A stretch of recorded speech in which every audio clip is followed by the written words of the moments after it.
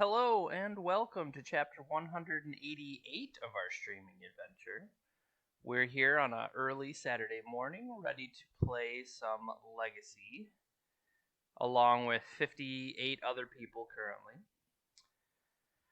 I tried playing Elves on Thursday, and while I think there is something there, I don't think I'm ready for, let's say, the prime time yet. I'm willing to either try it again or maybe try another deck. But in the meantime, if I'm just going to fall back to what I know is Echoes. And I think we have learned over the last couple challenges that it is very explosive. And it also can, I guess, implode upon itself. So let's see if we can get some of those high rolls again. Because if we can continue to do the high roll aspect of everything, then maybe we'll make the finals again. But if not, maybe we'll be 2-4 again. So, 64 people have now totally joined, and there's still 2 minutes. So I fully believe we'll get the 65th person and go on to 7. Yep, there it is. 7 rounds. So 7 a.m., 7 rounds. I can't come up with anything else that's a 7 right now. But this is one of those things where I might be a little groggy. I might be a little slow. Because even though I would totally already be up, showered, at work, all that on any normal week, normally my Saturday mornings, when I was playing the 1 p.m. challenge, Saturday mornings are for sleeping in. And I did not sleep in today. Who scheduled this? Exactly. How dare you, first of all, make us wake up to play? Now, maybe this is better set up for the rest of the world, but I don't live in the rest of the world. I live here.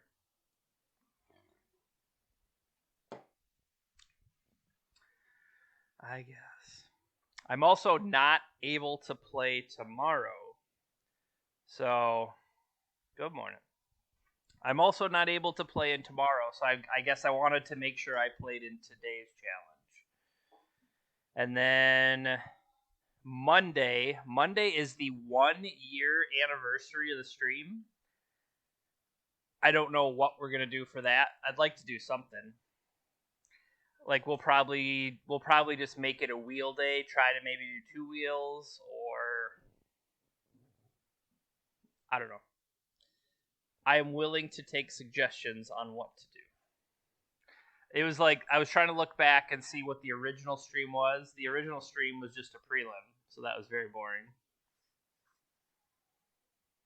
The favorite, that's an interesting idea. I could go back and look and see what is all out there. Round 1. Lost the die roll.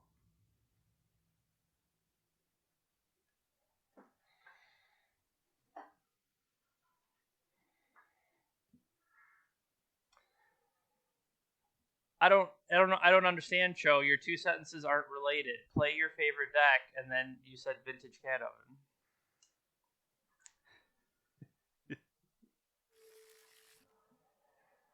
They have mulliganed.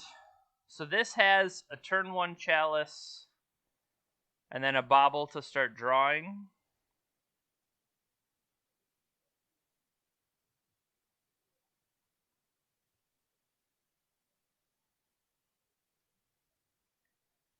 The question will be, what are they mulliganing to?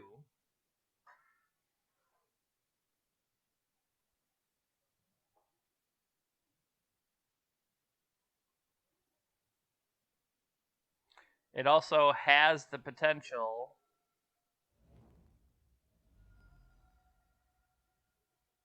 to untap into something big.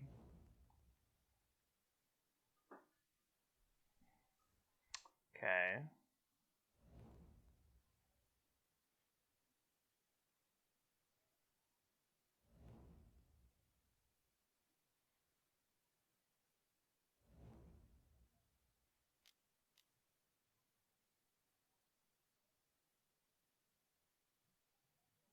This will play around days at least. Okay. And then I don't need the card yet.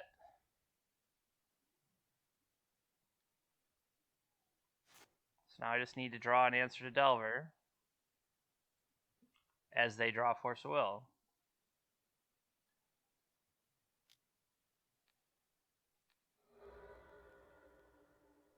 Force of Will and Daze, so I'm glad we had the Lotus Petal to go for that.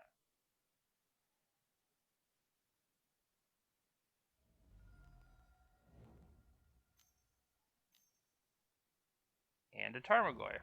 Cool.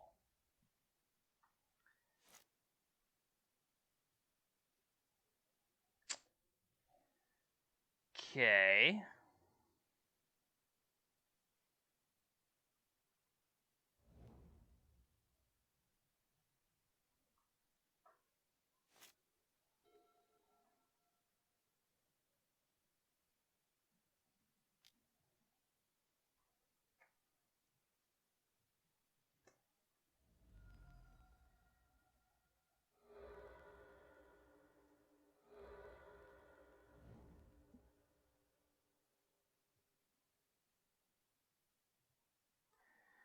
These are some sweet draws on my side.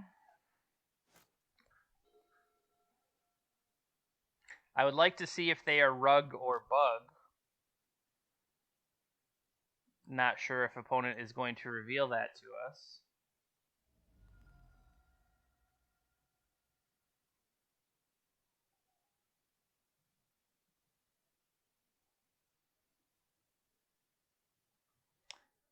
I wonder if this one will resolve.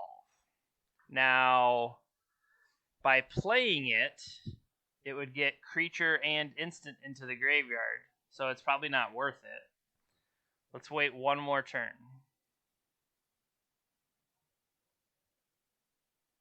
Like, casting this, we would auto die. That's all I'm saying. Maybe we could draw a Sai or something to lead with Urza and then follow up with Sai and make multiple things. That would at least potentially buy us time.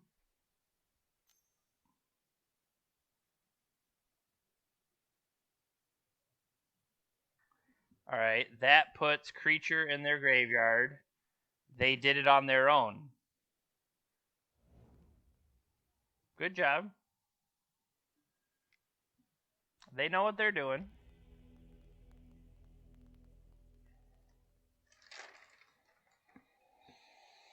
Alright.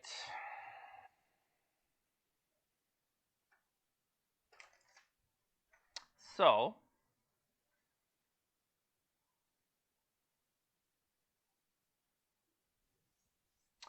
things we want.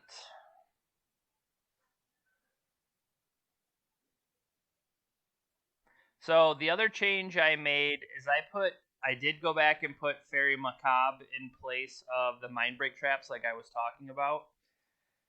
Just because the Mindbreak traps never felt like they were relevant, and I think Fairy Macabre does have something of a chance. We'll see. Alright, so I want a defense grid.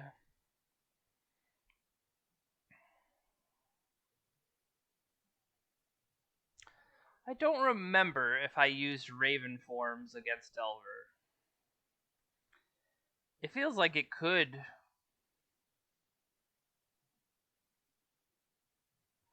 It could do something.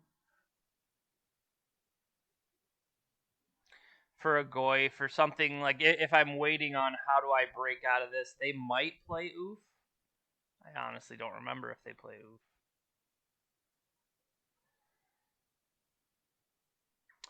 Willing to Trim and Emery. will be on the play this time.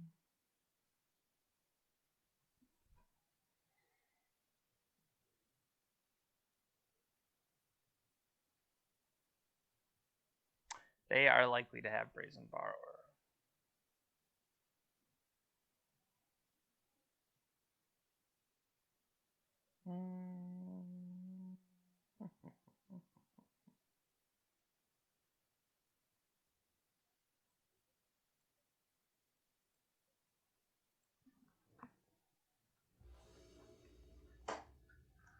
Yes, I would.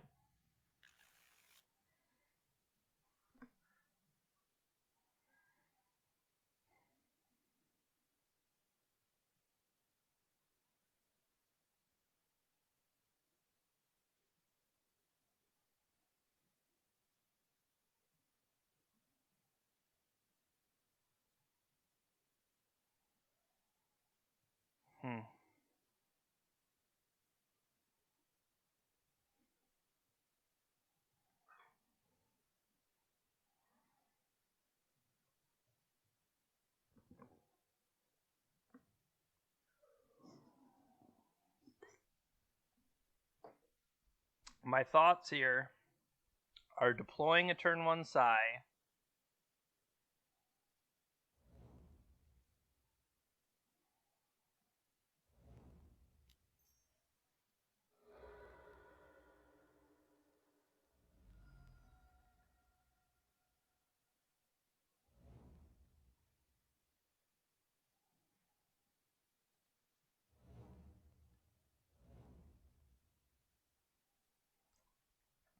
Theoretically, I can follow up here with Urza. Now, I don't have to follow up with Urza, because that might run into a daze. Or, not allowed to follow up with an Urza. I'm sorry, maybe it misunderstood me. I didn't want to keep drawing Urza.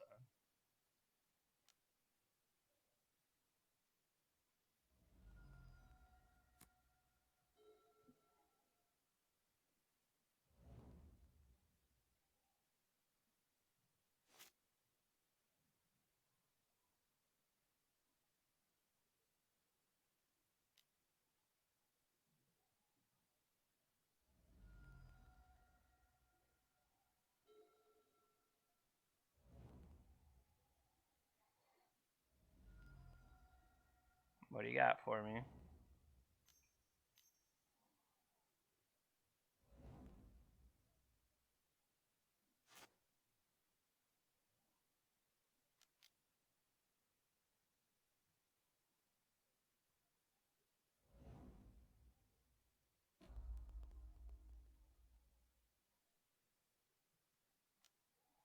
So what do we got? We have lands, artifacts in the graveyard currently.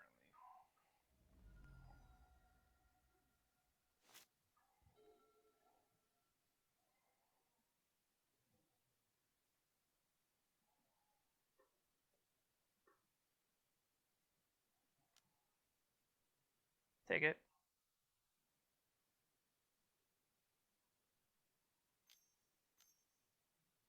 What is this? Ancient Grudge.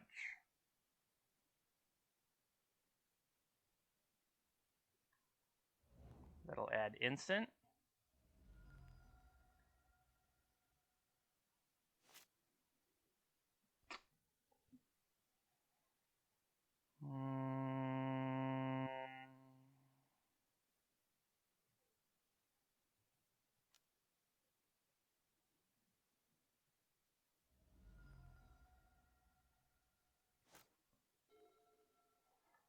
No, I wouldn't have had mana to be able to eat the chalice. That's what I was curious, is did I have it?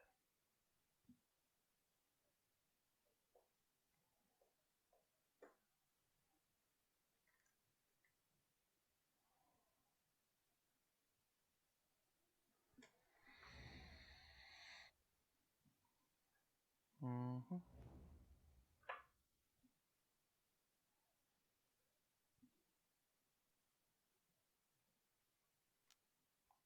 Take it.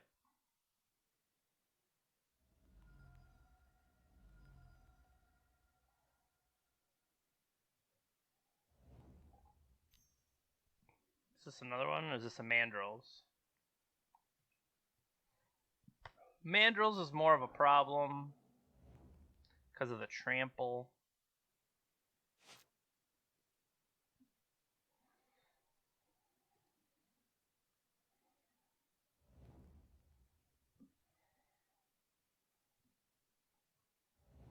The question is...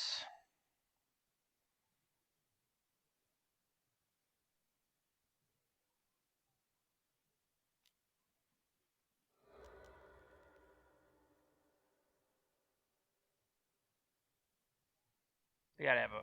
Really?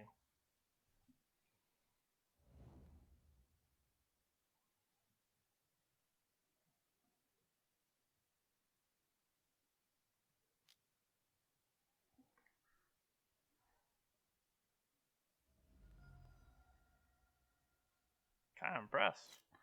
Maybe I should have taken that opportunity to play Karn.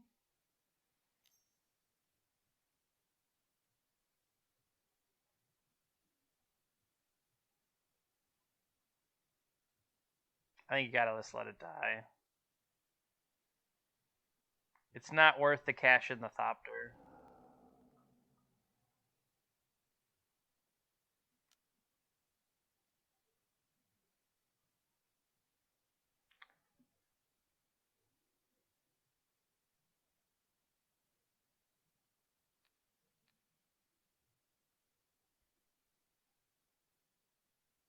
Pyroblast on Urza is blowout there.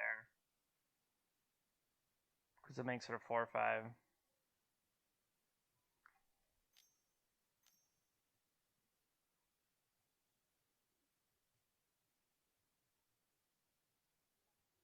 Okay, I accept.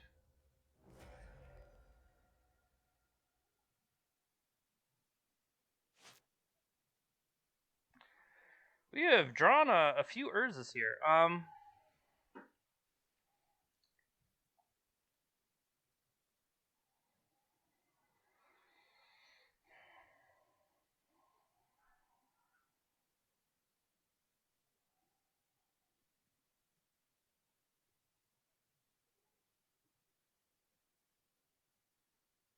I think we have to.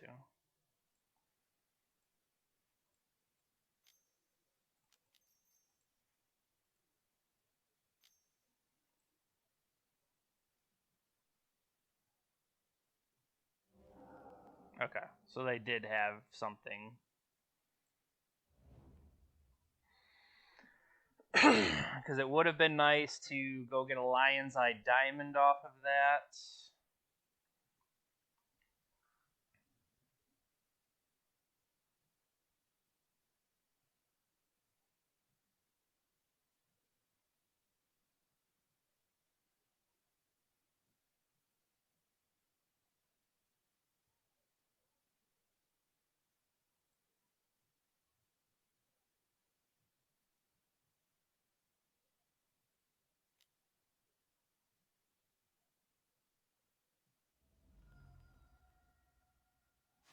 One, two, three. We can spin an Echo theoretically next turn.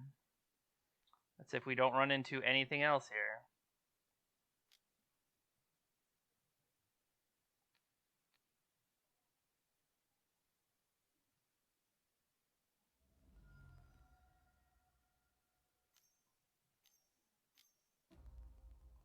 Narset. We should probably not play the Echo anymore.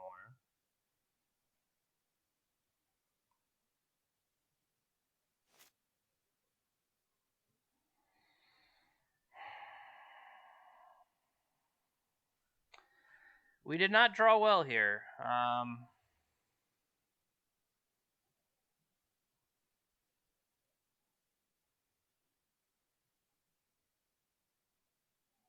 Yeah, they're going to hit Pyroblast here. We could make ourselves a new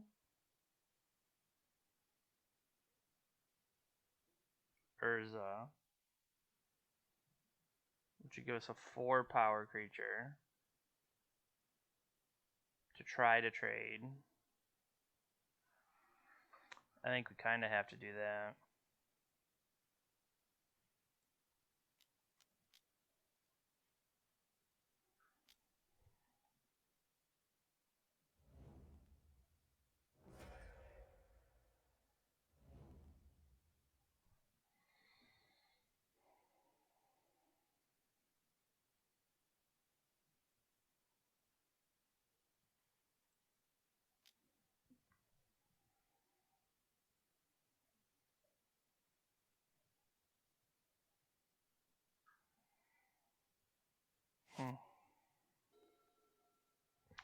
Narset is almost the perfect card there because that took away our chances to even do this.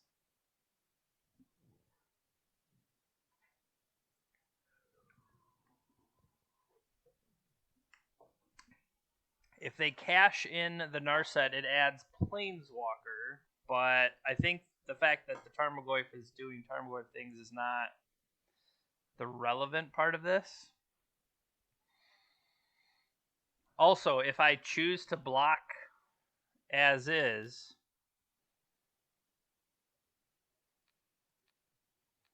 and they just remove my guy, they kill this thing, that shrinks to 3/3. Okay.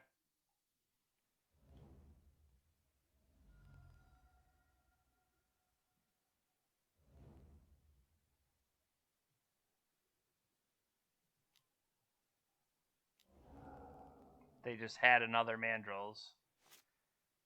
Alright, and they are still holding Pyroblast.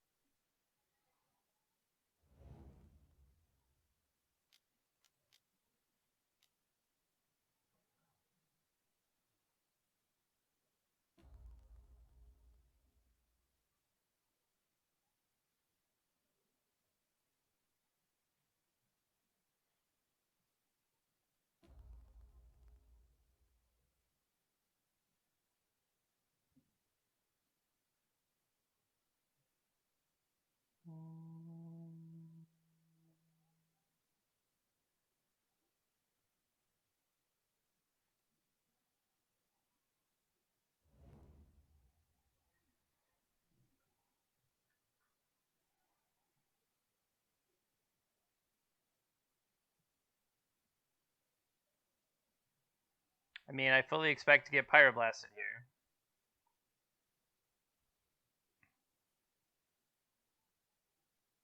The trample threat is the big issue right now. Yeah, they Pyroblast him out of the way.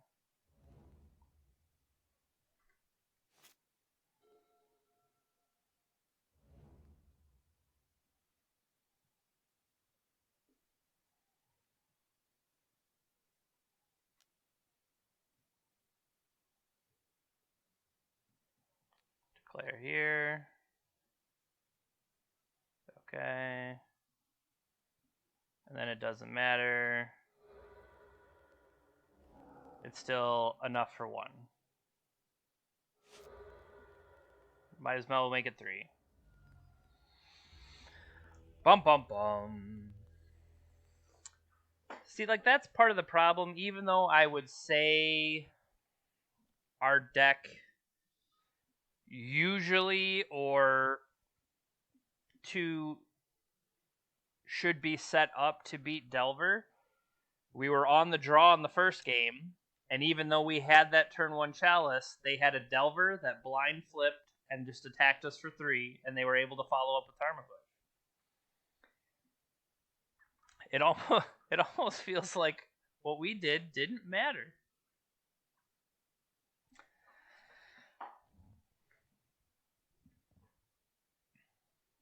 I guess that is why Delver is as powerful as it is. It does things consistently. It's able to present its threats in it's such a consistent deck that looking at, well, our opponent might have hate against you, and it's like, well, also opponent might not have hate against you. So there's that balancing act of it's the best deck for a reason, and I've always had a problem getting myself to play the best deck. Why is it such a problem? I honestly am not sure. Maybe it's because I never can commit enough time, I would say, to keep up with. Back in the younger days, when I was a much more competitive player, we're play testing every day, going up to the store, Friday Night Magic till midnight or later, going to the tournament Saturday morning, and all that. It's like you kind of live, breathe Magic, and I played the best deck then because I felt like I was well versed enough in it. Like, why don't I play Rugdell? You know, it feels like it's something that has power, can do ridiculous things with, you know, the Stifles and Dazes and Wastelands, and I've played my threat, and now I protect the threat. I don't know. It feels like some sort of mental block that I won't allow myself to play the best deck because I always find a way to.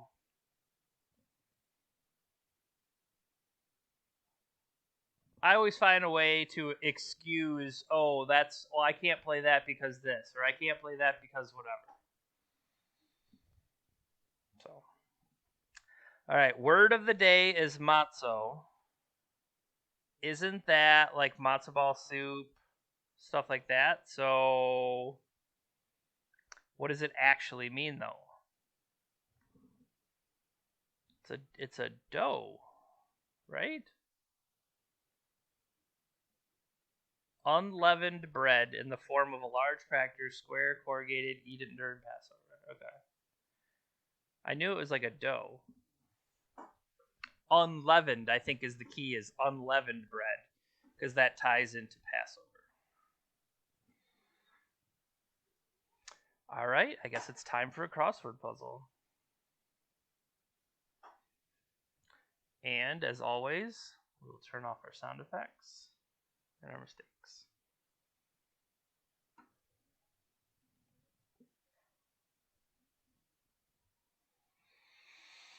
Before a wedding vow.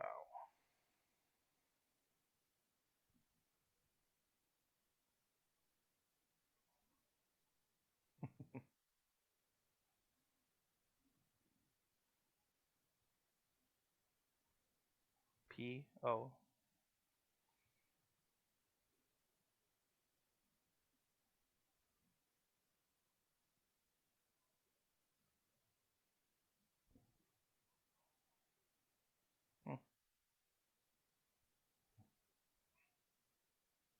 Foreign travel is a visa.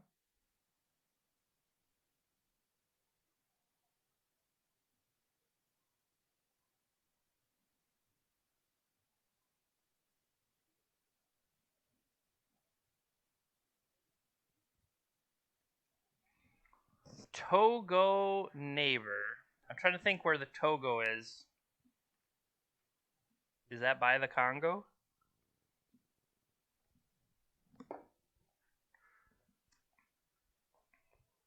It might be by Congo.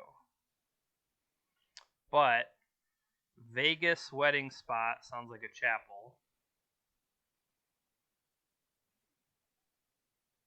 Hash out.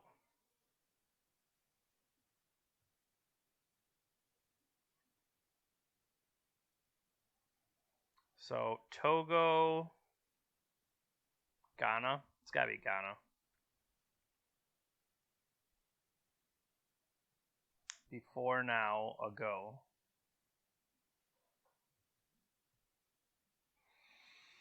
Maki roll wrapper. Well, wouldn't that be a chef in a sushi restaurant?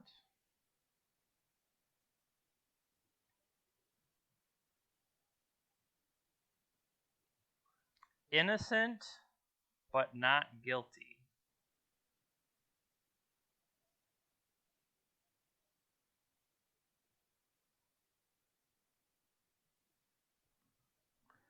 That's dire. This could be pure.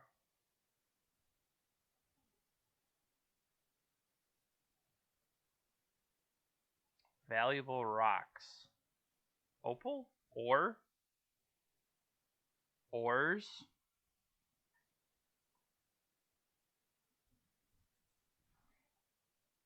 See, now I don't understand the 16 across, the Maki roll wrapper. Method Man, East Coast rapper, innocent but not guilty.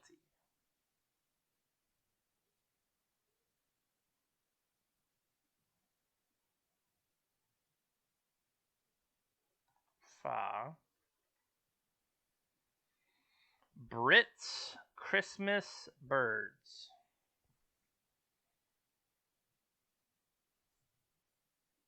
Geese? Goose?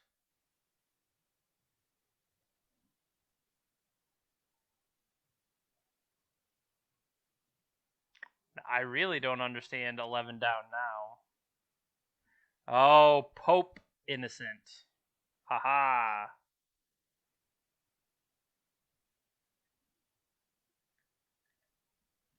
Alright. We solved it. Poem of Praise is an ode. Actor Ian Somerhalder. A way to gauge women's representation. Sorry. So what was the clue on this? Letters 9 to 12. 1, 2, 3, 4, 5, 6, 7, 8, 9, 10, 11. Okay, so the category is muscle stretches, and that was a trap for trapezius. So in 5 to 8 here, could be like bicep or something like that.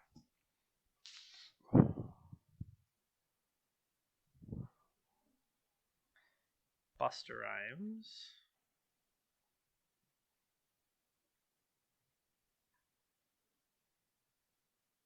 Where to find Mississippi?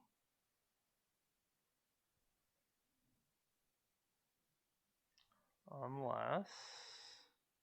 And voila, we're all done. Double stuff Oreos. Outerwear in a snowstorm. Coat? Type in a falling anvil's sound. Is this supposed to be clunk? That's kind of funny if it's clunk. Bulk.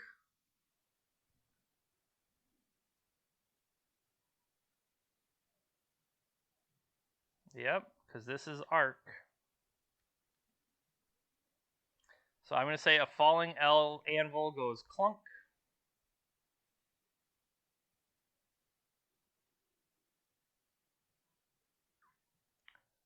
Bachelorette?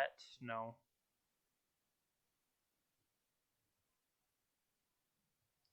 Telephone or When You Believe?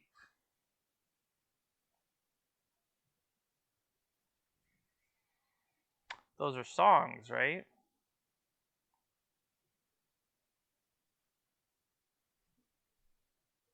I don't understand. Summer shopping opportunity is a tent sale. Everything must go.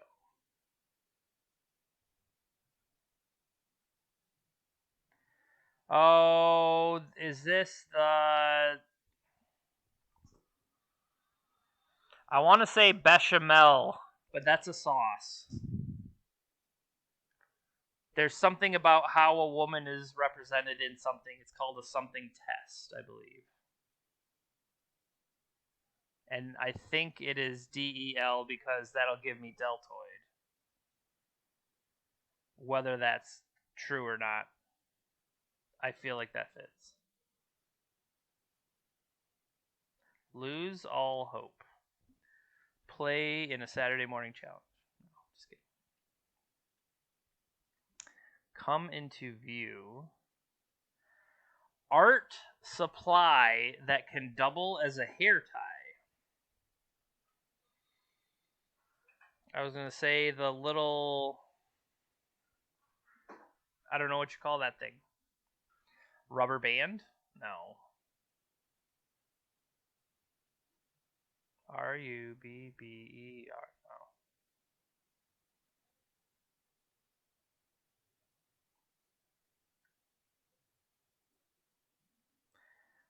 45-degree angle.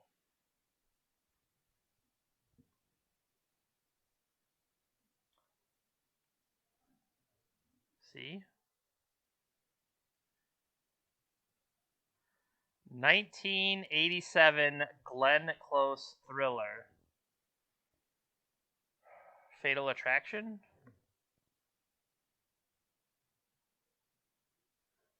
Close. It's getting worse. Wow. Oh, come on.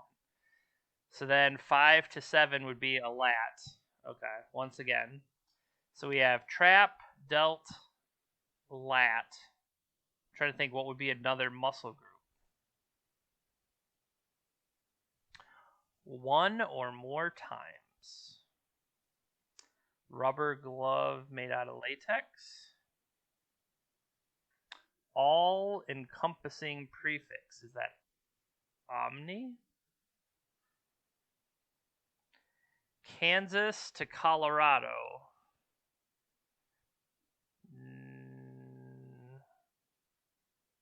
West, northwest.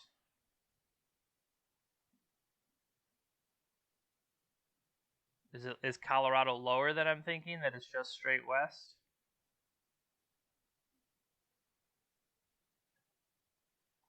Beyond mad. Irate. Does that fit everything else? Etta Jones. Bordeaux red is a...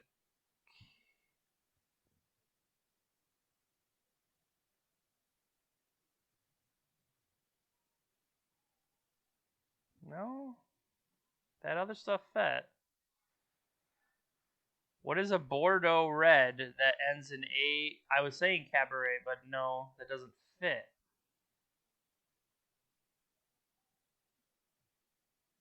Papery nest paper wasp. Put away, you stow it. Capital of Peru is Lima.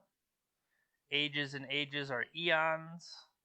Quick cut is a snip. So anything out in the sea is an aisle. Emergency responders on a reality show. Medic. Okay. What about over here?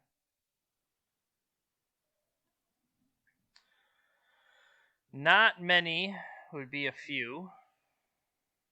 Give in.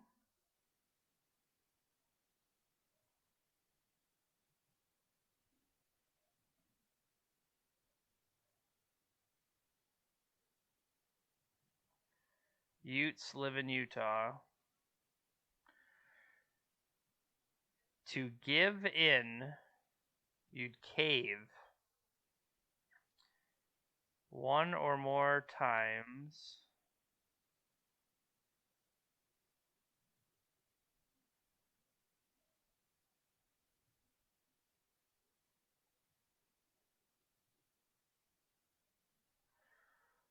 This is a spiel. P-I. This is sir. Lose all hope. Despair. Gal Gadot or Bar Israeli.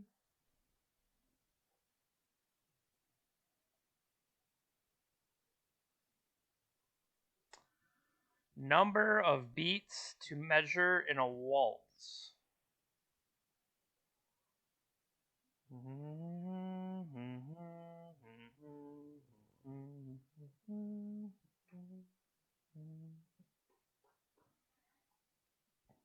But that doesn't fit with the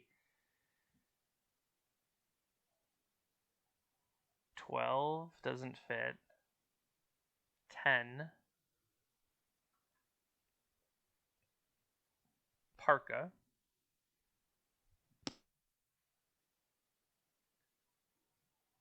Art supply that doubles as a hair tie. 1, 2, 3, 4, 5. So whatever these 3 letters are is a muscle group, or, and I really don't understand.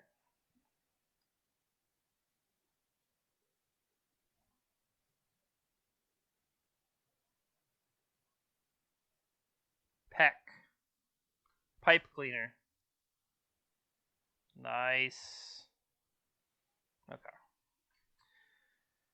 So apparently that is 3. I was just doing that wrong.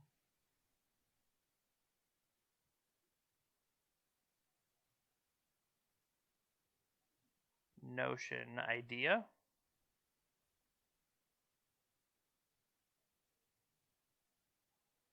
Come into view, emerge. Telephone, or when you believe.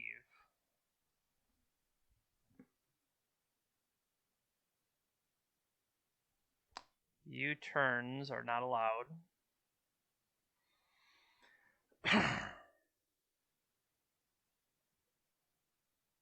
Duet.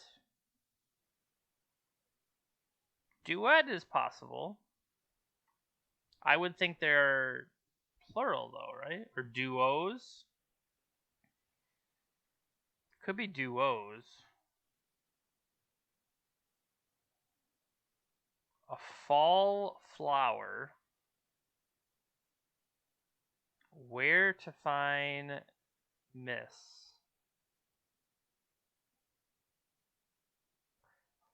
A siege requires patience.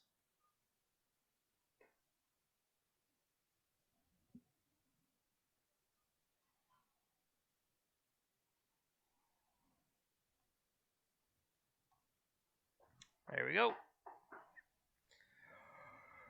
Whew. Look at that. Early morning trivia solving.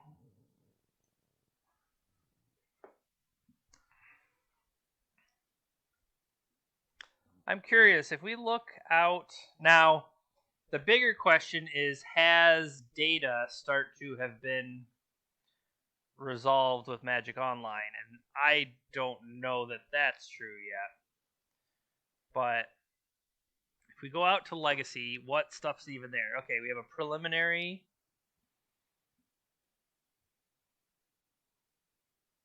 Okay, we're it's starting to come back. Everything's healing.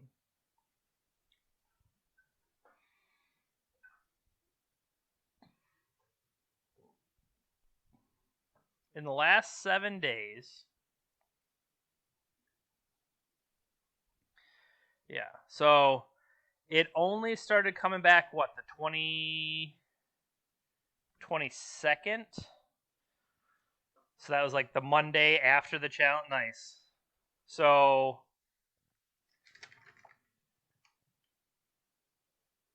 yeah, so you won't see the challenge results up there of the Sunday one we made the finals, but right after that it looks like it started coming back.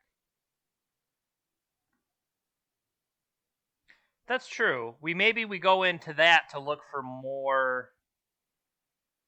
We could look up Joe's data for that. Or didn't he have it in his article this week? We'll just check his article this week.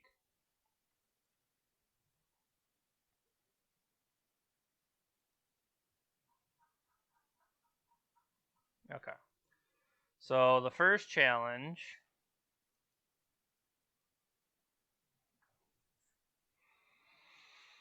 Fair, Green Sun Zenith, mid-range control, permanent-based combo. I mean, tempo wasn't the highest percent.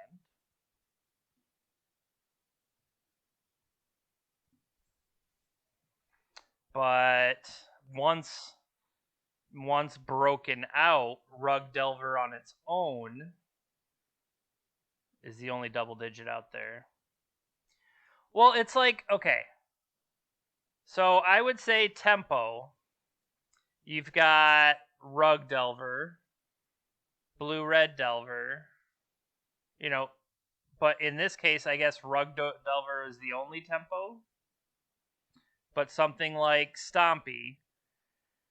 Stompy should encompass anybody doing the Red Prison, or I think maybe the better question is, okay, where does Karn fall under? Because Red Prison, there's 3 of them. I played Karn Echo. That's one of it. Did Karn Echo fall under permanent combo? I guess I have to rely on Lion's Eye Diamond to go for it. Is that what they're considering? I would think Cephalid Breakfast. I would think Cephalid Breakfast is a permanent combo. So that's one of the 7. Can we find the other one? Is Depths combo? That's 3. Allurin, that's got to be permanents. So 2, 3, 4, 5.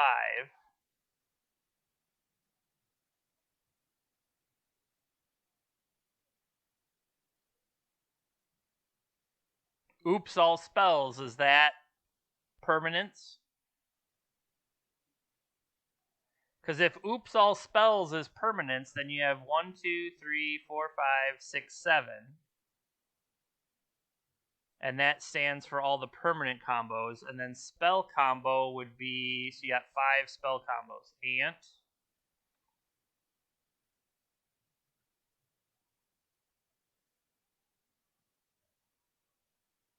Or is Sneak and Show. Like, I don't think it would be terrible to have, when you're going to call out here, just say what the other one is. You know what I mean? Let me know what the higher up level of it is. I think that would be easier. And maybe that's captured somewhere. Here we go. Okay. See, this is my own fault for not looking for it. So yeah, Stompy is Karn Echo and Eldrazi and Prison and stuff like that. Tempo would be Bug Delver or Shadow or Grixis, Ninjas, Rug, all that. All those are flavors of Tempo. So, permanent combo. Allurin, Breakfast, Depths, Elves, Enchantress. Oops is a spell combo? Okay, that's fair enough.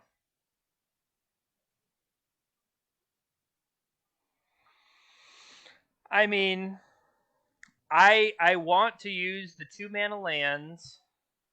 2-mana lands throw out a Chalice, and then 2-mana lands help accelerate to my higher cards.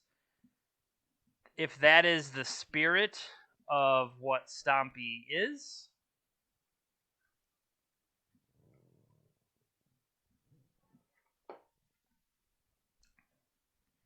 I think my default is that I am a combo deck. I am not trying to get over. I'm not trying to play fair to the same degree like a red deck is. You know what I mean? Like the Blood Moon, Goblin, Rabble Master, whatever. To me, that's Stompy because they're trying to do a fair thing. I would almost say I'm including Chalice of the Void in my deck just as a disruptive element while it's the same thing like I have a defense grid or I have the Chalices. Is I'm just trying to stop you from interacting with me while I combo you.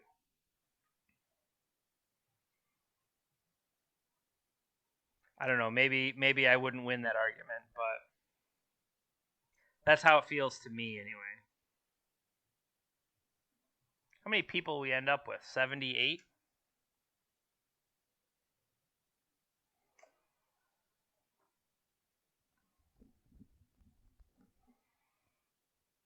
Yeah, that's probably true.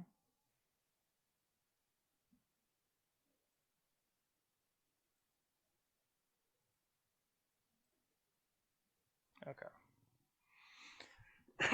What else can it show us? I like how it can say that there was only one Karn pilot. Spoilers, it was me. And they did a terrible job. And then if you go to the next one,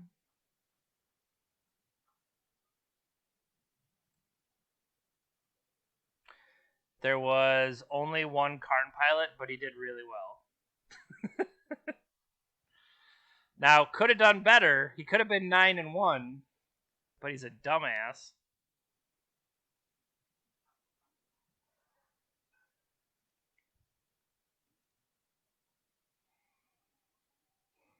So metagame and sub-archetype.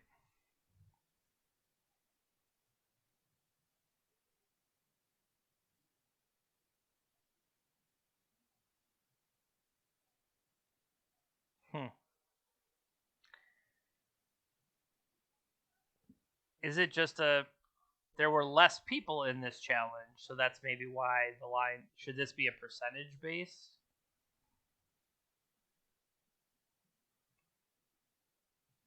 It might make more sense if this was percentage based instead of just a bar graph.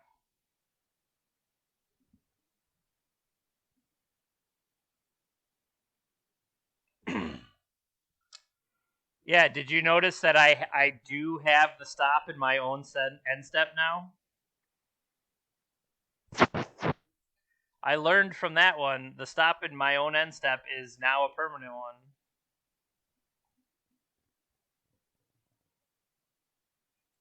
Okay, what about...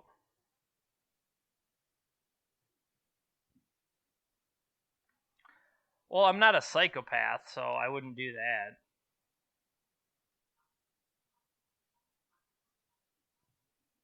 What about the PTQ? Yeah. So the PTQ was going on the same time as the original challenge, so that part's interesting. I'm sorry, scroll up on this one.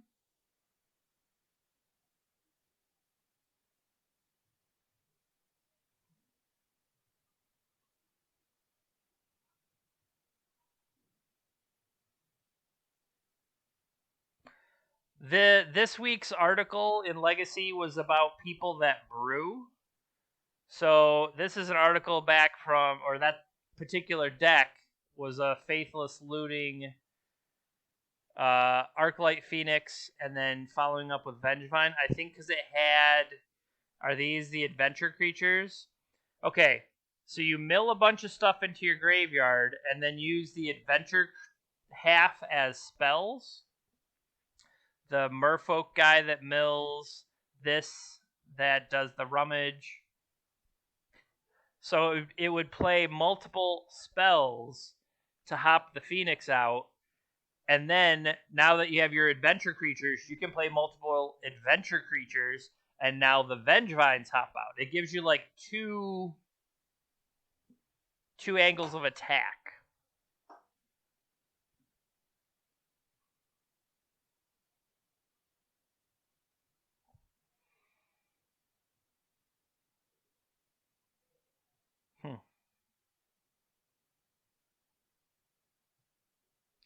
This was in August. Maybe they hadn't.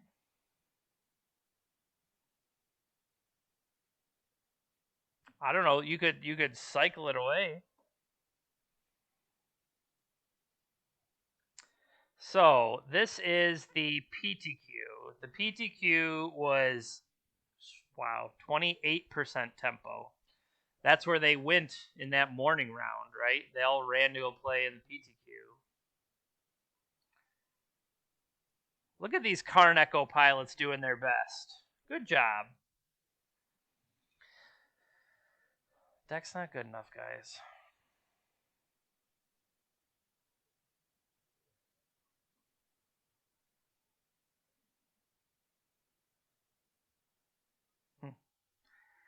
I am very impressed that Into Play basically uses the same version of the deck over and over.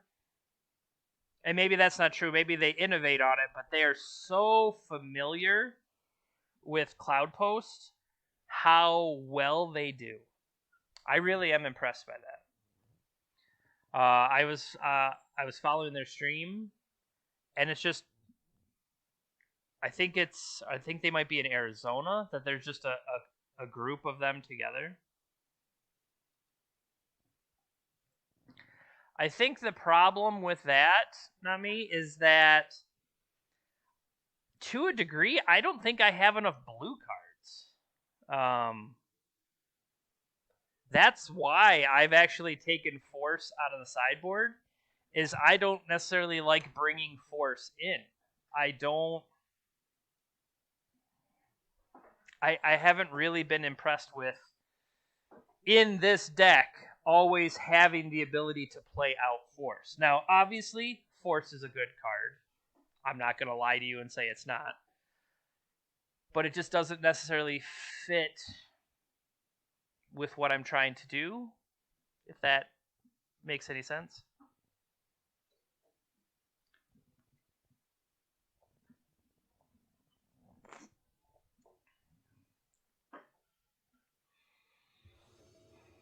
That might be a good idea.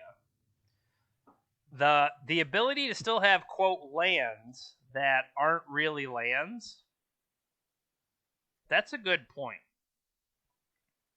I want to write that in the margin. Lands that pitch to Force definitely would get me more on board with playing Force again. Or not running into like the flooding situation that you saw. Like I feel like sometimes I can have too much mana and nothing to do with it. What is it Salundi Vision? Salundi Vision?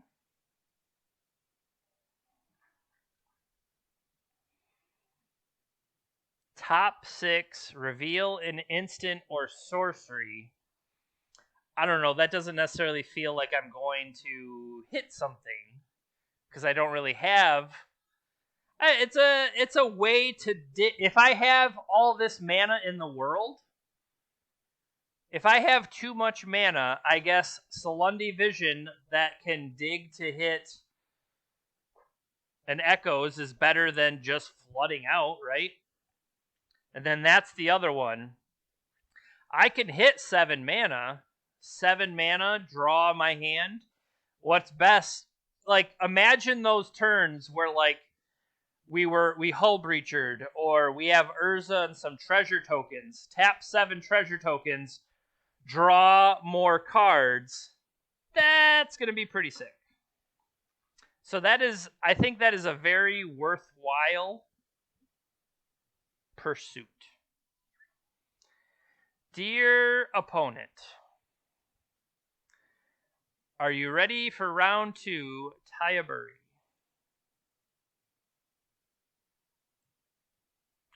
Like, it would appear not.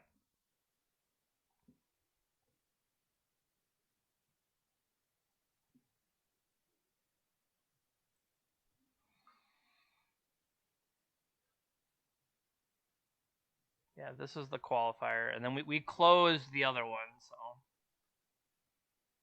Alright. Oh! Opponent has arrived.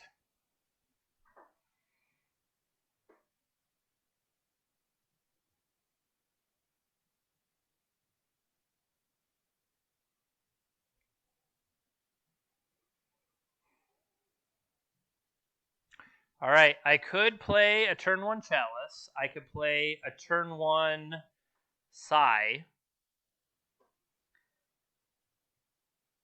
I could play a turn 1 Sai into a turn 1 Chalice.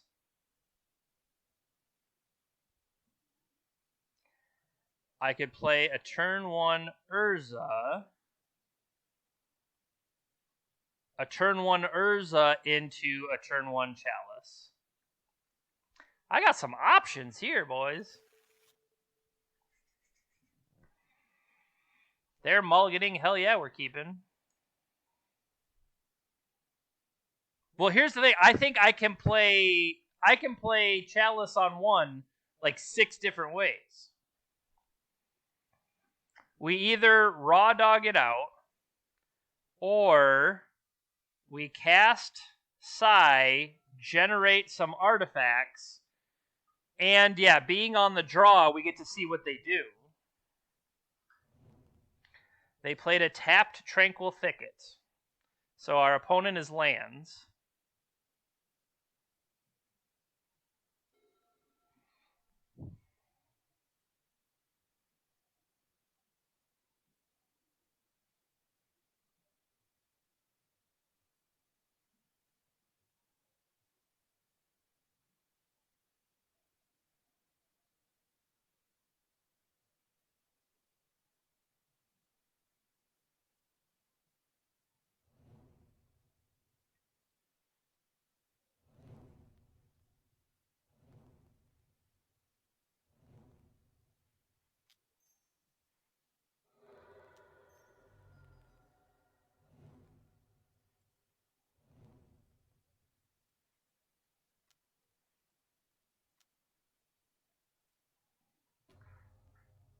Your turn.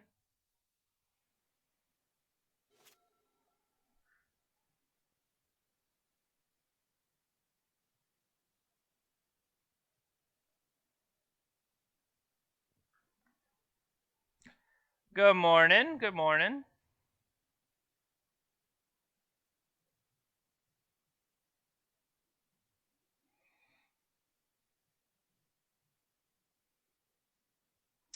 Now, I think if they do nothing else, Urza can cast if they lock this down, Urza can cast Psy, and then future artifacts can start pumping this guy up, and then if we get those, they can cast the other Urza and give us a second token.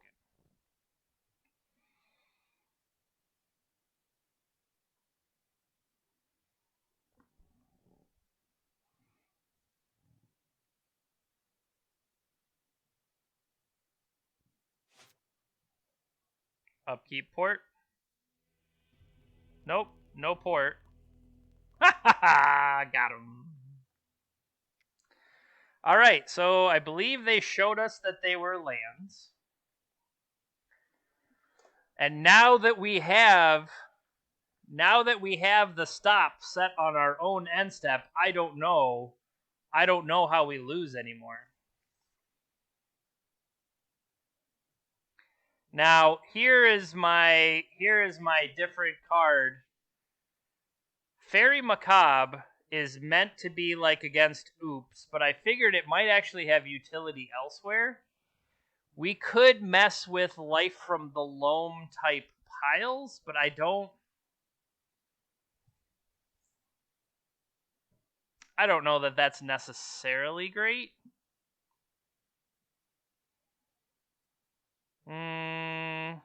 Okay, so if they are like the other lands decks, yeah. So I mean, I don't want to dilute too much. So I think Defense Grid could come out. I want Raven forms for the Collector Oofs, or the Spheres, or the Null Rods, or the Merit Lodges of the world. And I think I maybe do that.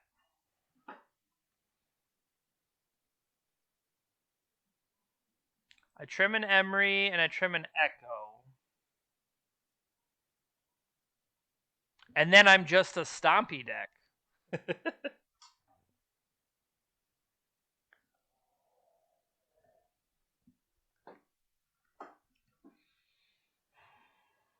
Yeah, I mean that I don't really want to lose out on. Now they are the other lands deck had Pyroblast.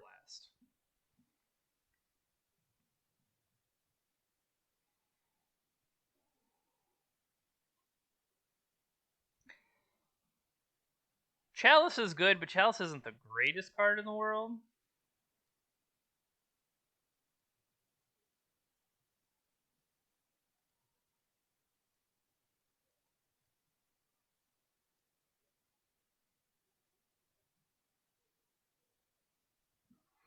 I'll go like that.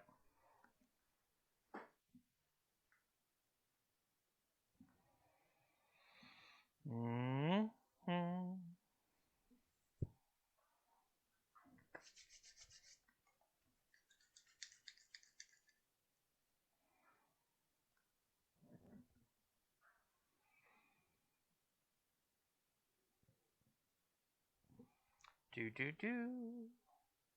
Time appears to be up.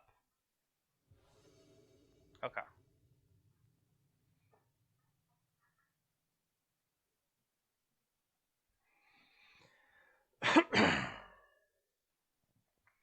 Opponent has joined the game.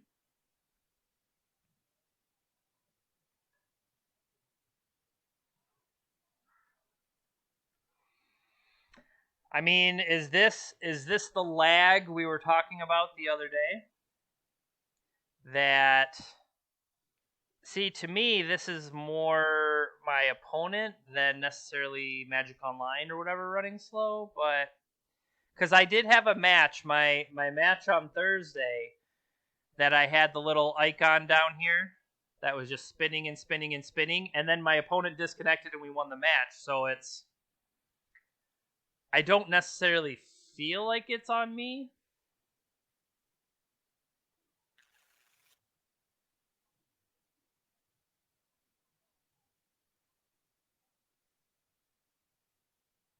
So now they're going to get the first chance to play some stuff out.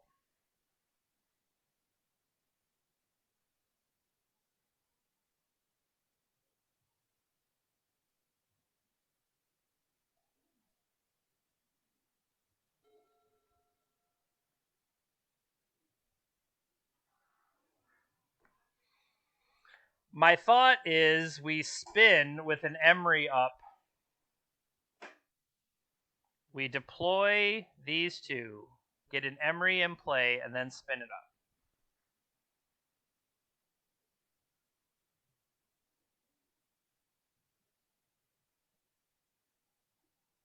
And then theoretically, I can use Bauble recursively to draw post wheel. That'll still give me something to do. They could ruin all this with a Leyline of the Void, I guess. I'm not suggesting. Oh, no, we're in the main phase. So their pregame effects window is over. Yeah. I didn't look at that yet.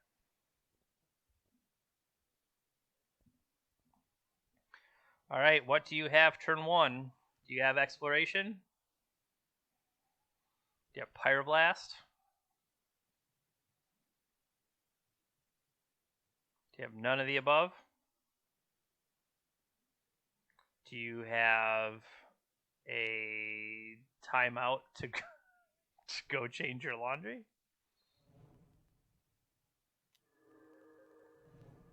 Okay, there's the Exploration. There's the Thespian Stage. See, this part is what makes me less excited to spin them a new hand and basically draw them 3 cards.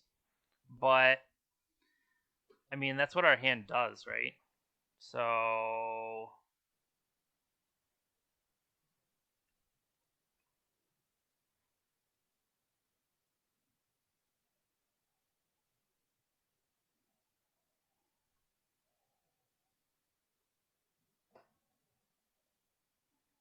this is one that you do need to consider counting, or countering, I agree. So take your time, opponent.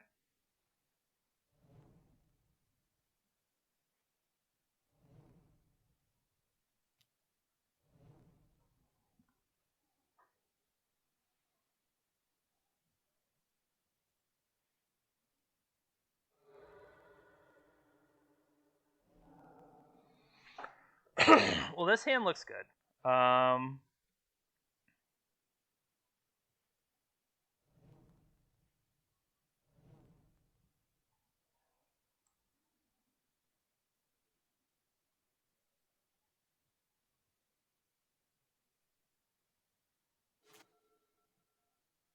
So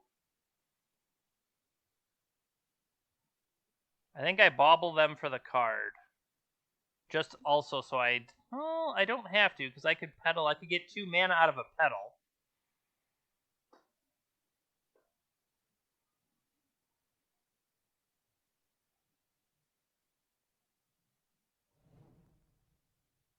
Mox Diamond.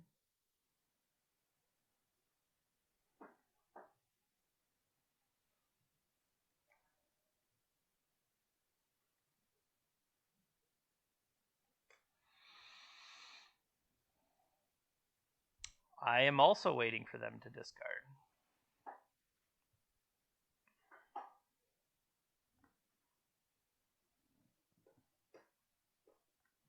Maze of Ith discarded. I would say, did I somehow spin them into no lands? Oh, Punishing Fire. Breaking my heart. Alright, well, now I am not going to crack the Urz's Bauble. Because I want to maintain my Metalcraft. Field of the Dead. Ghost Quarter. Sylvan Library. Yes, please. I don't want to auto-yield to Punishing Fire, I don't think. Just in case I can somehow snipe it.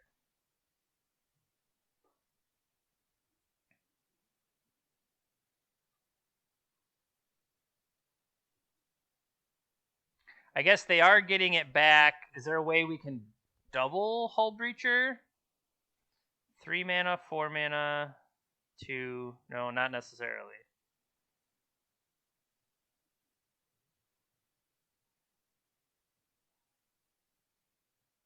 Oh, no, they did not actually bring it back. Okay.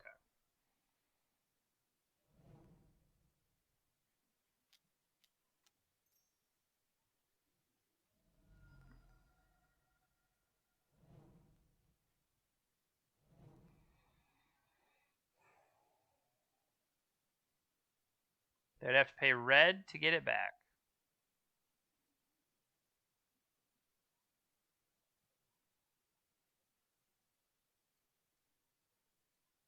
And throw it at me.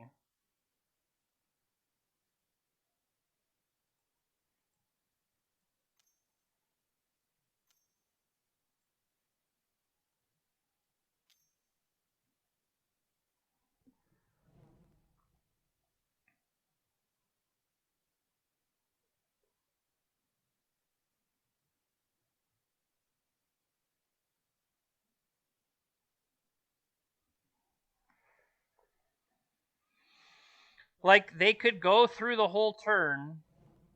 Oh, they did not understand. Sorry, opponent. I guess everybody has to learn that mistake. Now they have to pay 4 life or put their 1 card back.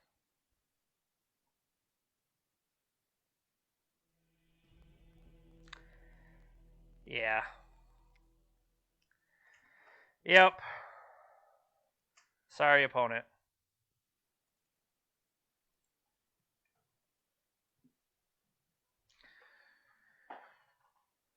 Yes, I'm sorry that was how you learned the interaction on Magic Online. I don't know. Like, I don't want to feel good about bad things happening to people, you know. Where's the opponent we just played?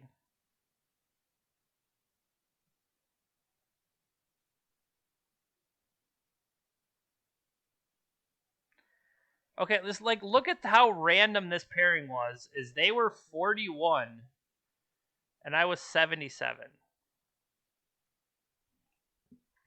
I honestly feel like how it shows you is like some level of spite, because I almost always am at the bottom of the pairings, and it's kind of weird / humbling / annoying. Well, all right, we're sitting at 1-1. Not bad. All right, welcome back. Hopefully you have had a chance to grab some breakfast too now, as we wait for our third round. Only got 7 men. I was going to say 7 and it switched to 6 and I read it backwards. So we're not too far away from the next round. Oh, hello. You are now awake and your breath is really bad, but You are a good boy. Oh, your breath is so bad, dude. I know. You're very excited.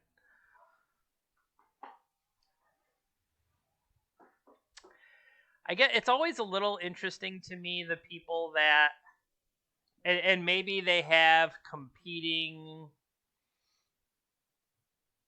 they're playing multiple events or are at the end of their day or perhaps are so functionally infinite that after an 0-1 they're just like, well, screw this, we are done for the day. I have no need, thank you very much, to play any more Legacy. I don't know, I find that multiple 0-1, 0-2, 0-2, 0-2, 0-2, 0-2, 0-2, 0-2, 0-1.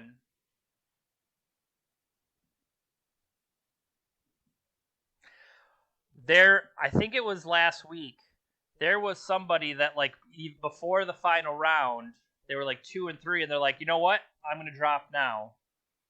Because it was 2 and 4, somebody snuck past them. So the person that dropped early at 2 and 3 finished in 33rd place. And I think we have mentioned before that this is a justice stream, not vengeance. If only we were a vengeance stream, we could have won.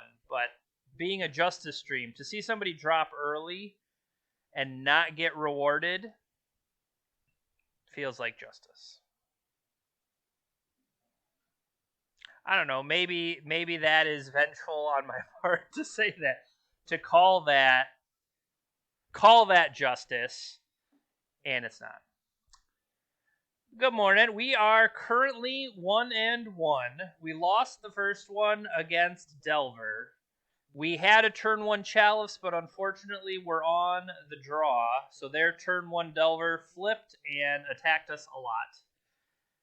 And then the second game, I'm trying to remember. I know we lost it. It didn't necessarily line up for us.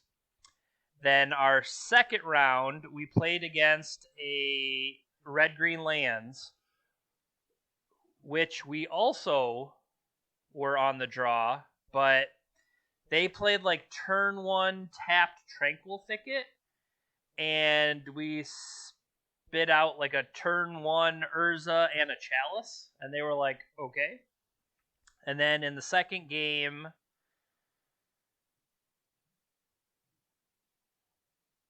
or maybe was that the second? The second game, we were able to deploy the Merfolk lady, the Emery, and get a spin off and set ourselves up to play Urza into a Hull Breacher, and then they played Sylvan Library. So when we put down the Hull Breacher, they even had a chance to rebuy their Punishing Fire from the graveyard and kill it prior to going to Sylvan Library. But then on Sylvan Library, all of a sudden 2 treasures showed up on our side. They realized what had gone wrong for them, and then they conceded the match. So that is an interaction that they will remember. It's always, unfortunate to have to learn some of the interface stuff, and maybe it could have just been something that simple, like they're like, yeah, I don't want to draw cards with Hull Breacher.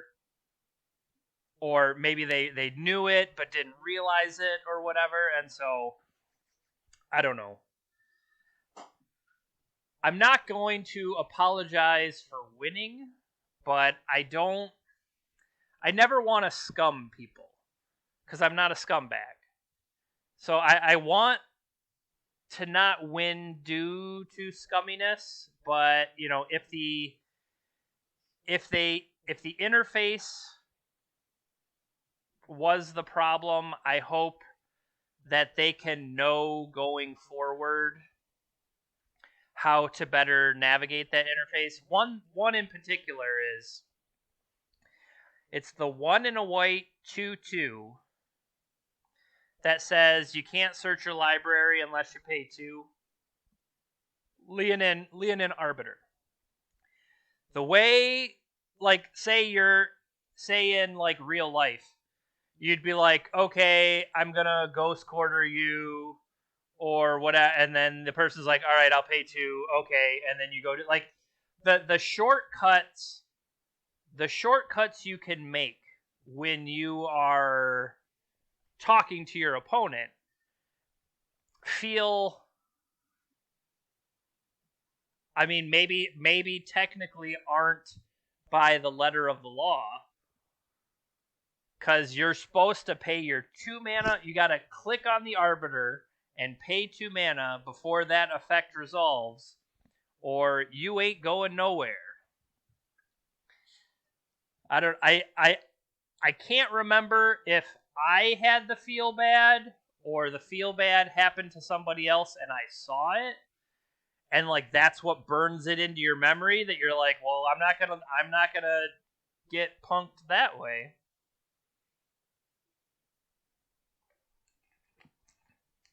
Like it feels like it's either somebody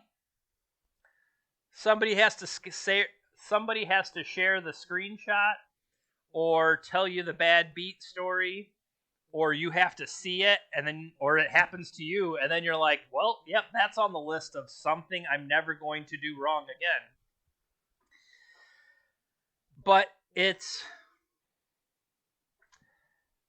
you have to touch the hot stove and burn yourself to realize that's a hot stove. I shouldn't touch it. I wish we didn't have to burn people's hands to do that. Like, imagine if Magic Online had to be like, all right, here is a list of all of the stuff that we have coded like a bunch of fools, and we're sorry, but this is how to okay, you ever tried to cast a Chalice of the Void under a Trinisphere? Or, like, just a lot of how do you cast this thing based on this other interaction that you would be able to talk your way through in real life. That once you're clicking, whether, Bomberman makes me think of that too. 1 in a white, click, put this back in my hand. Put this back in my hand. Any of those kind of things. Engineered explosives. You might know what you want to do, but it's sometimes hard to put into words, hard to put into clicks, I guess. That's one way to say it. Well, our first round opponent won their second one. Good job. I'm now cheering for them. Tiebreaker style. Do you really cheer for Rug Delver? I guess so.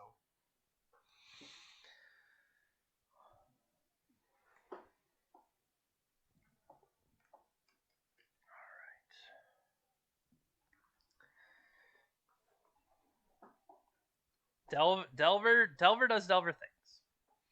All right, round 3. Here we go.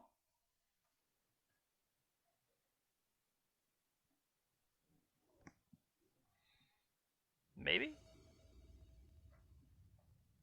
On the play. Hello. Yes.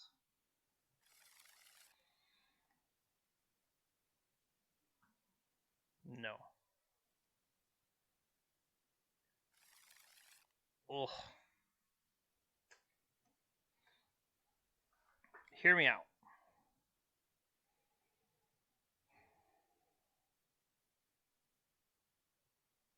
Turn 1 Emry.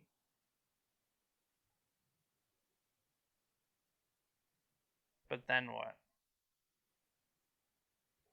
Turn 1 Emry into... Oh, my guy is dead? I can work with this.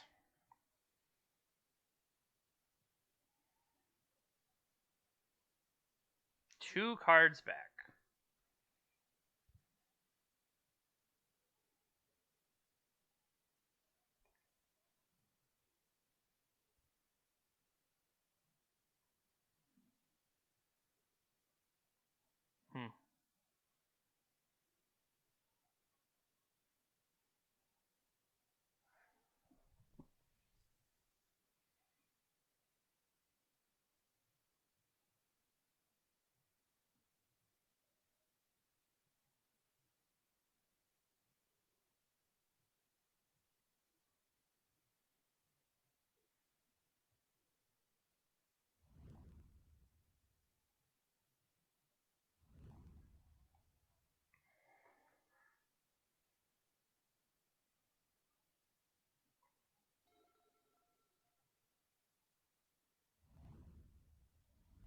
Wind-swept heath.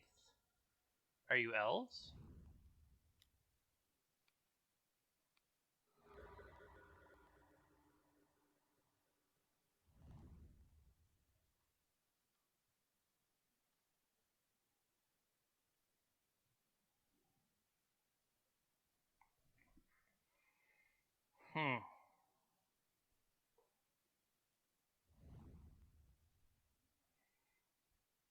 Can we catch them with some hull breachers? That'd be sweet.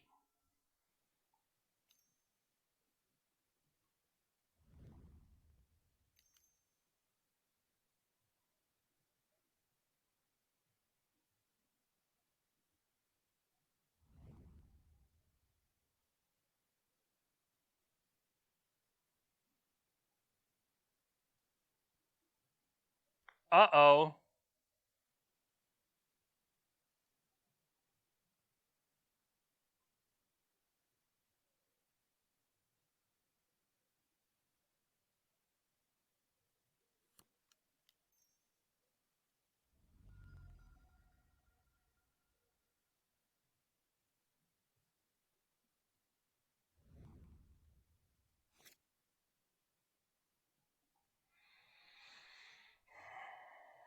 Well, this lets me turn off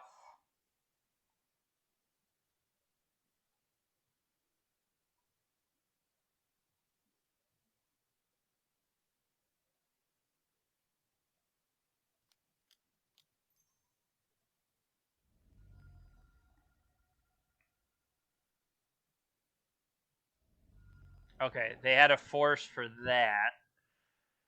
Pitching a ponder. We might just be dead to a cephalid.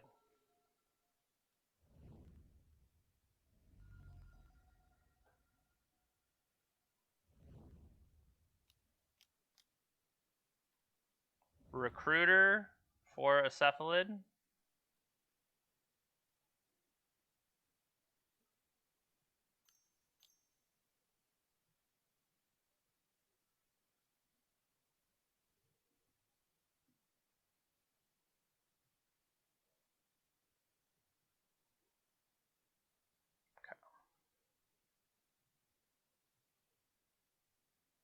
Well, we need to bring in the fairy macabres.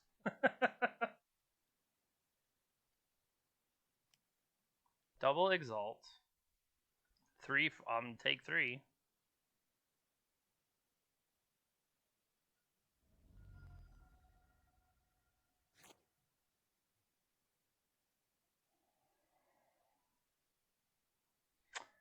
So I was gonna say, if I could put this in, force them to play it with Stoneforge Mystic.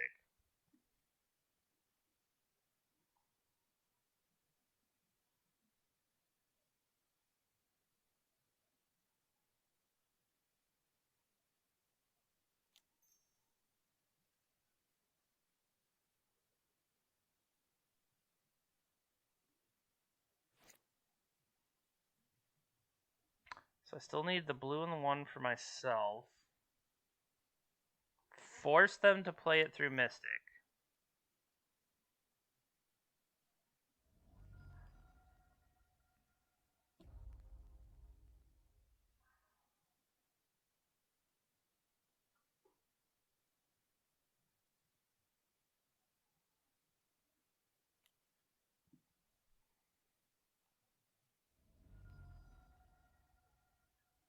And then in response to them activating it,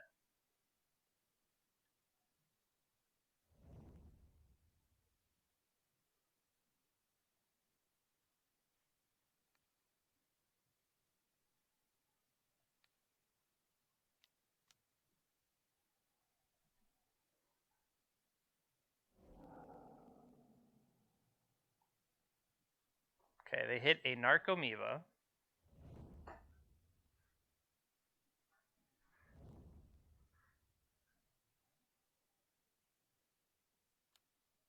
Beats for 3.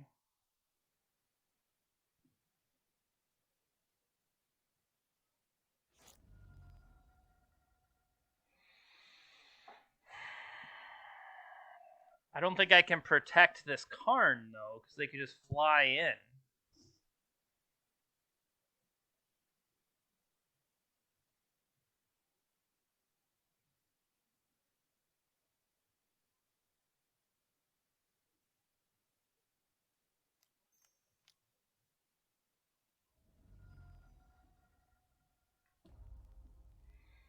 So if I tick down, he just gets punched in the face.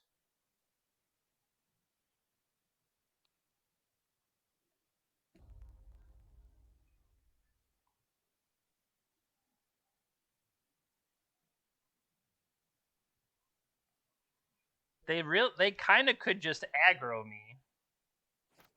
They just have to attack a couple times.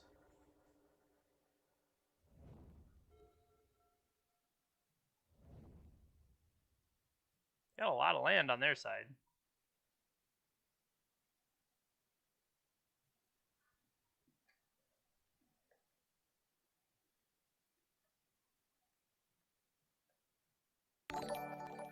Hey, thank you for the follow. All right, so Karn has the Shuko turned off.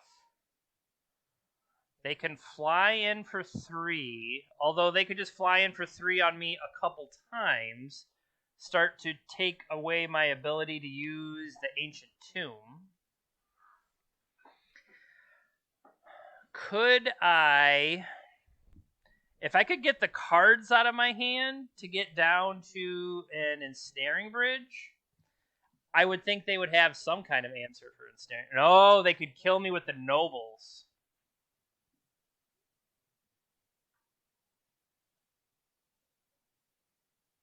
Yeah, we would die to Noble Hierarchs under the bridge.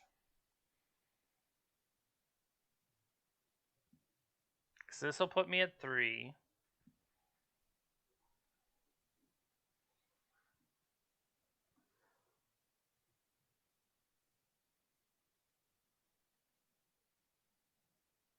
I kind of wonder what the other, like, theoretically,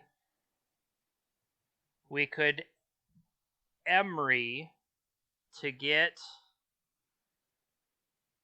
maybe a wheel in the graveyard, and then Karn gets a Lion's Eye, and then that gives us 7 tokens to go with, but that depends on whether, well, then we could use the tokens to cast Brazen Borrower for the block.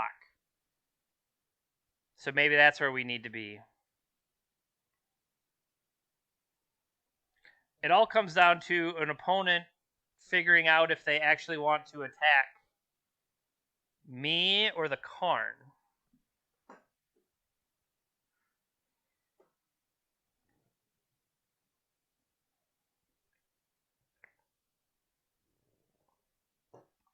I guess we will find out.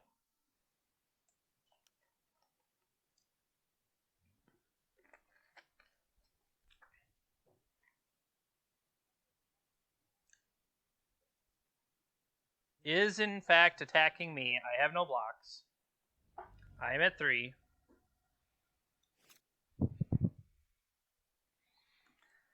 I'm not going to lie, that was a good draw.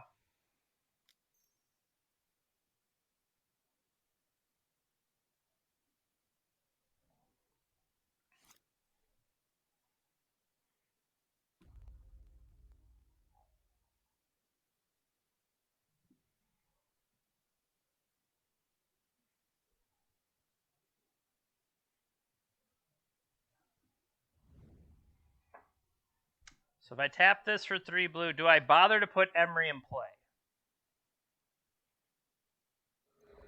I don't think so.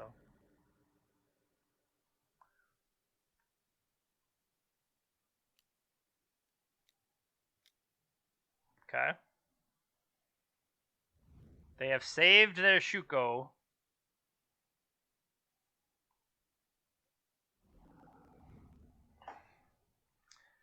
Alright, we're going to have some fun here.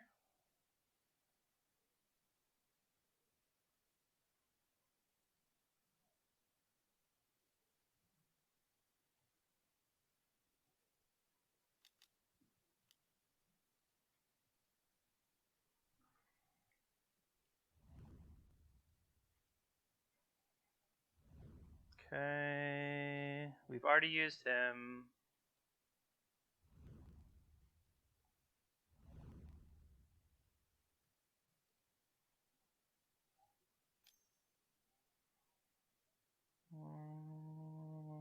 The question is, do I want an Emery for the future? I mean, maybe.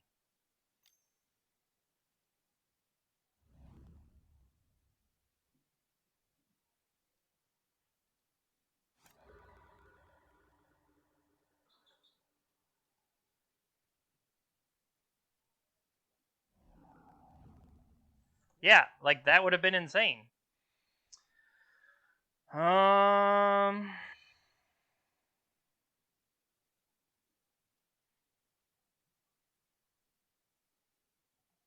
Play this.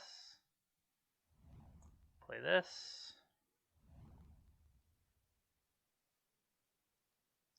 Tap. Tap. Tap. Tap. Tap.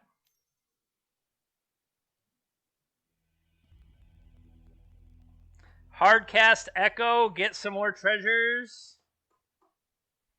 What's wrong, opponent? What's wrong? Alright, that felt pretty good.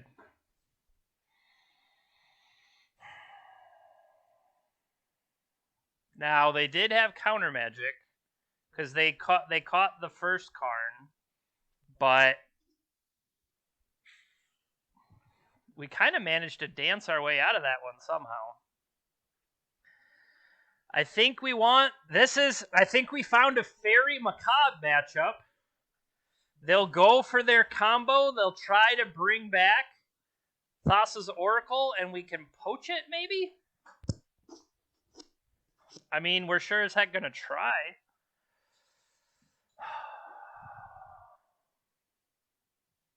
I don't know about anything else, though. Defense Grid does feel potentially silly, because I absolutely need to interact on their turn. Well, okay. Defense Grid does not stop whatever shenanigans this is. This just says discard. But I needed the Brazen Borrower to break that up. Brazen Borrower is the only reason we didn't die.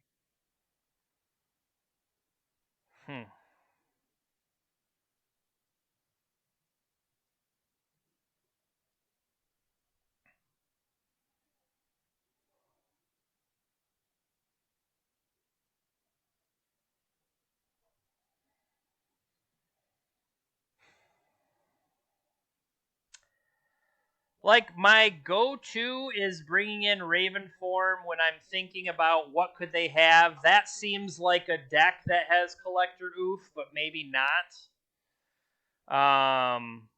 They also have equipment if they go for a different type of thing, but maybe that's just not... Maybe that's not where we are, and maybe we keep... Maybe not only do we keep Defense Grid, we want to bring Defense Grid in and cut all the Raven forms, just rely on Brazen Borrower, and then it's like, okay, we'll keep this Echo.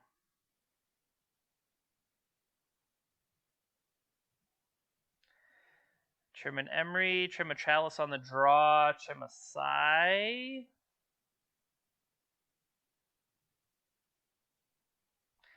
This could get us out of jail.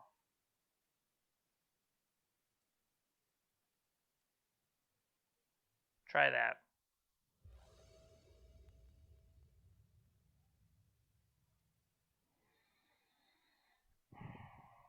On the draw, no. They mulligan, me too. Oh, hello!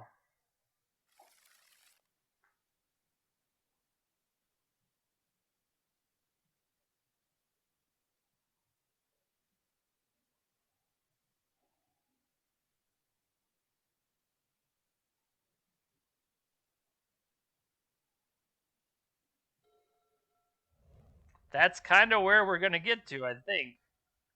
End step, bounce their thing, untap.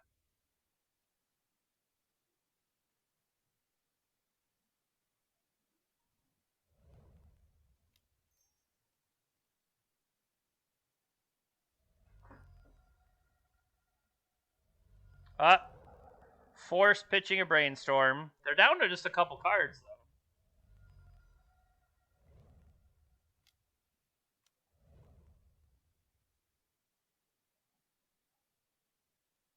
And this is the Batterskull version.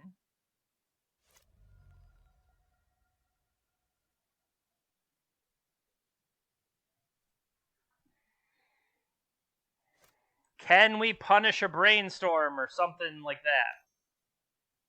Nomad and Core. Yep.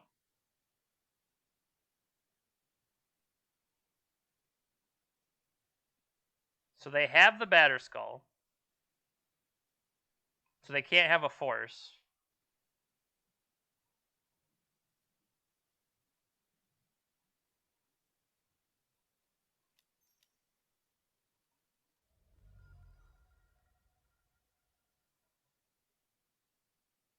Oh!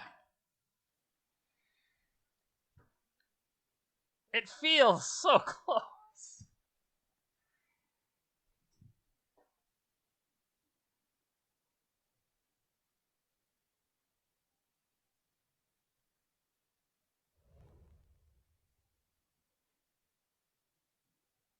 I don't know what I'm playing around, but I figure I should.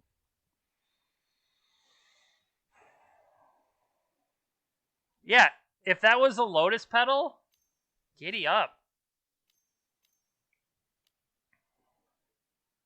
Okay, Batterskull is in play.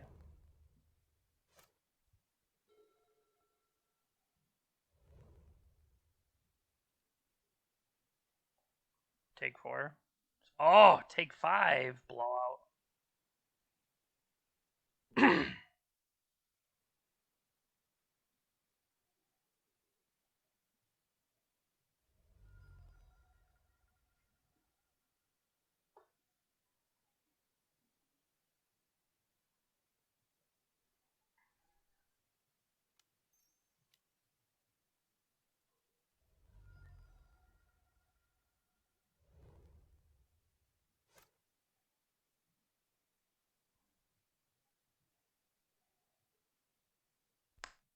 I can't afford to do that. I need the blue mana.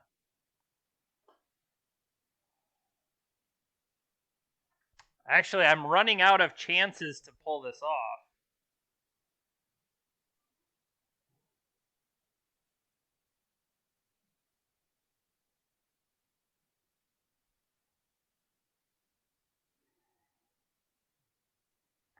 I mean, they only have one card. It's not that much of a shields down moment. Oh, the fact I have to pay double for it is brutal, though.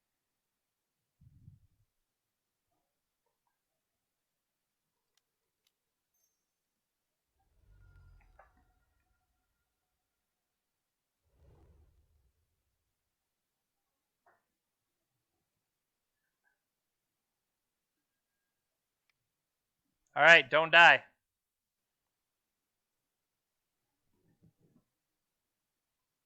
Don't die.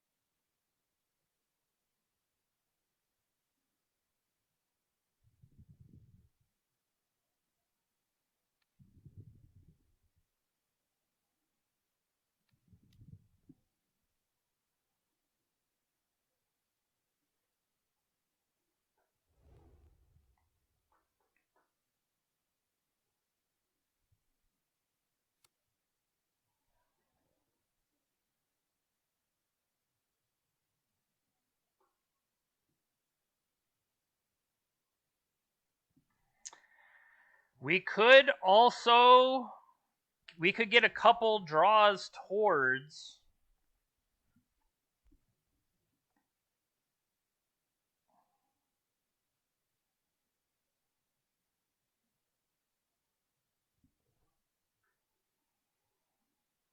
what more could I draw on my own turn? I could have used it and drawn into a Fairy Macabre.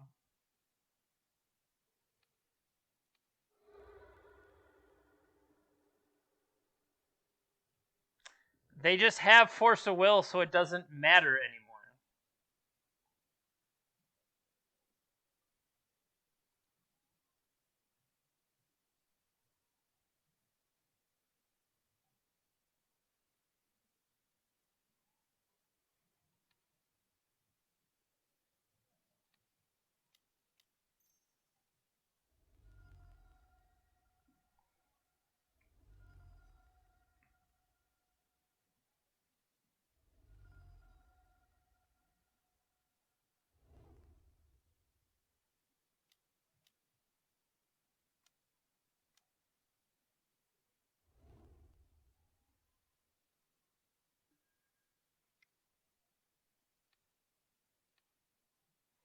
All right, come on, LED.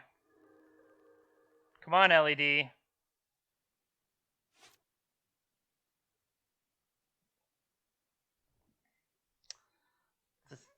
I mean, that's kind of a dick move, right? 1, 2, 3, 4. That's true. I can cast it without needing everything. The question is there anything worth keeping?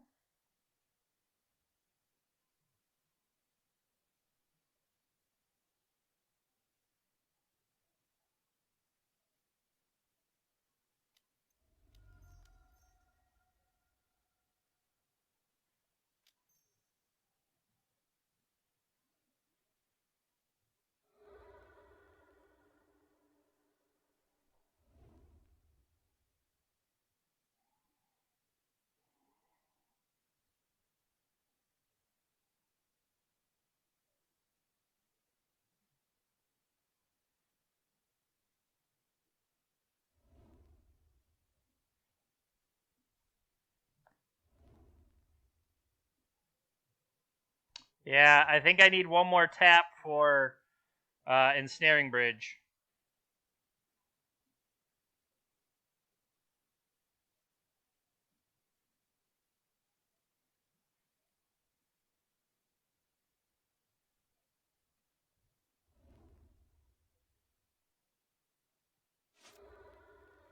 Unfortunately, I can't do both of them unless I bring that back.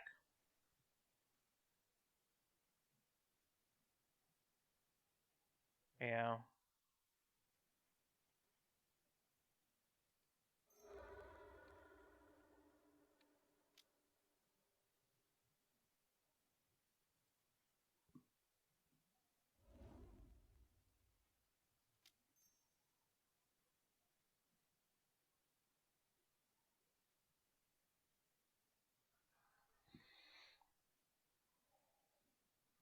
The other thing, too, is I am kind of wasting time.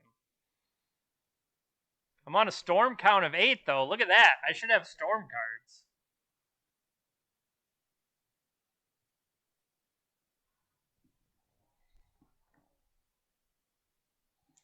Splash Red.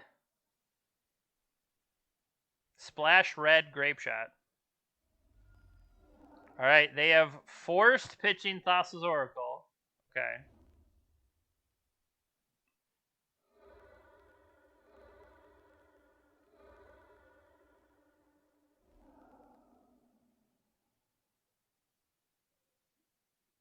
Nope.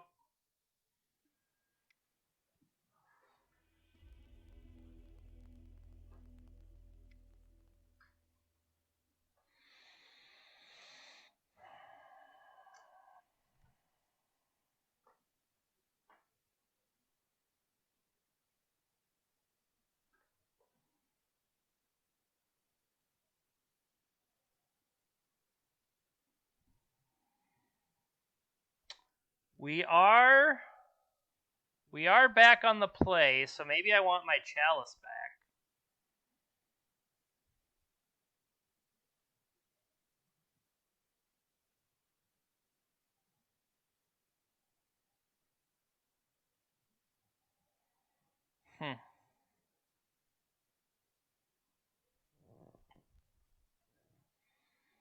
I'm also not entirely sold on Sai. Like, Raven form could have popped the Batterskull. It's something it theoretically could have helped.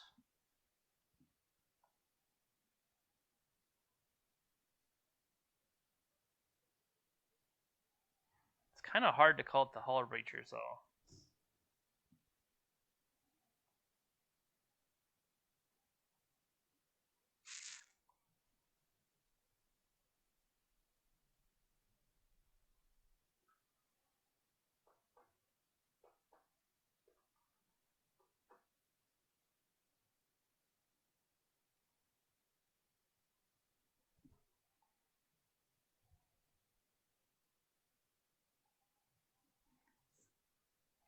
There was one turn it would have.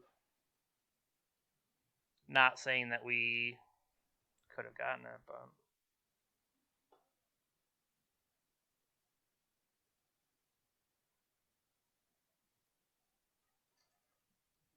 Alright. I guess we did mulligan pretty far there. Keep.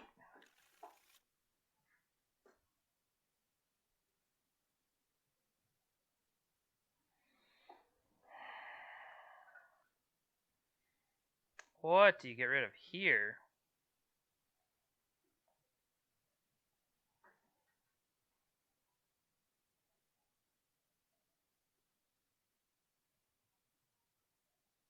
I think it's got to be city. Could be the Echo. I think I put the Echo. No, well, there's no chance. We're casting the Chalice on turn 1. It's definitely not Chalice because of the Noble Hierarchs and stuff they've showed us. I think it's the Echo.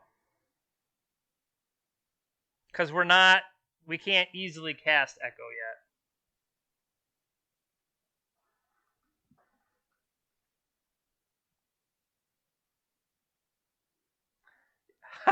yet.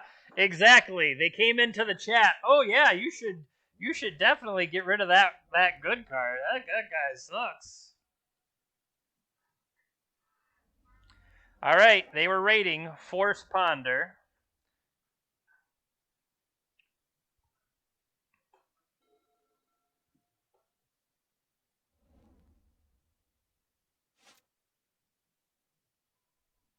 See, sometimes you just draw the Echo.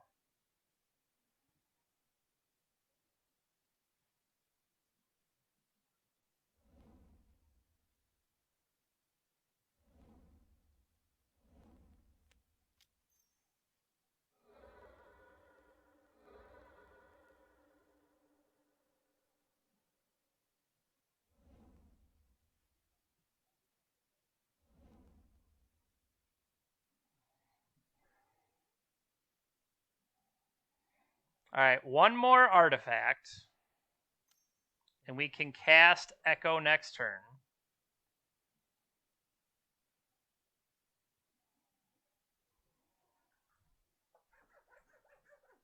What did they pitch to it?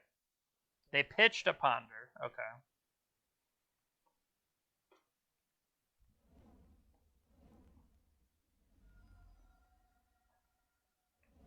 Swords? Yep. How about a Lion's Eye Diamond?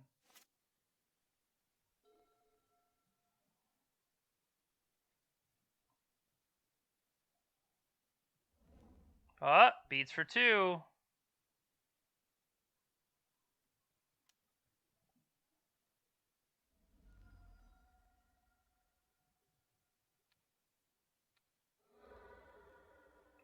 Narcomoeba in hand.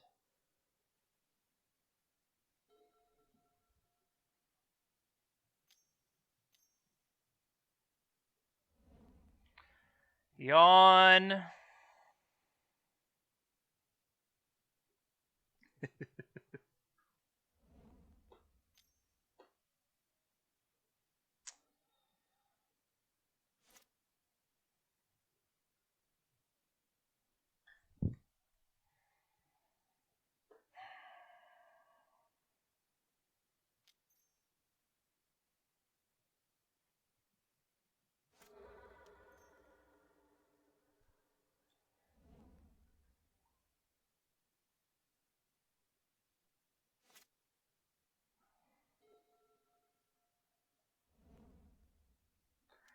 They draw a lot of lands. Hard cast Narcomoeba. Sometimes you need the Air Force.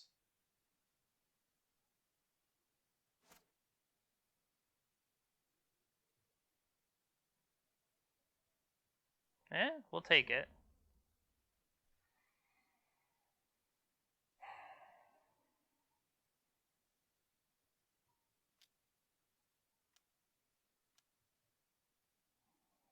Suit up the Narcomoeba? That's possible.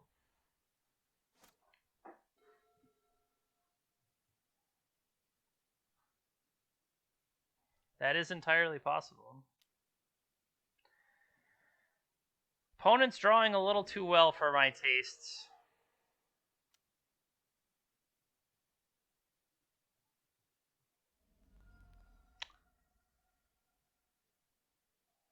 I just imagine this Chalice turning off 1, 2, 3, 4.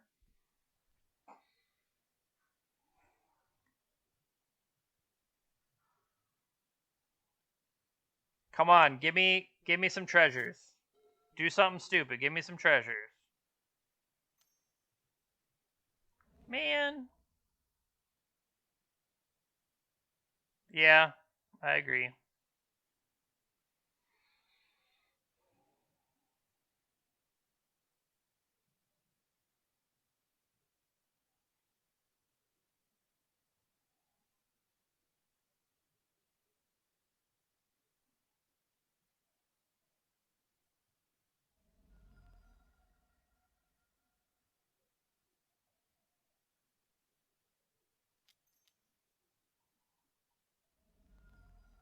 Come on, baby.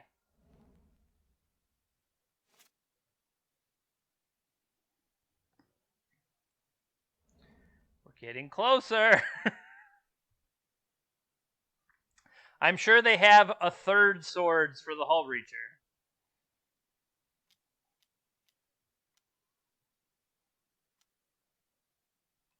Nope, they're going to the air, and the double exalted kills us. Yep. How sweet. No, we die. We die. I'd like to draw a card, please. Let me draw a card.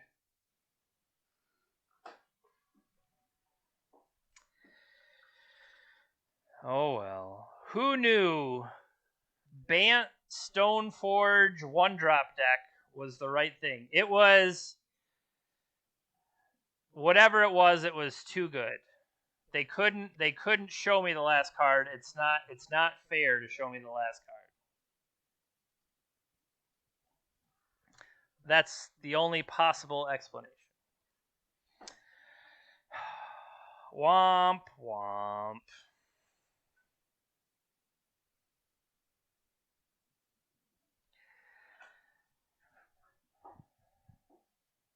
I'm trying to remember what the opening hand is that I threw away. I think it was correct to throw that away to get to the... It didn't feel like we were going to do anything leading on that first turn, and being able to set up the possibility of a proactive Chalice against them. Yeah. And I feel like that's part of the problem of this deck, is you have your opening hand and you're just kind of like, well, here it is. Now, it really helps the ability to draw like perfect cards off the top. Sometimes you just need to draw perfect cards off the top, but you have to get yourself in the position to be able to do that.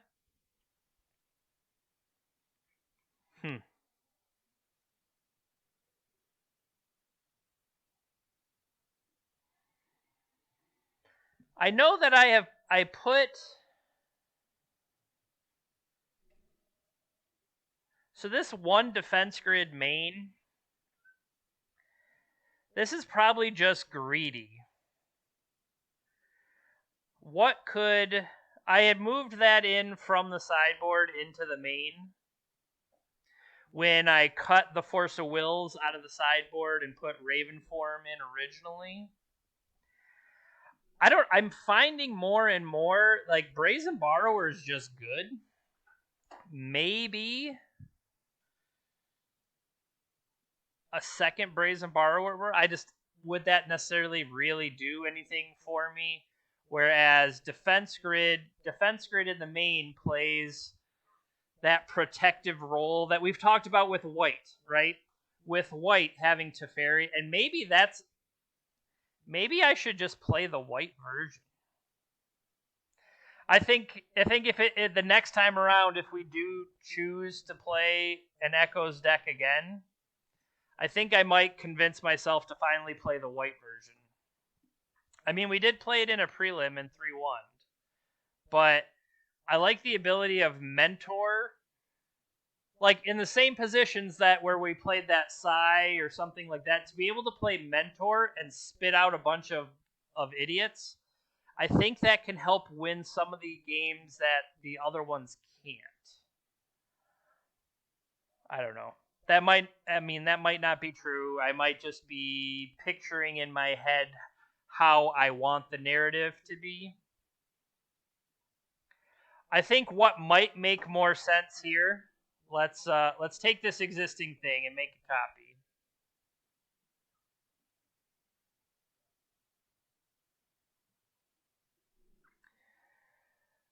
So if this is our copy, what do we say? Salundi Visions? I agree with you. That's true that the tokens off Sai have been kind of insane to save ourselves in different situations. The fact that they fly and that they're artifacts.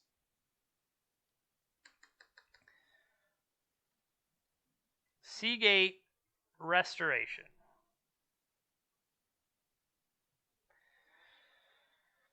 So, hear me out. What if some of these islands were instead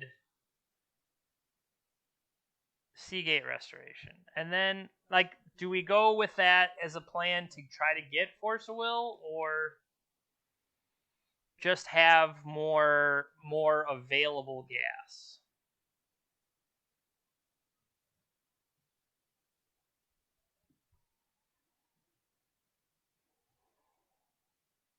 I think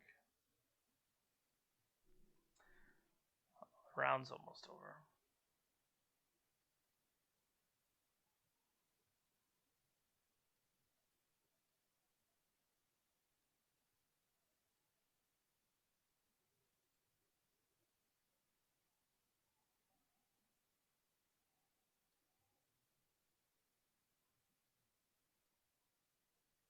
Draw cards equal to the number of cards in your hand plus 1. So it always draws 1.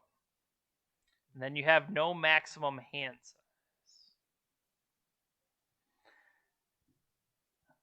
I think when you're doing your wheel spins, that's something that can just be insane.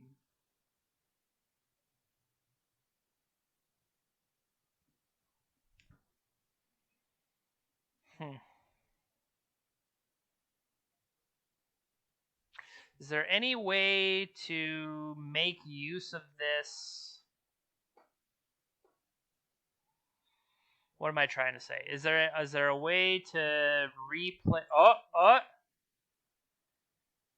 Yeah, that I just thought of that, like the split second, and then I look over and I see that you had just said the same thing. If we spin into this, we spin into the front half.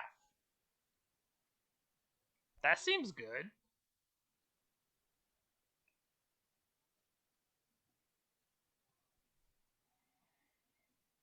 Hmm.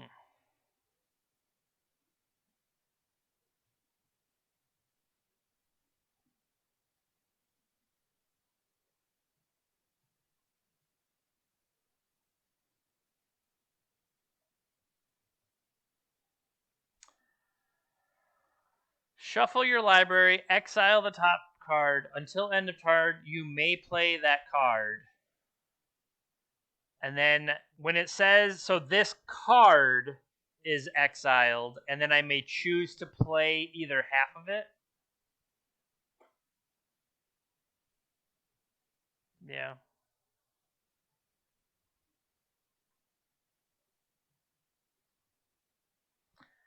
It sounds correct. Who knows what Magic Online believes, though? Magic Online could be like, nope, it actually crashes the game. I regret to inform you that all matches in the challenge are now a draw. And you do not pass go, and you do not collect $200.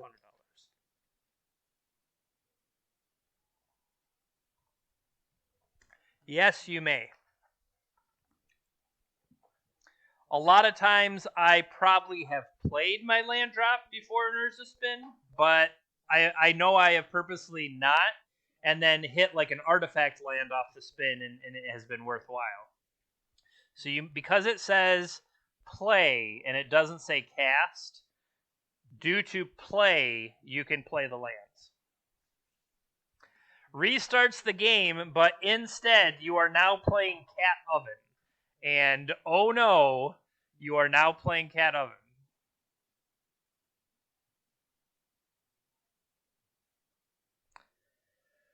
Cascade into Velky cast Tibalt nonsense. It's probably along that line, yeah.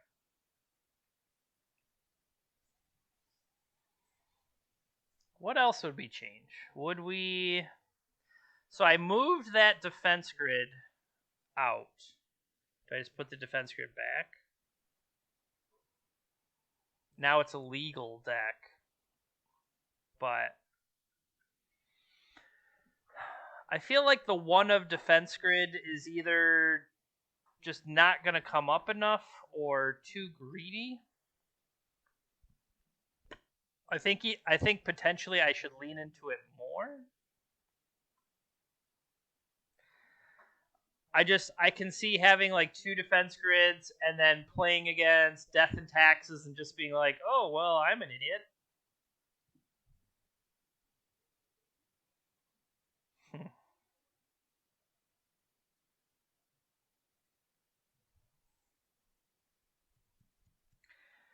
I kind of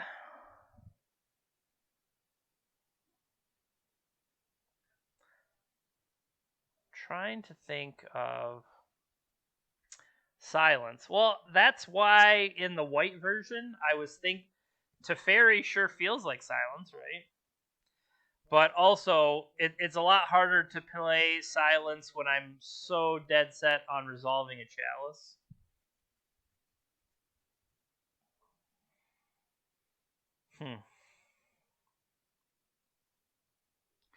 Well, it looks like we're ready for the next round. I feel like we're moving along pretty good, right? We started at 7, 2.5 hours in. We're 3 rounds down.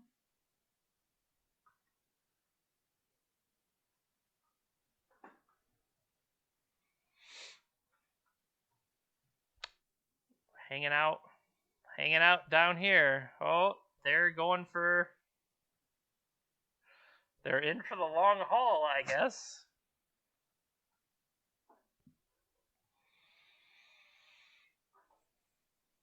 I would agree. Now, do you consider defense grid a threat?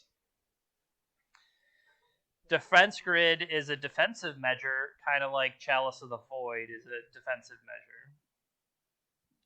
I mean, or is Chalice on 1 a threat? Because it says it's threatening them with not being able to play the game.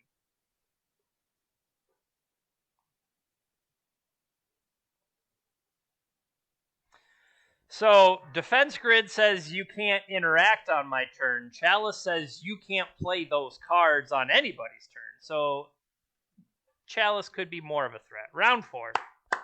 Round 4.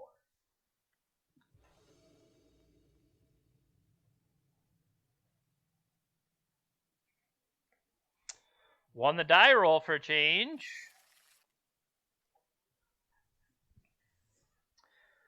Won the die roll. Turn 1 Hull Breacher.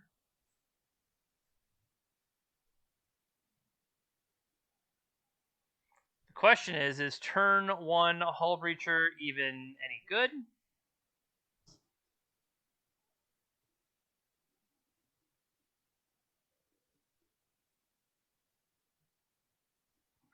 They're currently playing in a Pauper Challenge.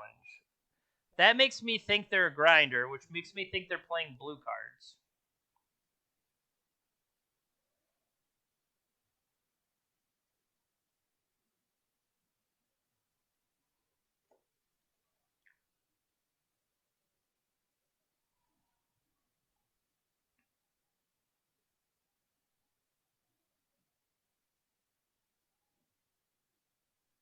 The real question is, do I check them out with Bauble to see what they got going on? I think so.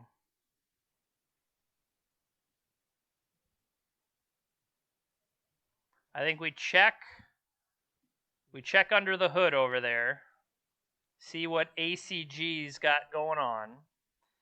Based on that, I deploy my Hull Breacher. Now the question is, if we play Hull Breacher raw right now, if I play it right into, this says they don't have a chance to daze me, they don't have a chance to careful study.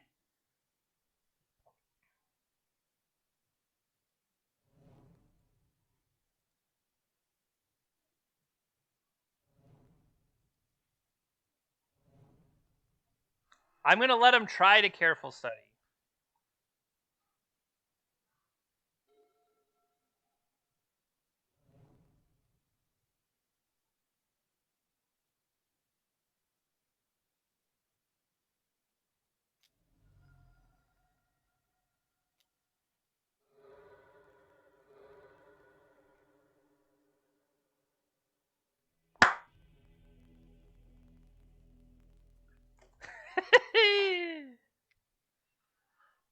Okay. So we want Hull Breachers. I have established that. You think we want these Fairy Macabres? I do. Now, who out there plays Cephalid Coliseum?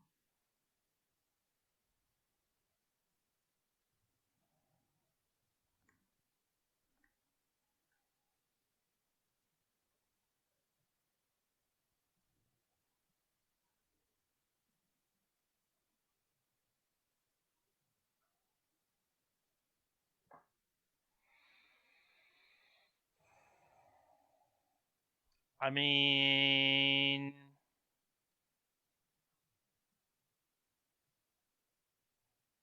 kind of looks it looks dredgy. I don't think Oops plays those.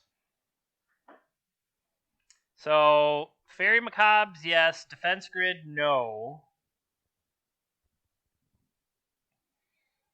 Explosives, maybe? Maybe explosives.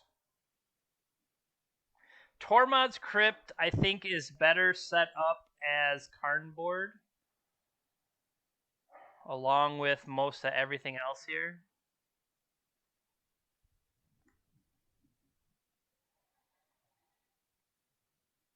I guess, do I want explosives in, or do I want... They might have bridge from belows. I'm going to bring in a ballista. Incorrect. I need to cut another card. I should do that first.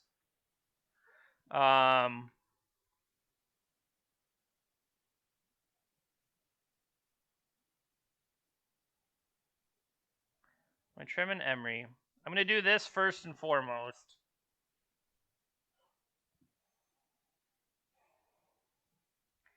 The only thing is, like, Walking Ballista is something that's reasonable to bring in, but not necessarily against them.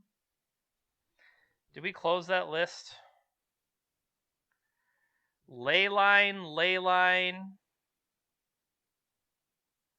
Okay, so we still have Brazen Borrower and a Hope and a Prayer, so let's do that. Confirm that they are Dredge.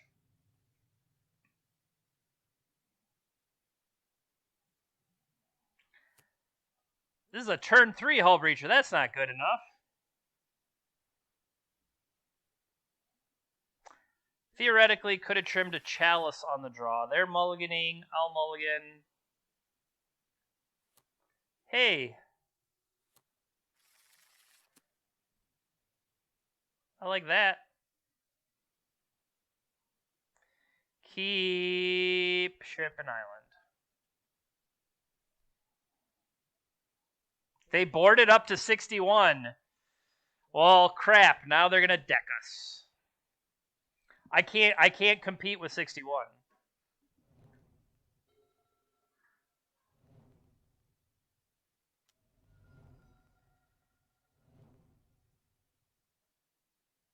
You got LED?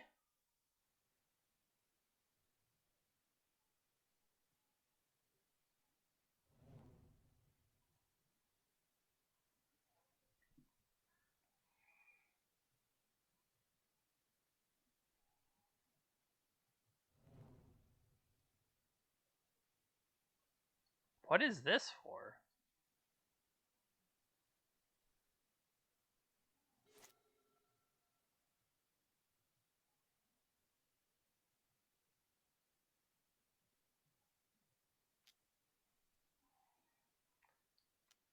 Surprise! Do you have any cards you'd like to discard?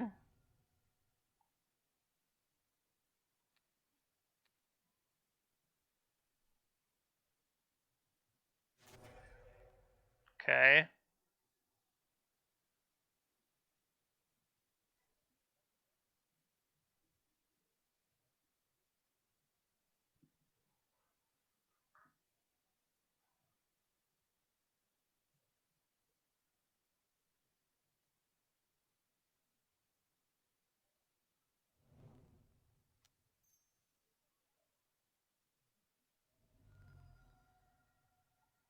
That could have been the snow-covered island instead.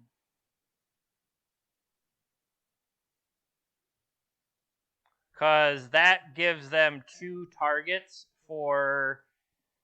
What's the green one? Force of Vigor. I don't necessarily want to hand over Force of Vigor.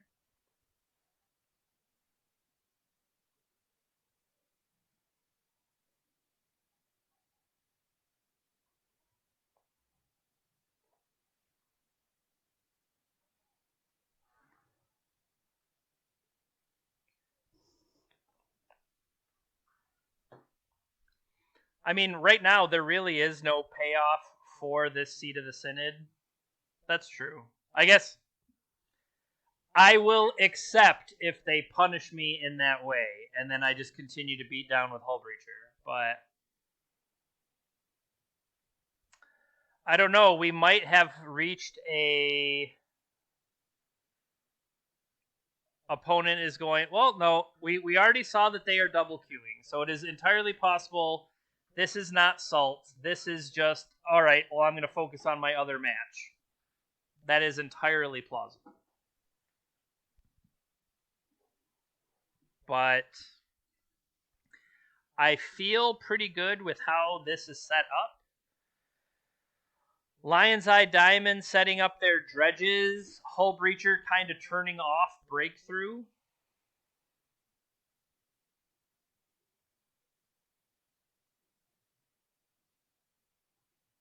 I'm trying to think, is there anything they could have that says I should not attack here?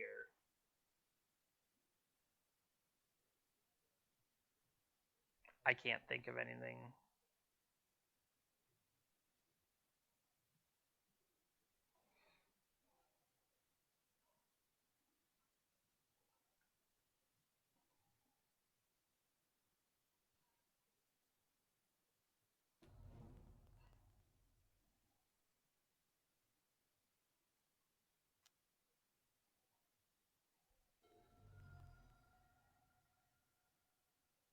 I think once we get Brazen Borrower online, I'm going to feel protected. But we can see about that.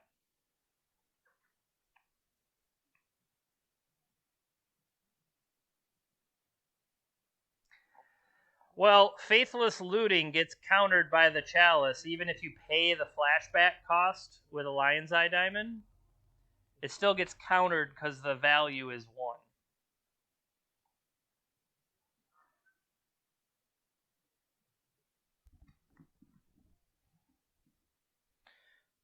If they have some way to dump cards in their graveyard, though, dumping cards in the graveyard in general is what they want to focus on.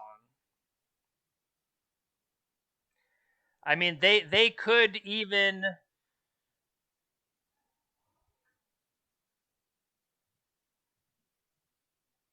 Yeah. They do. That is completely correct. They need to have a dredger before we're worried about them dredging.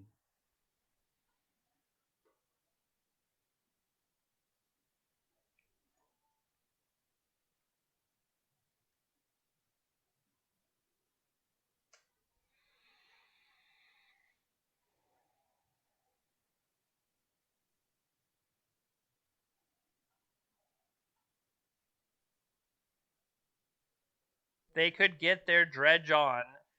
Like that's what's interesting about Lion's Eye Diamond and Dredge. It's a way to be like, throw all those cards away and start over.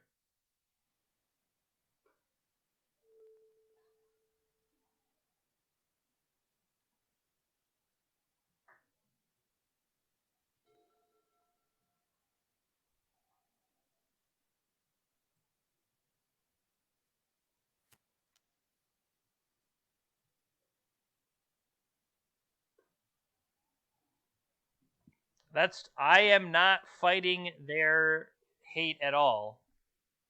Or I'm not putting grave hate on them. I'm putting other forms of hate. But this is generic hate towards anybody that exists. It has nothing to do with the type of deck you are playing.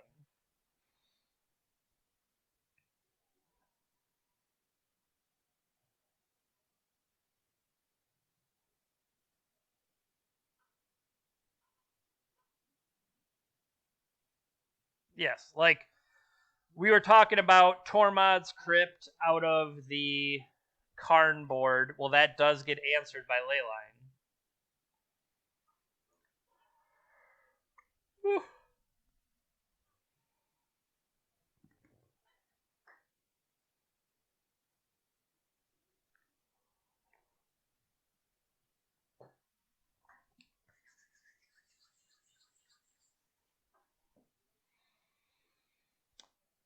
Do.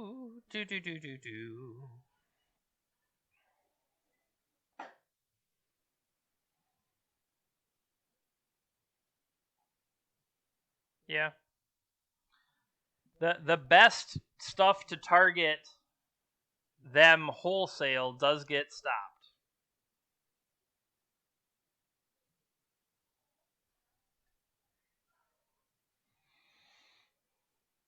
I mean, is there a better way to build it? See, I don't know. Legacy Dredge was never my thing. I did play a good amount of Vintage Dredge when I first was getting into Magic Online because it was the cheapest deck and it kept winning for me. But then after that, I kind of retired the cards to play other things once I had my stuff built up. Well, we found an Echoes, so this is probably over.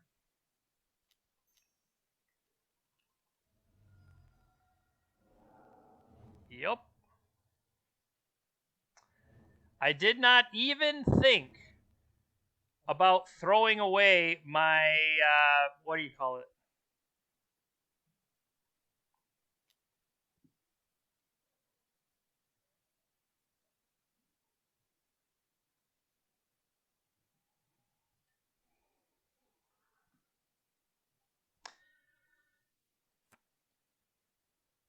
I think it's time to Urza myself.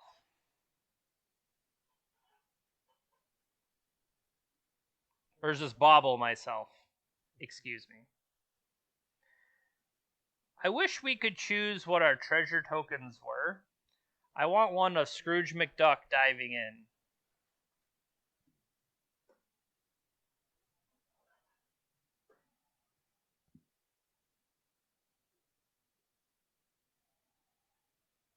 I really do.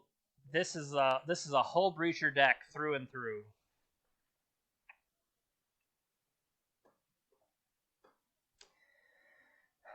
Why the bauble on my turn? The bauble on my turn is for the Fairy Macabre, other stuff of the world.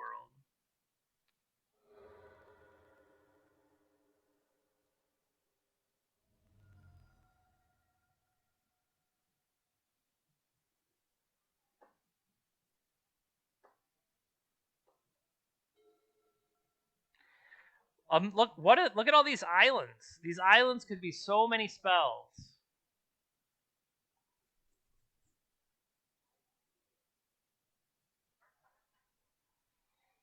I mean, I'm pretty sure we just need to get another Hull Breacher in play to speed up the clock. I don't know how much clock I really need, but I don't think it would hurt to get it going.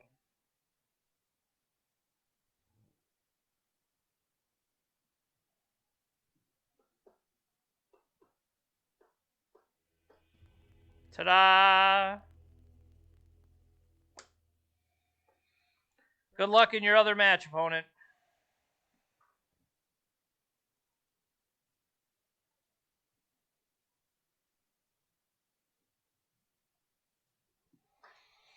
Two and two now. Still a lot of matches left to play.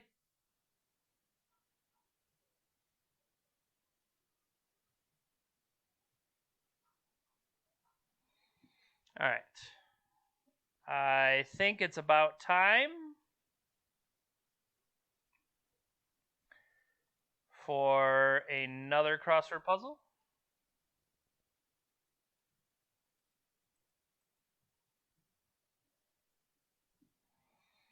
All right, we beat that one. Let's go back in time. Palindromic pointers. Slip of the tongue. They're above abs, I think is your pecs. Ships landing sites.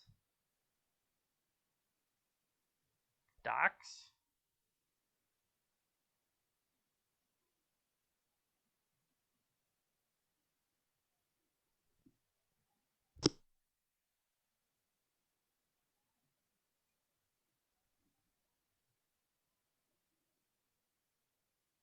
Spies info. What do you call a sheet of stamps? Pane. Pane of glass.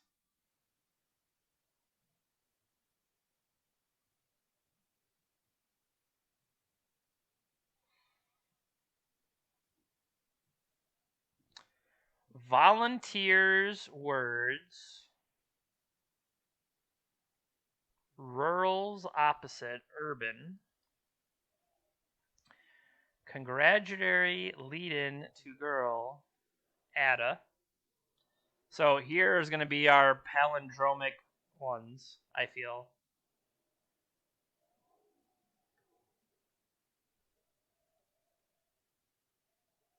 Peapod. Actress Chaplin. I was going to say Charlie Chaplin, but I'm not sure who the actress would be. Alamo. Advice for someone visiting a kennel.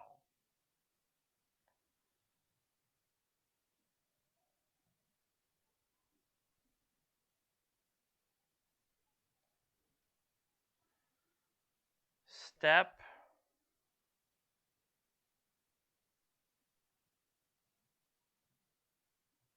I'm treating this as the palindrome.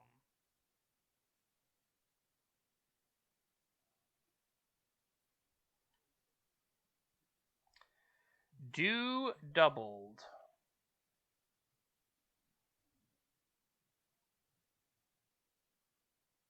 Pro bono work.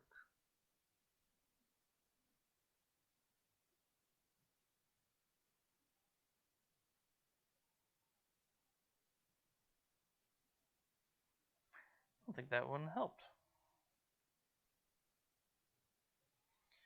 Get hitched hastily, you elope. I just realized our picture was a little too big. Sorry. Elope, call from behind the deli counter. Who's up next? Broke a fast, you ate. Judge deems somebody worthy. Rider of the Dragon Saphira. It's Aragon, right?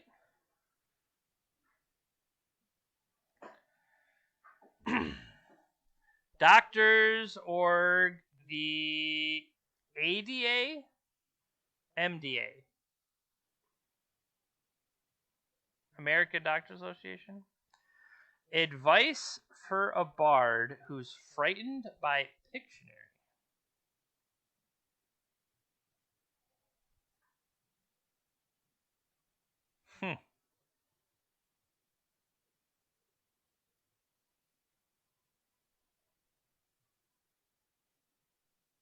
Reaction to a puppy. Aww.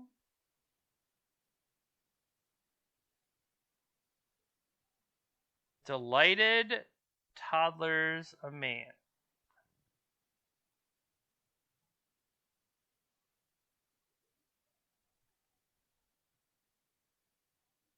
Open-ended.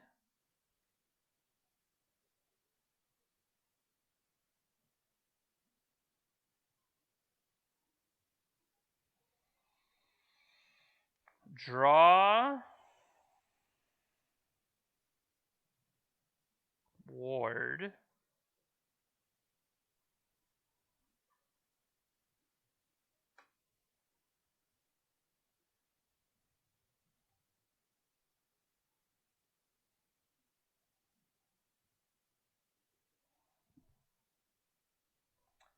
Draw a coward.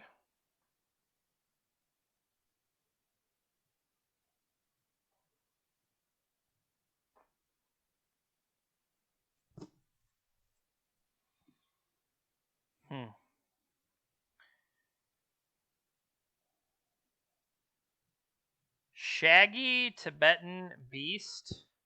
I was going to say a yeti, but that doesn't fit, so a yak.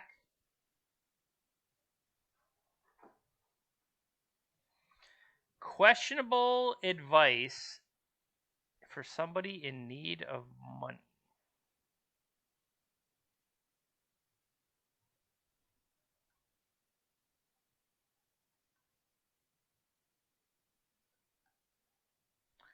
Okra.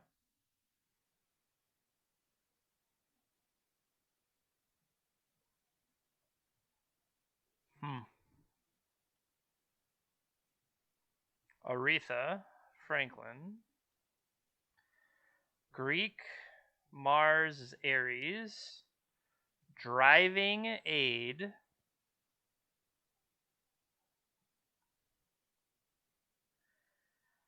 Well, if you're a golfer, your driving aid is a T. Roger Moore. American Medical Association. Yeah. Concur, agree. Borrow.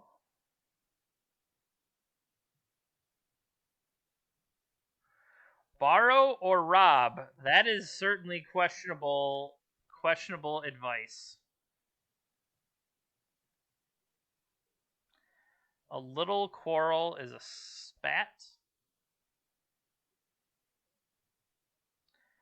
Reef enclosing a lagoon.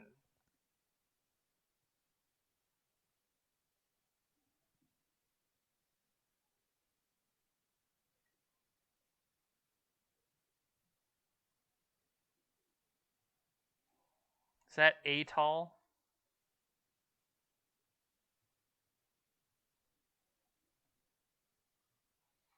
Advice for someone crossing the street and a hint to the theme. Look both ways, but that's not a palindrome. Origami needs paper. Indian flatbread is delicious.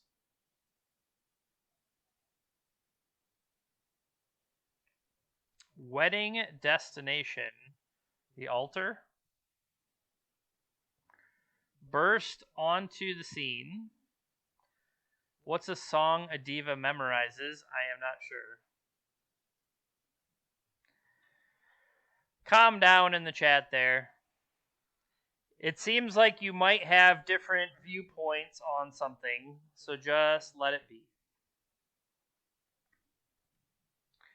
Diary. I think it's more important that you help with this crossword puzzle.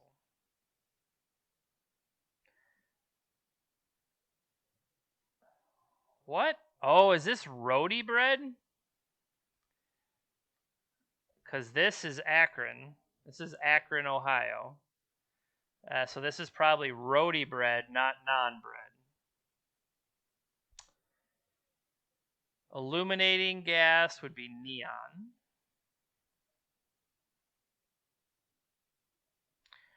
Oration. T-bone steak. Name that sounds like a vehicle. Automobile. Mediator's strong suit. Patience. Lewis or Clark are pioneers.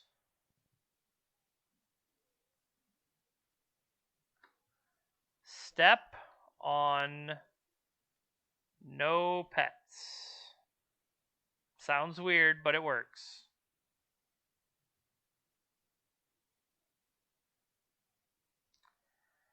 Subject with supply curves, that'd be econ. Volunteer says I can.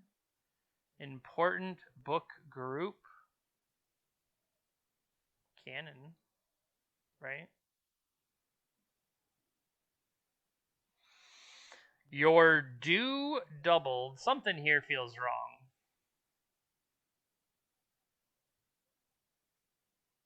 Quattro? Is that a clever way about uno, dos, tres? I mean, maybe.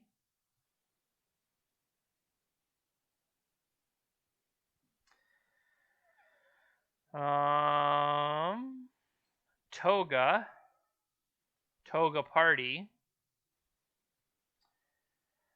Sorry. Washington Post.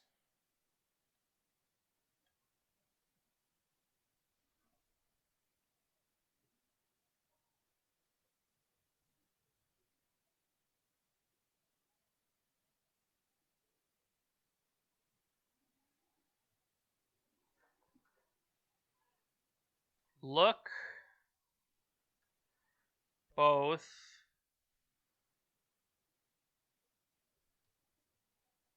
both ways. I guess, okay, it's not actually a double like all the other ones were. Who cares? So what? Laura Ingalls Wilder. Earworm. Lyric. Venetian blind strip. I don't know what you would call that. Slat. Indeed, it was slat. Well, Another puzzle in the books.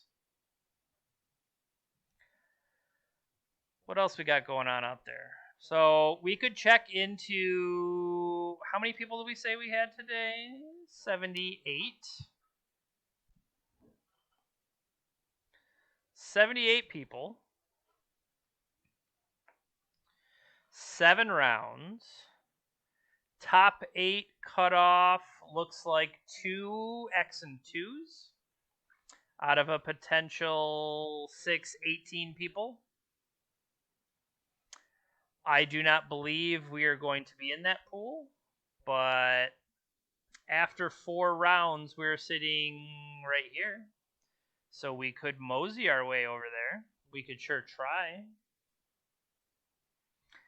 I think it's worthwhile. Otherwise, looks like X and 3 or better for prizing today. That's if we have proven that the Echo nonsense has the power. I mean, last Saturday we went 2 and 4, and then we flipped that around and made the finals of the Sunday challenge. So even at 2 and 2, we could make a run. We could win these last 3. We get ourselves to 5 and 2, and we see what happens. I don't know for sure with the number of drops early on in the tree how much that would have messed with things, but it could have done something. It could have flattened the tree at the top and maybe taken away. Because the more people you lose out the bottom, it's like it's a divisible as you move down the layers of the tree. So 5 matches to go, and then we can be done with this round. Want to take a moment to say thank you everybody for watching. If you're not currently following the channel, consider going ahead and hitting follow. I also post my videos after the fact to YouTube. I've started doing something new. I don't know if it's actually good or not, but you can set your recording right in OBS, and so I'm trying to do that.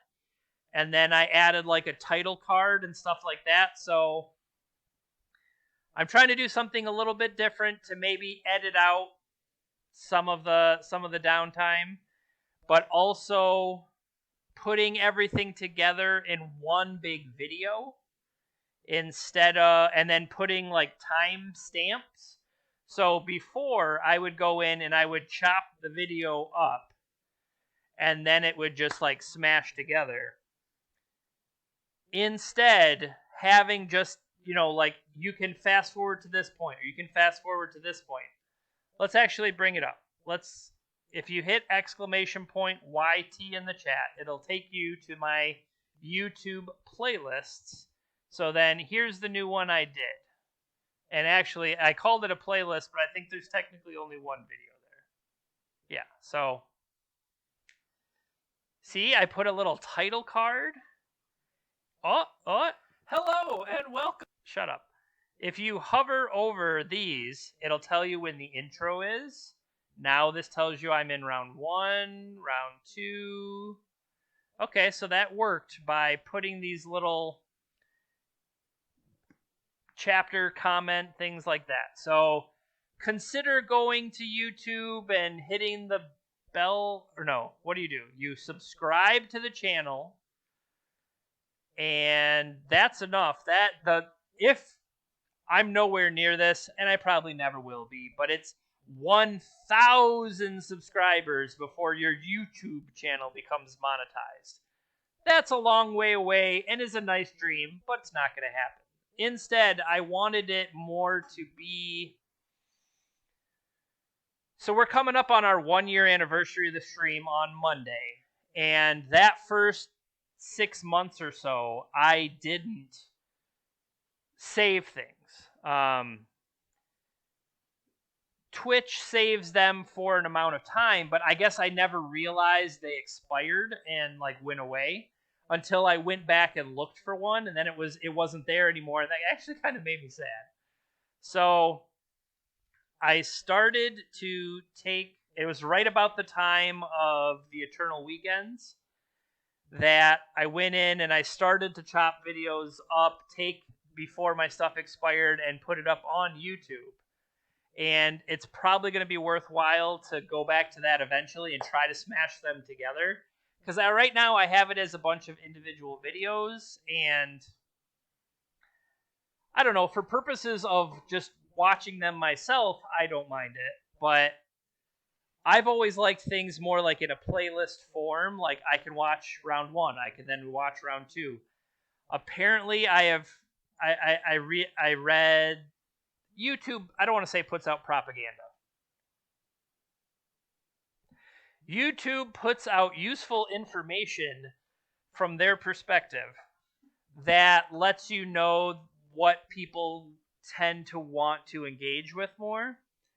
And it seems like one big video with these chapter heading things are what people prefer. So I think that's what I am going to move toward.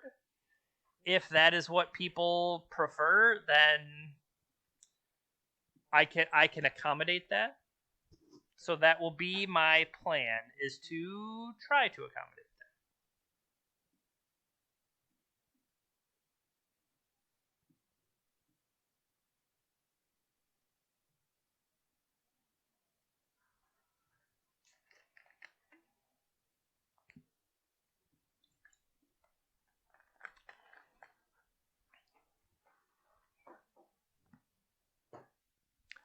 Anybody out there still playing that we know? I don't know if the 7 a.m. one, because it maybe is better suited to everybody else, that the Sunday one tends to maybe be American. I mean, that makes sense. Like, early of my time zone would be what, mid afternoon start for Europe. That's reasonable. And then is that early morning Asia? What is local time? We're looking for local time Tokyo. All right, so started 3 hours ago, 8 p.m. start in Japan. That seems rough. So it's a shift of 11 hours. 13 hours. It's a shift of 13 hours. That's brutal. So is the 1 p.m. better for them? Or no, I guess it's 11 a.m. Yeah, that seems like it would make it midnight to start. Both of those are got to be frustrating for at least Asia. They should not that I want to hurt myself, because that's kind of what happens with the vintage one. The vintage one fires at 3 a.m. From their perspective, that's 4 in the afternoon. That seems reasonable. That's got to be better than midnight. But that's also vintage versus legacy, depending on what they prefer.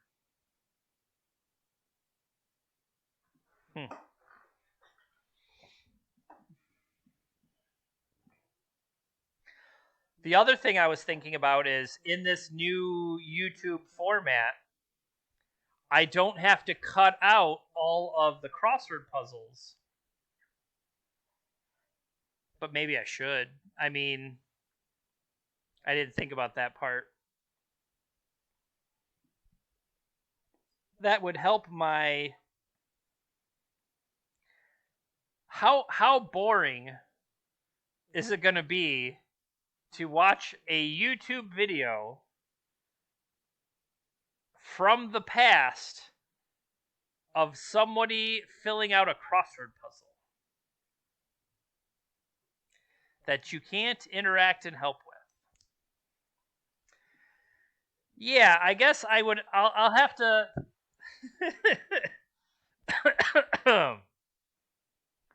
Perhaps that was not the best call. Perhaps that is something that we stop being a scrub and playing chess between rounds. I feel like that's going to be more boring, isn't it? With at least with a crossword puzzle, we can talk. People can, throw out, "Hey, I think 7 down is albatross," and I'll be like, "That doesn't even fit." But at least there's more back and forth. Although maybe chess is a way you can instantly see what's going on. The board is all in front of you. I mean, that might be worthwhile. I have not played chess in a okay, I have not played chess for real in a long, long time. I almost don't remember my openings or anything like that. So we could always just embarrass ourselves. I mean, I've played Cat Oven before. It's not like I really have pride, right?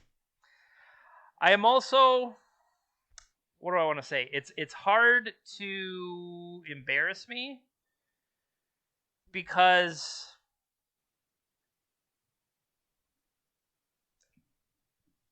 I don't care. So maybe yeah, let's I can be prideful, but it's hard to embarrass me. That seems like a conundrum. Whatever, who cares? We'll fix it in post. Good luck, future Jeremy, dealing with that. But what is a good what do I want to say? Free chess thing. I don't even know what I'm saying. We'll have to find something. Oh, look at Tyaburia. Good job. They've come back. Doing their lands proud. So we're down to 5. Does that match our Swiss? We've got 5. Plus 24. There's only 19, so that's a 19. 2 and 2s extend down to 48. So 48 minus 25 is 24. 4, 2, 1. It doesn't affect. Well, there's one less there. Maybe. Round 5. On the play. Against a champion.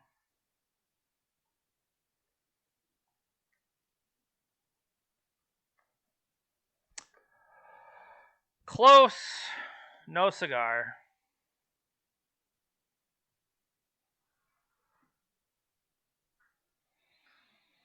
I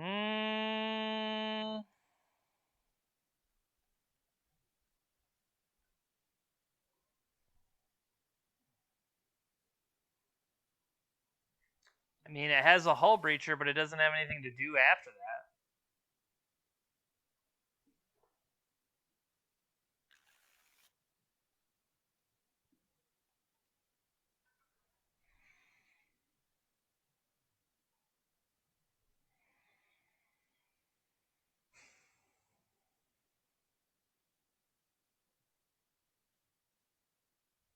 So I need to go turn 1, play both those out. So I think defense grade we should.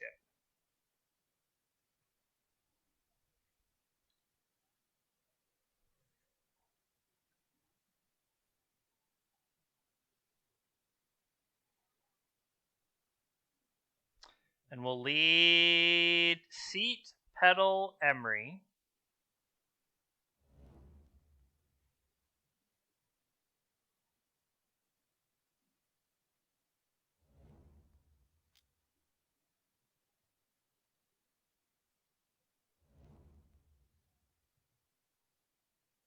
Bobble, Bobble, Urza.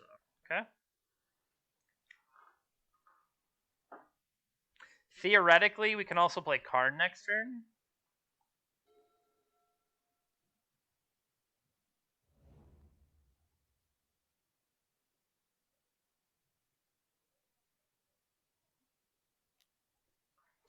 Forked Bolt sounds like Delver.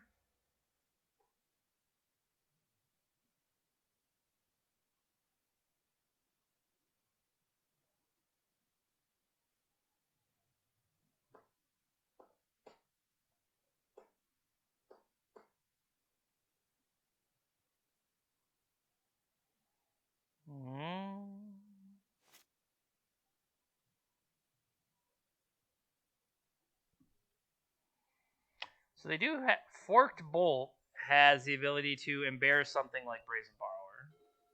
I'm also curious if I should just play it out as some beatdowns.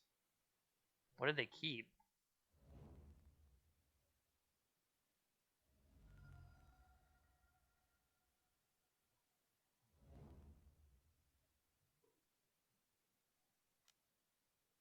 Tarmogoyf, Sylvan Library.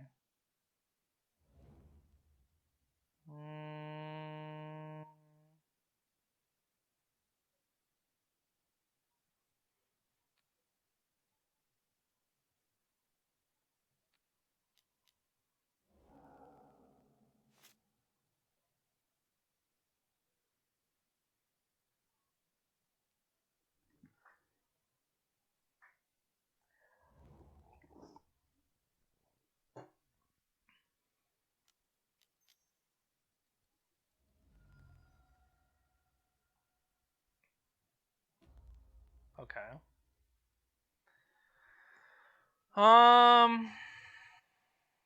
Like, I don't necessarily want to lose it immediately to a bolt, so I think I'm just going to tick up.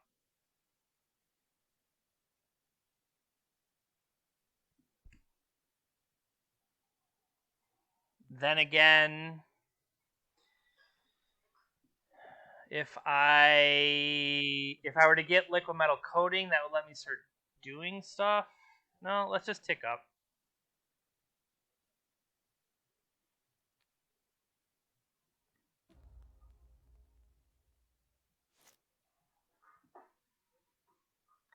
We know they already have the library. Maybe they don't have something else to play. And like I said, I don't want to just straight give them a clean answer in Bolt because just on its own, it's not doing anything. And currently, I've played around Daze.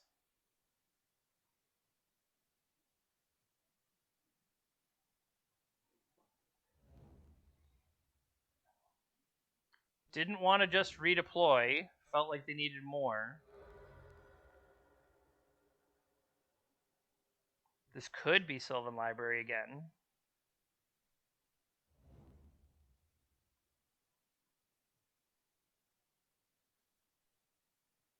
This could also be the 4/4 Hootie Hoot. Ooh. They got the whale. So they got Brainstorm and Forked Bolt back.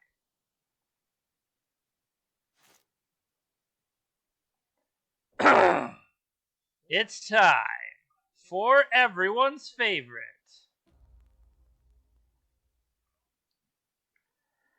Can I have a Sky Sovereign?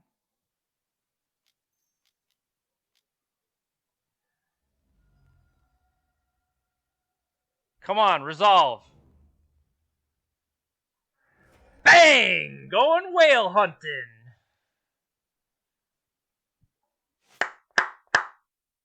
Woo!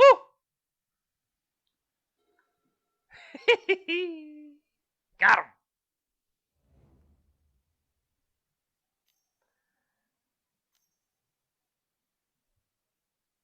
What's the matter? You never faced a Sky Sovereign in your life? Cast a Delver. I want to shoot a Delver.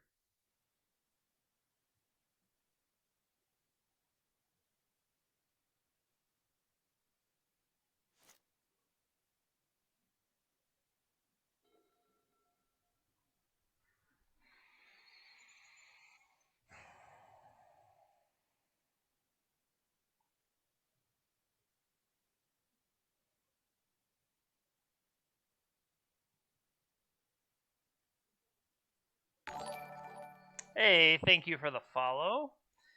All right, so Sky Shavern already shot down the Forager. Could we... 1, 2, 3, 4, 5...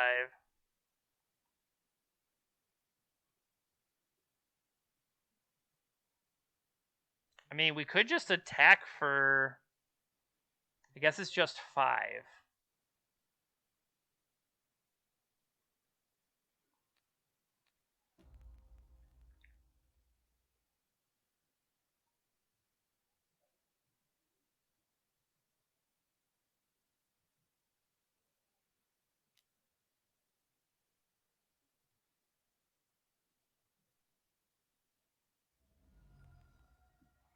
And then we also have end step. We can deploy Brazen Borrower.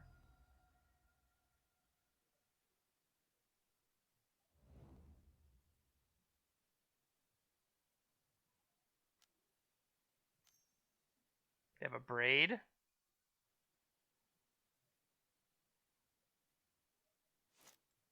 Nope.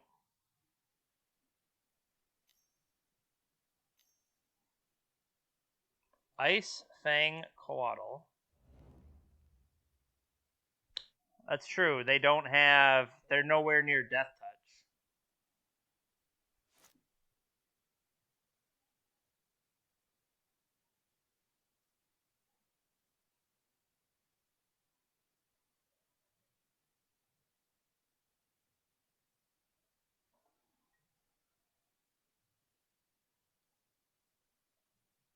Move this down. All right, so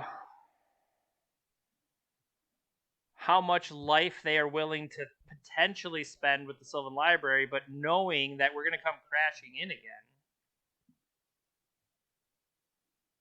They put one card back.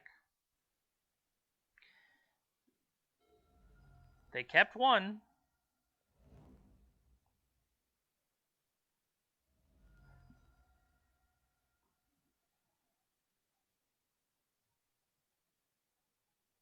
There's one snow cover. Maybe they have a whole army of Coatls. Okay, gain some of that life back. Seems reasonable. Get another snow permanent out there.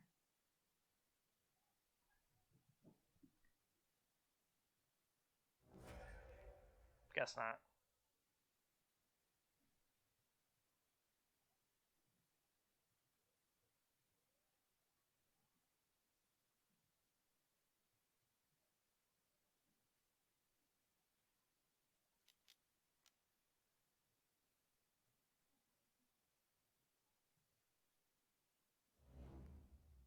Okay.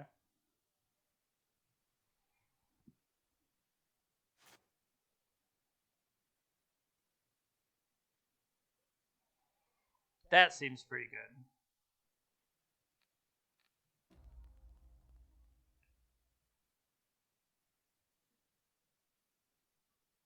I'd like to declare an attack.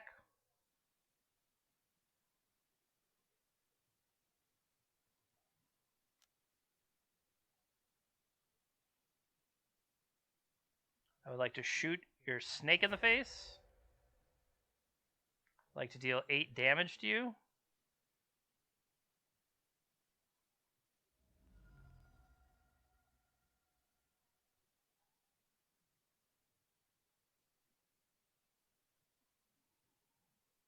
And I would like to mess with your upkeep.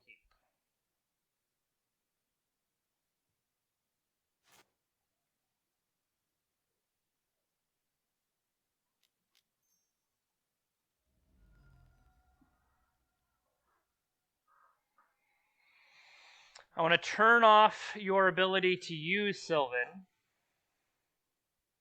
I feel like that's important.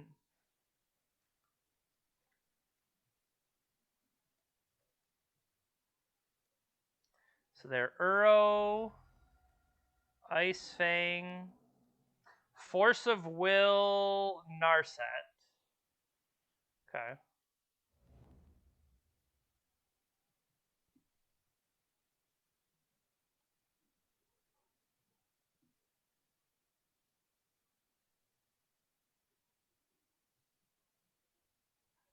Well, they can't. This at least it could have prevented them from looking. They can't keep them, but it could have prevented them from even looking, I guess.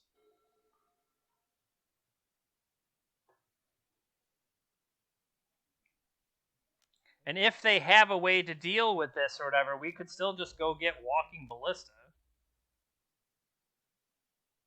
Uro's going to come back to life. They can't currently stop 2 flyers, from what I can see.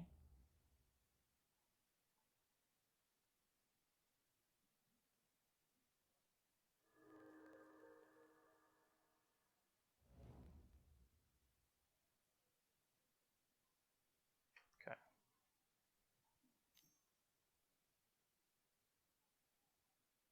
What do they got? Forked Bolt. Okay.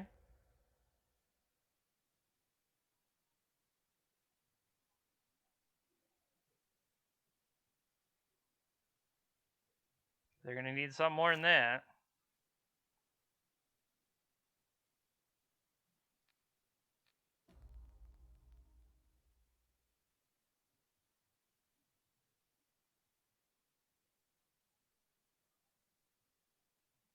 Attack.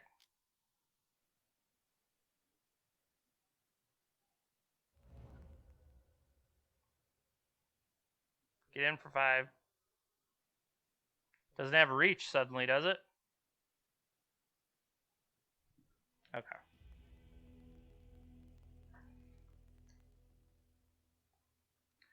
Forked Bolt, huh? That doesn't, like, I thought at first it was Delver, but is it more the Pokey Mokey style?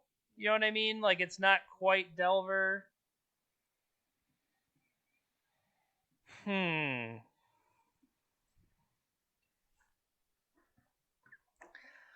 mean, I'm just saying, Fairy Macabre. Oh no, they're Ethereal Forger. Ethereal Forger is what they were doing.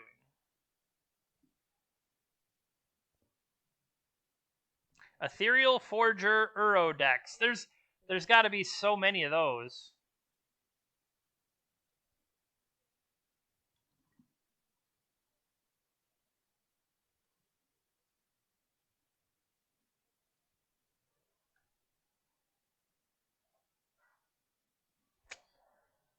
Huh. You don't say. How about people just having some fun? No? Cool. Cool.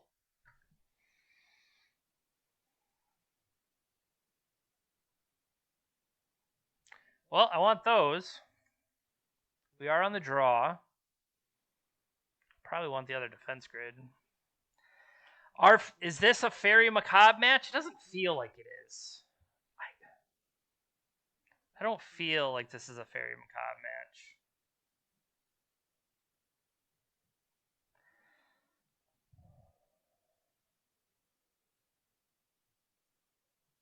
Trim and Echo.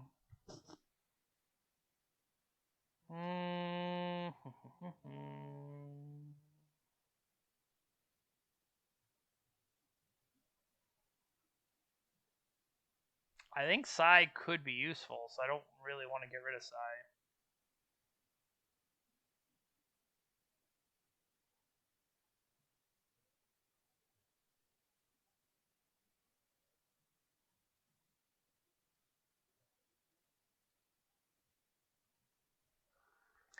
We rode that boat home.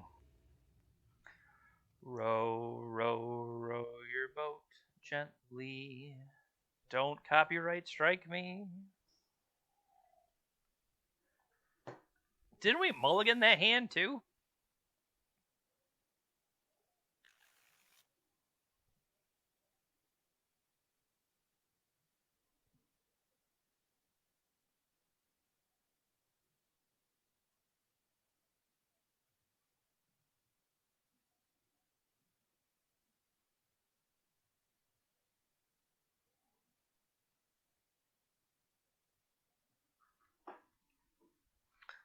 Come on, Ancient Tomb.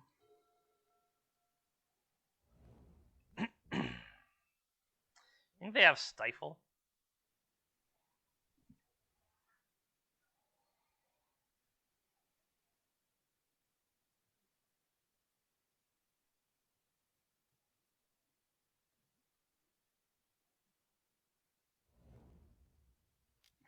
I mean, they didn't play anything. I feel like I had to go for it.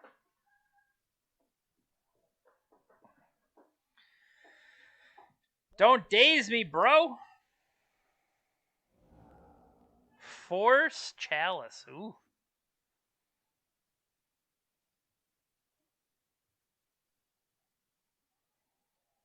All right. Can they follow up with Wasteland? Otherwise, we can get Psy and some idiots going. Nice Ponder.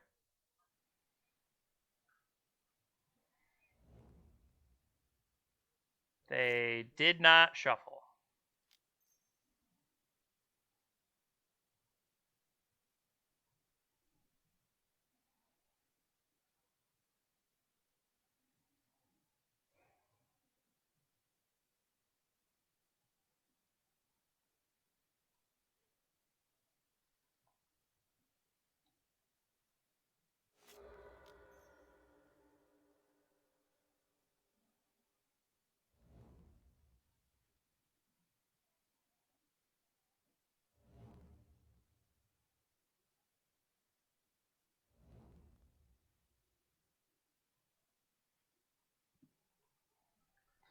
Get an Air Force going. And then follow up with Chalice. I felt I kind of wanted Psy in play. It could be wrong, but I thought it made sense.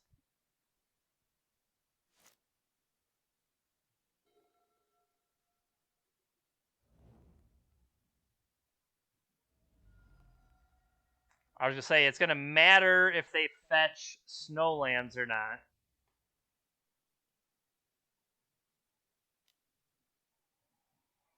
Psy's dead.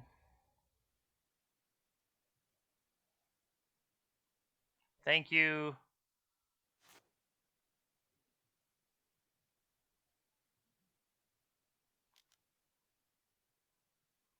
Thank you for your service.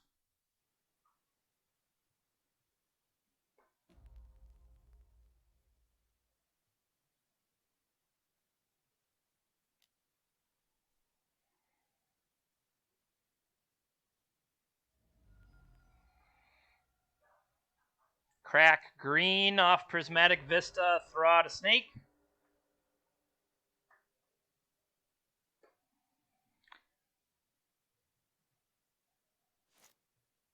Nope, just get it in play. That works too.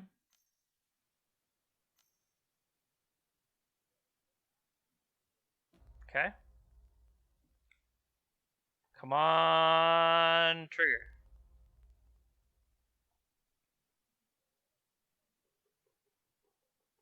Give me a land, give me a Mox, and a Braid. I don't like you.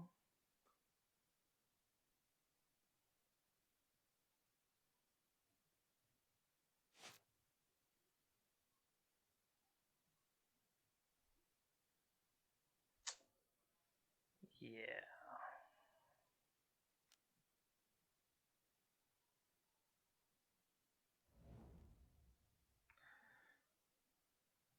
Raven form.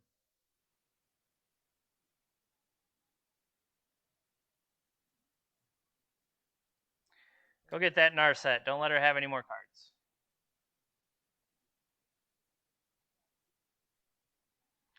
I mean, I kind of have to assume a Braid is going to crack the Chalice.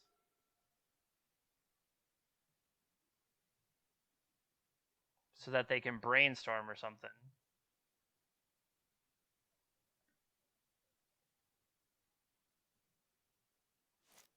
Come on.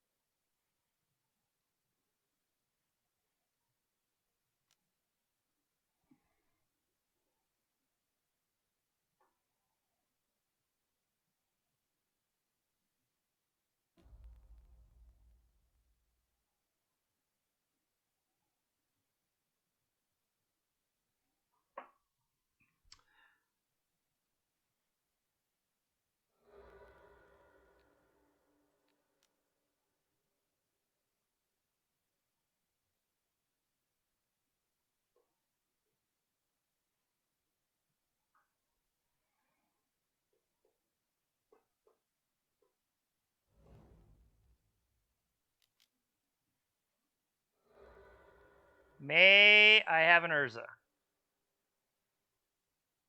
Please? Please, please?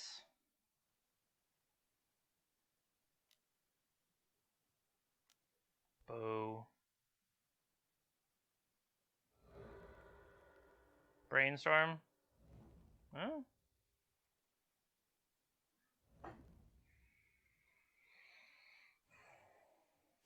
Okay, I cannot currently cast this Hull Breacher.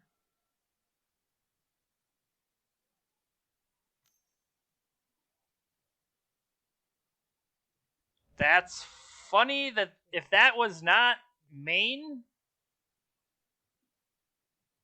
sure. Like if I guess against the Ancient Tomb City of Traders deck, you got me. Shattering Spree. It's kind of a dick move.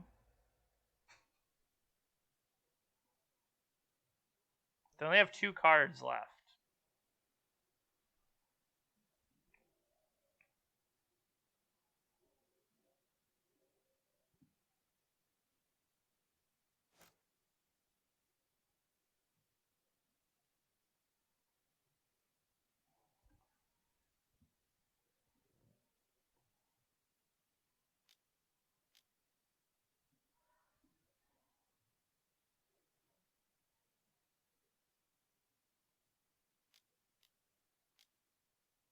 Hard cast Force of Negation.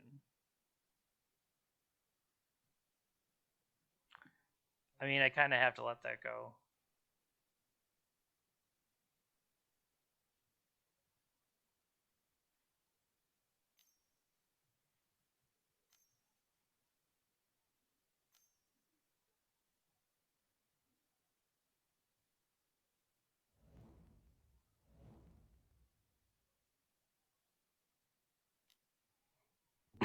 Put 5 on you. Take away most of your options here. And I think I'm glad I did lead with that because it would have been more mana for me.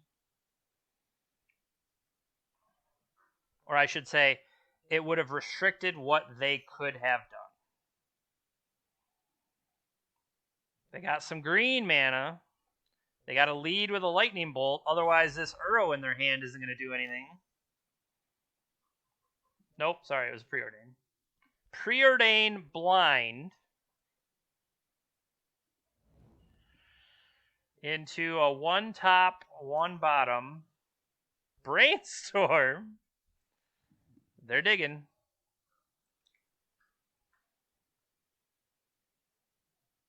One, two, three. They need a whale. They need something. They have green mana.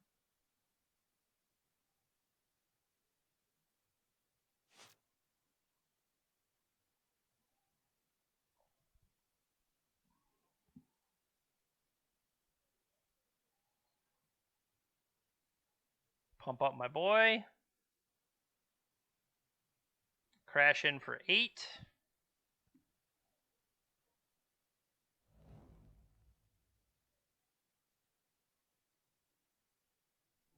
Okay. I was gonna 1, 5, 6, 7, 8. They know they'll go to 3, even if they can deal with some stuff.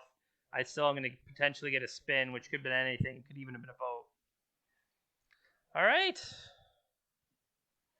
3 and 2. We're doing better than last Saturday.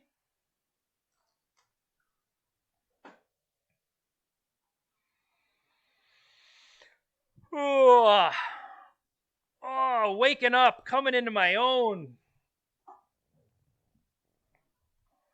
Carning, Urza-ing, hull breaching, all of those good things.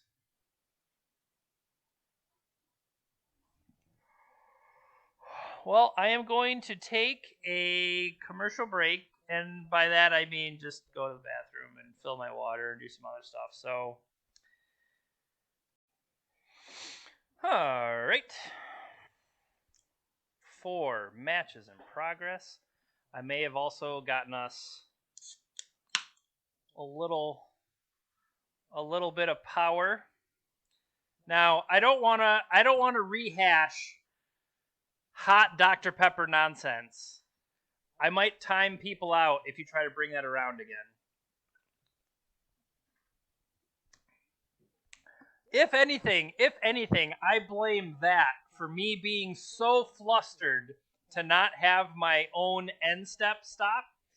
The only thing I can think of is hot Dr. Pepper just clouded my abilities to function. I mean, that's not true. But I mean, it could have been.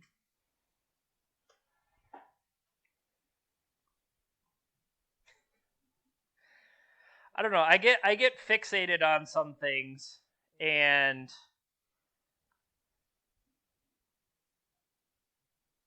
then all I can think about is hot Dr. Pepper.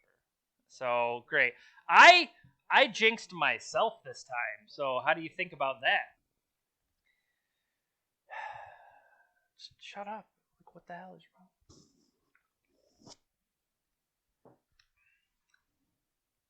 All right.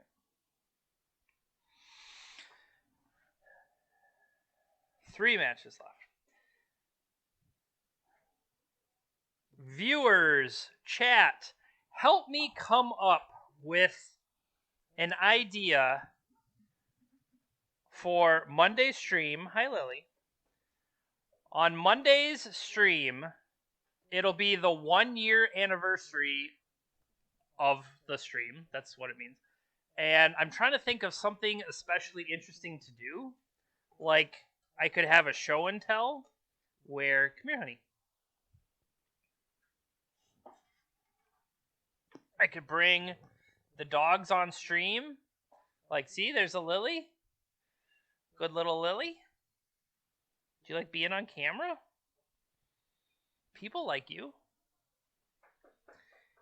If you're a sub, that she was my first emote, was my little Lily. And then I got a Sirius. Come here. Come over here. You can be on camera. He'll run right in. He's like, heck yeah, get me on camera. And then she's like, oh, well, maybe you're too small. People can't see you because you're too tiny. How about that? Look, now you're a Lily. Now you're on screen. It's a good dog. Good dog. You a good dog?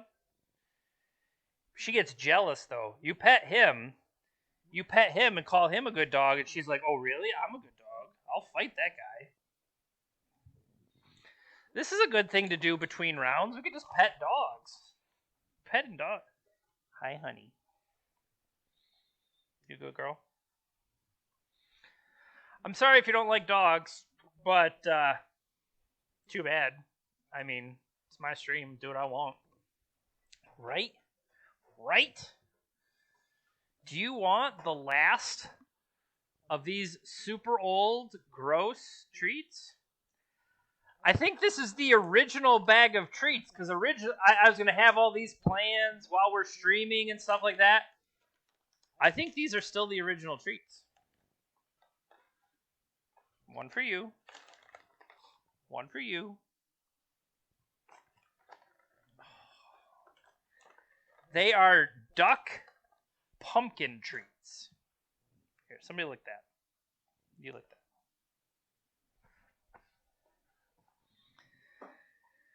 Good old duck pumpkin treats. But yeah, I'm trying to think of what is something that we could do Monday. Cho mentioned earlier, like looking back through all of our wheel leagues to find something. That's kind of interesting, but I feel like it's going to involve research on my part. Well, obviously, but it's like having to go back and look through what are all the wheel decks that we've ever done. I mean, I can do that. Did I not post? I typed something into Twitter to ask everybody, and then literally apparently did not hit post.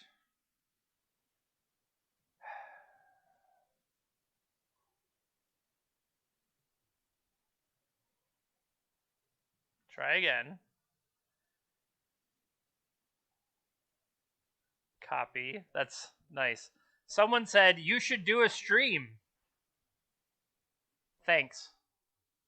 Good suggestion.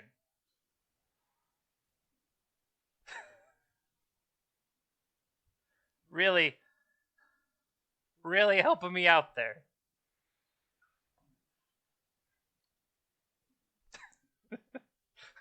I don't know what more to say about, really.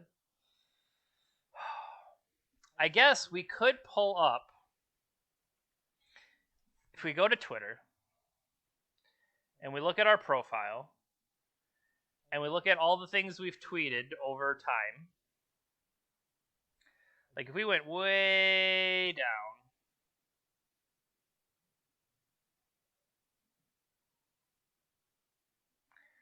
like, I'm trying to page down. I wish I could, like, zoom. Can I zoom to a certain point in time? That would be delightful, but I don't believe I can. Just paging down.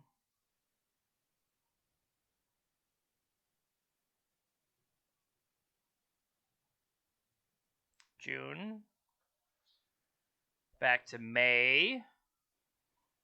I think that might have been around the time. When did I get the icons?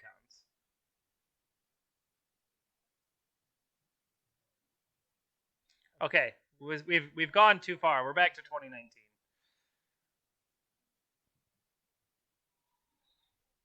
Okay, so March 25th, March 29th. Okay, number 1, figuring out what to play, and then hopefully streaming the Vintage prelim at 6 p.m. Well, that one worked out. So that we played Breach. Is this deck still legal? Nah. Well, in Vintage. This is what I played? I thought I played Breach.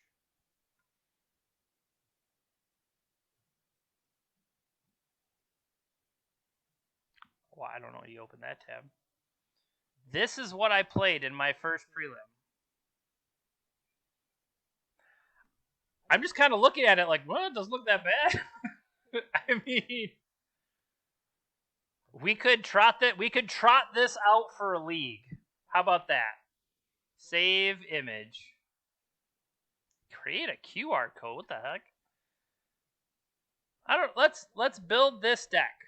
Let's build the original. I don't even know what we call this. Build a Jeskai deck.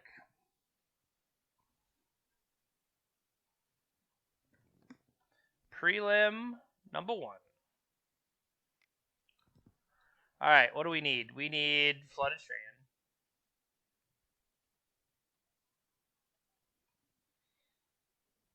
Two of those.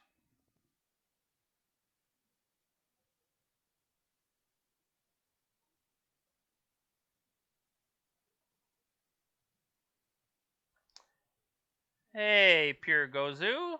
Thanks for stopping by. What I decided is I went back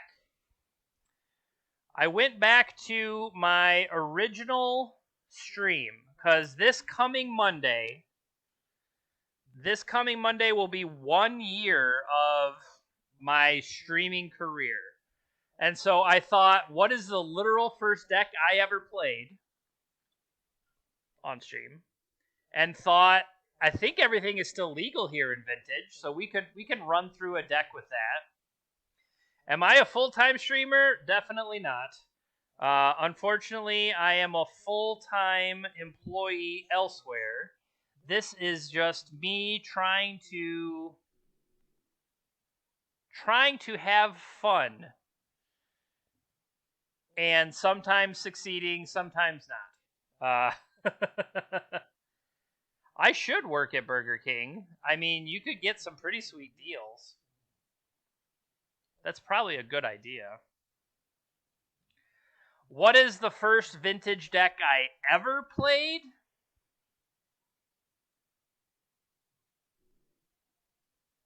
I think the first vintage deck I ever played was, like, on Magic Online, was Dredge. Because the first thing I picked up was Dredge to be able to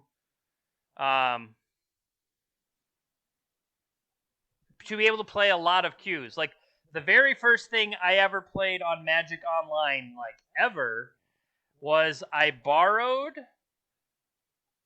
Odyssey I borrowed Onslaught Block Goblins from Aaron Brider and did well in multiple events, made my money back, gave him the deck back, bought the deck myself, and continued to win. That was so long ago that just feels crazy. Because I had one of the original Magic Online accounts back during the beta and stuff. And after that, Onslaught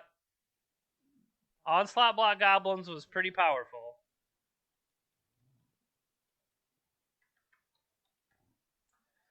It did the job. Okay. So now what else do I have? Lotus.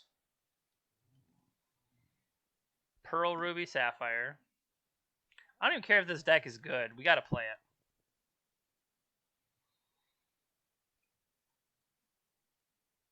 We gotta play this for value.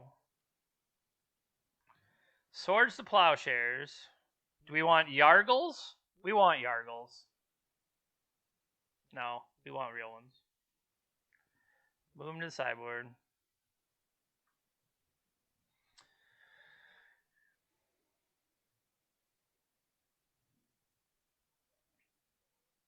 That is pretty nice. Oh, we have to turn our foils on.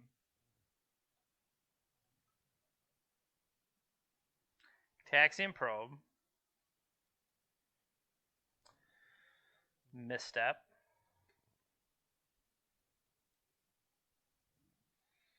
Ancestral.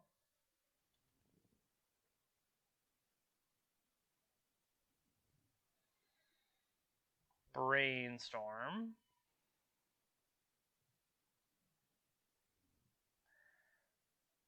Ponder.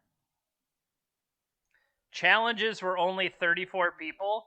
See, I think the problem back then is that I was still doing paper events, and a lot of our paper events were on the weekends.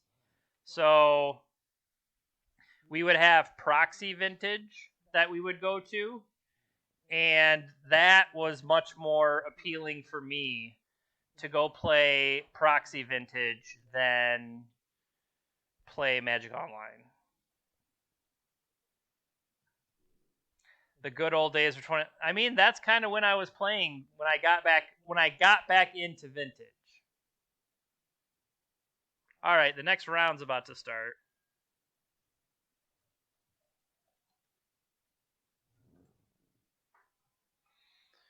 So we'll close this for now. We will play round number 6. I just closed that page, which is very frustrating. Can we bring the page back up, please? Thank you for bringing up the last tab.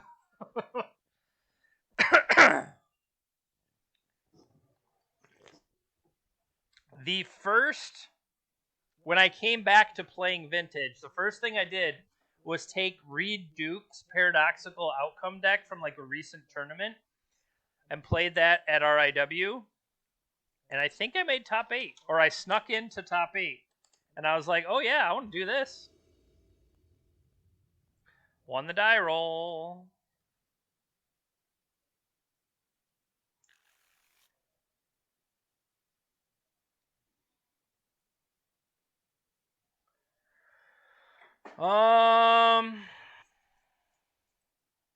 Turn 2 Karn.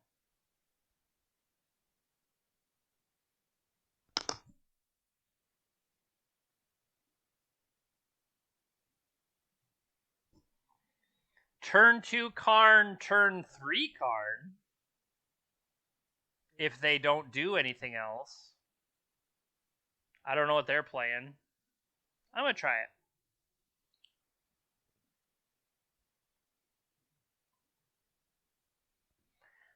There's no way this is good enough, though. Maybe I should not have kept it. In my head, I could see this going well, but maybe I'm being too optimistic.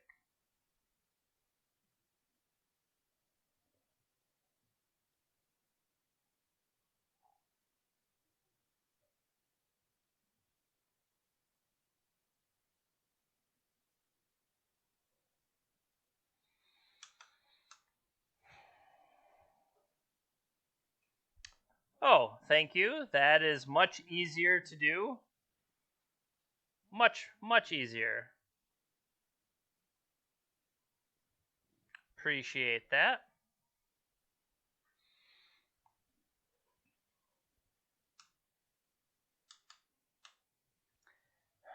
I'm not too see, like, now that I've kept this and, I've said, okay, this is what I'm going with, I feel hesitant of just running Ancient Tombs out, but I also think just in case whatever, maybe I should throw Mox Opal out. I don't know. One of those things, like, in the heat of the moment, I'm like, oh yeah, let's play this, and then it's like, actually, should we have played this?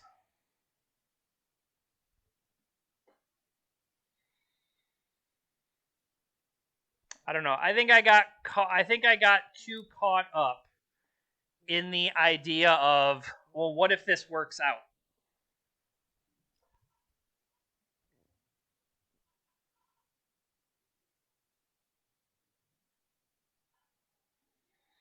I don't know. Maybe they're playing something slow. Maybe they're playing. I don't know what they're playing.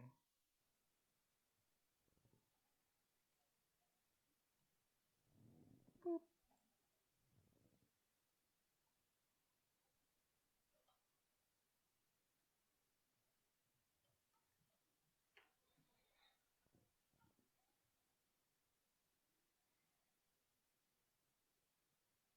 They play a lot of different stuff. Miracles, Hogak. Kind of all over the place.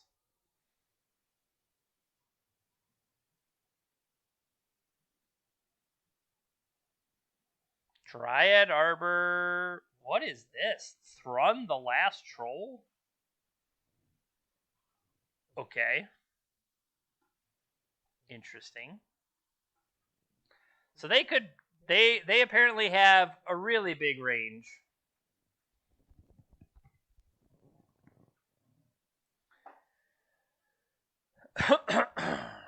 Ooh, that'd be nice.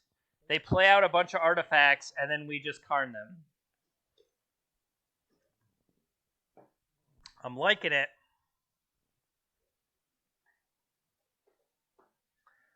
I mean, apparently I took 43 seconds to decide on keeping this hand, and our opponent has taken 4. Okay, there we go.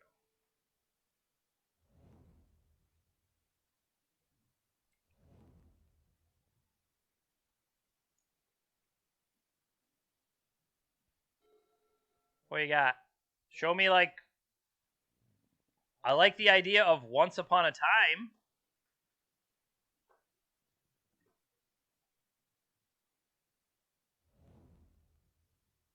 They got an Uro.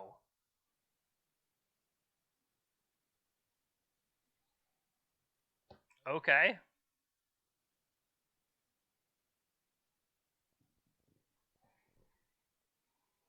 Mox Diamond. I no longer. Well, we can turn that off.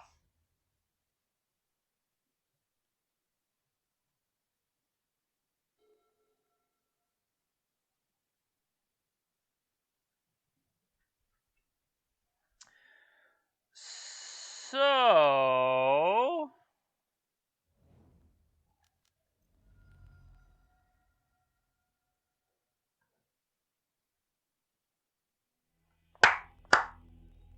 pause. What the crap are they playing?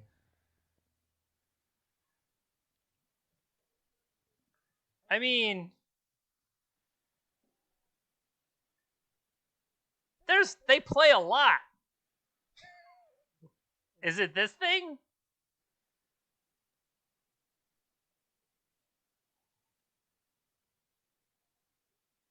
No, because they have Uro. It can't be this thing. What is even happening? Bug lands? Is that a thing?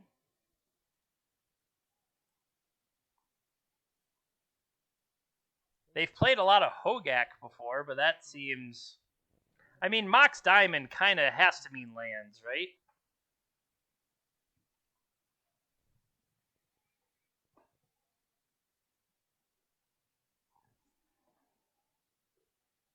I'm going to take Defense Grid out and at least trade one for a Raven form. I think I can trade an Emery for another Raven form. We're going to be on the draw, so we'll take out a Chalice. I don't even know if Chalice is necessarily good against them.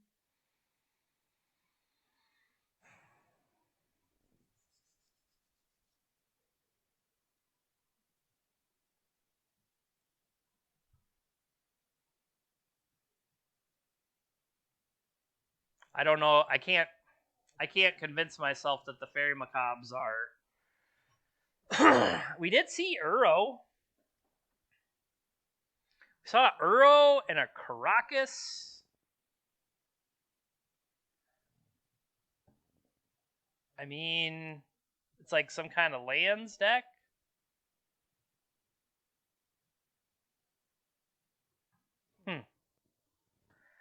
I mean, it looks interesting, whatever it was.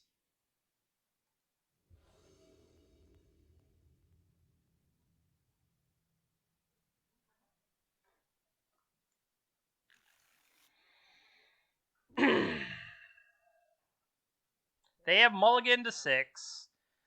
I think this has just too many lands. Too many lands. Mox Opal doesn't even do anything. Hello, hello, hello. Keep.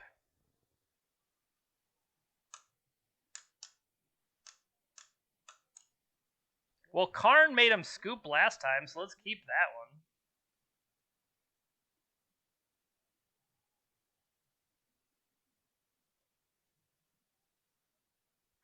Do I have any investment advice? My advice is that you should seek a financial advisor. Because that person is going to know more than I do.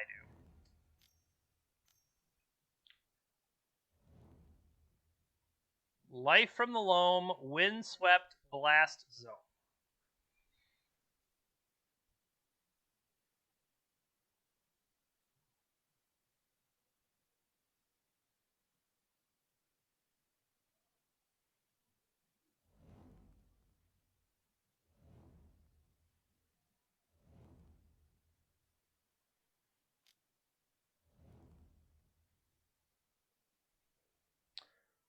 Chalice, Urza, City.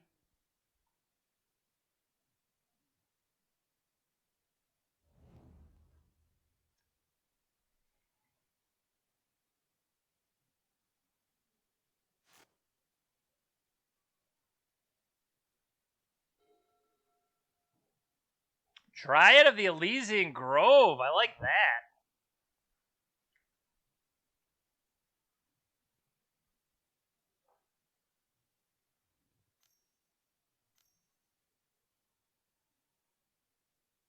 So getting back an Ancient Tomb and a Wasteland.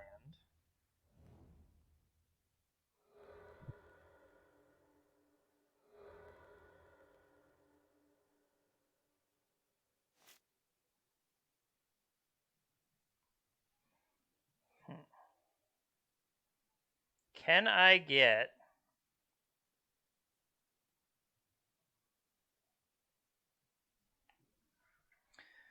I can generate 1, 2. I need a way to get a couple more mana for this Karn. How about this? We'll make him waste the whole turn doing that again.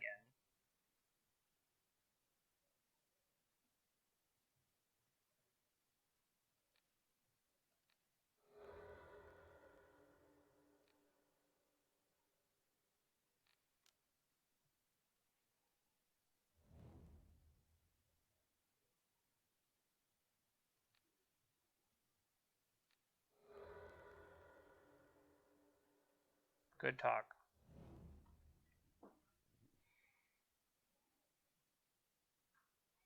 So we'll get a couple draws here.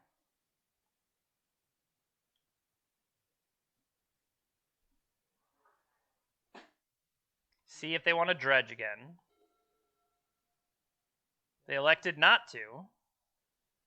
Maybe they have another wasteland?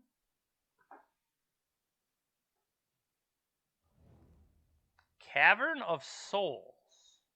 Giant.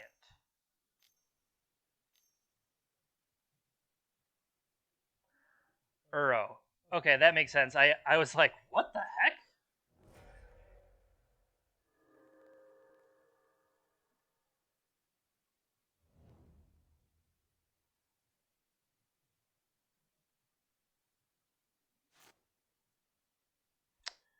All right, so unfortunately for them, I think we just locked them out. Right? 4.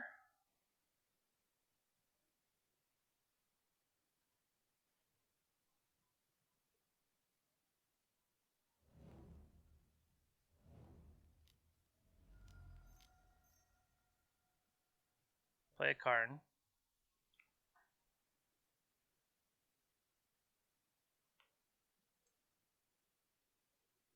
Because we know they have a Blast Zone. Yeah, we're going to crack Lion's Eye for 3, Emery it back, crack it again, and then play Mycosynth Lattice.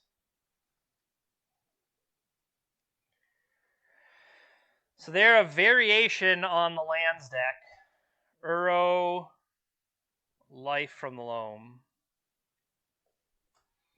I like the different kinds of lands decks. It feels like you could do stuff, but then somebody comes along and is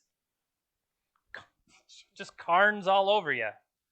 What are you supposed to do when they just keep Karning? Like, they had multiple lands. Well, like, okay, they were definitely screwed right there. And so they wouldn't even have a chance to get the Blast Zone to do anything with Blast. Yeah. I mean, last week when we played against lands, we really should have beat it the final time as well.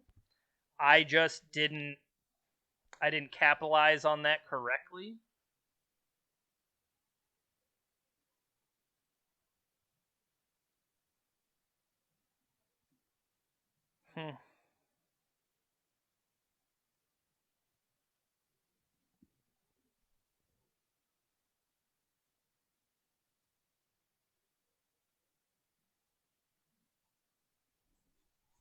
Well, so instead of needing to keep typing, thanks to not me, we are able to just go about it the easy way and add our deck in this way.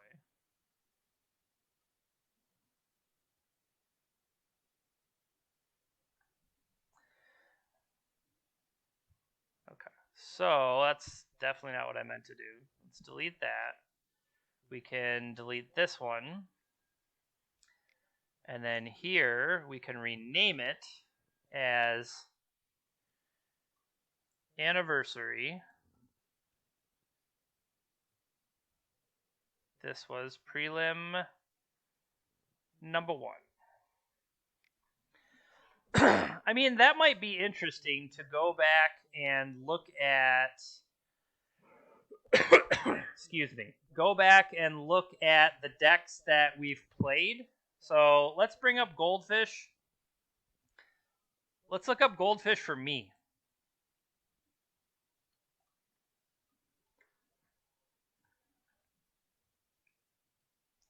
I don't have a lot, but vintage-wise, we have a vintage challenge back in March of 2018. We got some Momir basics. Look at that. Back when daily events existed in 2011.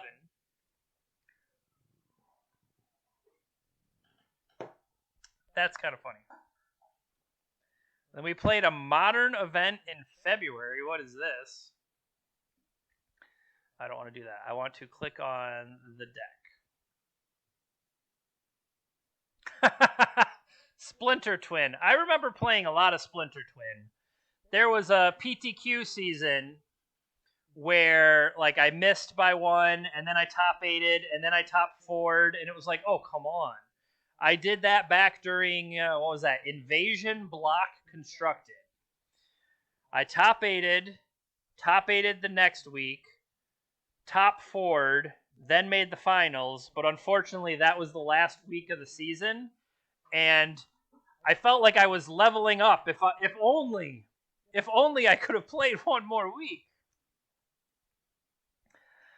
Okay, so a vintage challenge from 2018, blue, black, and red cards. I am a very blue and red person for sure.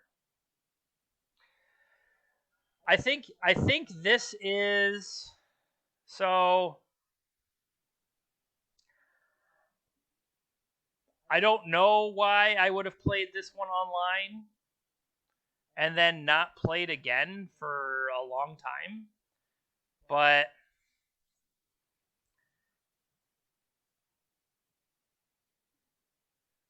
yeah, okay, this looks familiar. And I think this is part of the time when we're starting to play the events in person, or when I started playing vintage in person again, because I remember playing Paradoxical Outcome in real life too. But I'm trying to think, when did I start going to the RIW events for vintage? That's what I'm curious, is how far back was I going to the different... We would do our proxy vintage events in person. I really don't want to hit page down 11 times again. We're gonna page down off screen over here. Meanwhile, we look at, did I play it 2 weeks in a row? I went from 3-3 to a 4-1. Oh, this is a prelim. Okay, so now, well, here's March 2020. Okay. So this is stream time. So all of this before that, maybe I just wasn't playing in person. It's entirely possible I wasn't, or I was only really playing in person. Like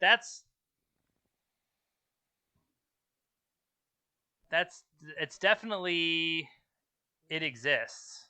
My not having played as much Magic Online as I probably normally would. Alright, scrolling way back here as far as I can. Maybe, no, I know where I should look. If I check events,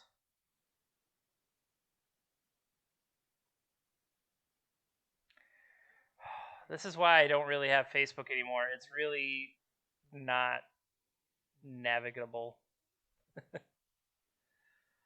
I would like to see events that I have played before now. Like lifetime. Is that not a thing? Can I not see lifetime events? Past events? Scrolling down.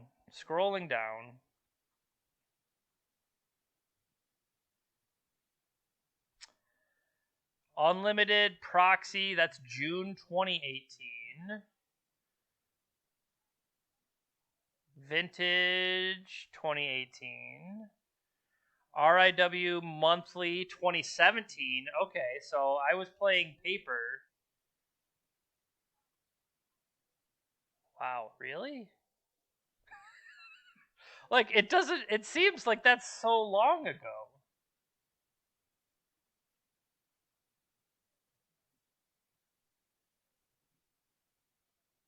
Okay. So that was too far. Let me scroll back up. Sunday, December 11th, Proxy Vintage. Shaman Ben's birthday. I absolutely was at that one.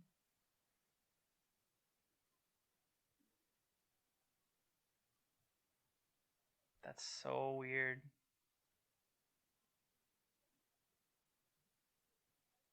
These are so weird to look back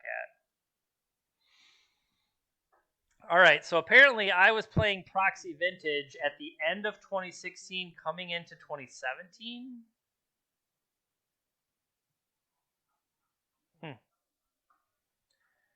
Well, that's a thing. I know I'm old. Like, I'm very, very old. But I guess I didn't think it goes back that far. I only have tweets as old as 2017? Did I not have Twitter all this time? Okay, yeah. January 7th, 2018, heading to monthly vintage. But I don't have anything older than 2017.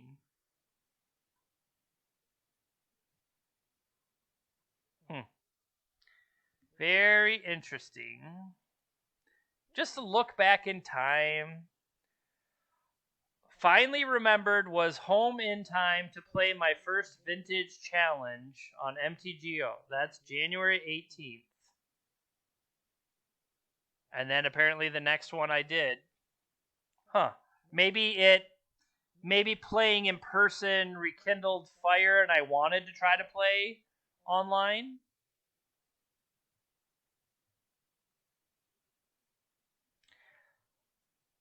3-0'd vintage today. That was when it was sometimes we have small ones. I was also apparently still playing Modern. Look at this. Took this for a spin in Modern. Getting some cards.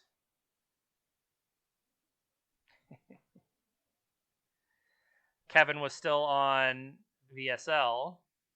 And then going to monthly vintage. Okay, so I was playing paper vintage back in 2018. So I think this is maybe just practice more than anything else, like trying to figure out maybe like testing when I couldn't always test in person. Entirely plausible.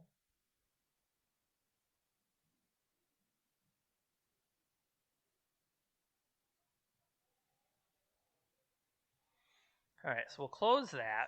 We'll look at, I guess you're not allowed to change the deck. If this is the first deck we streamed with, we can't change it. We can change the lands. I don't like the lands. We can change the lands.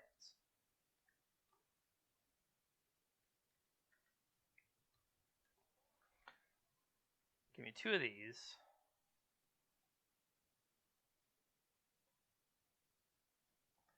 Give me a basic mountain.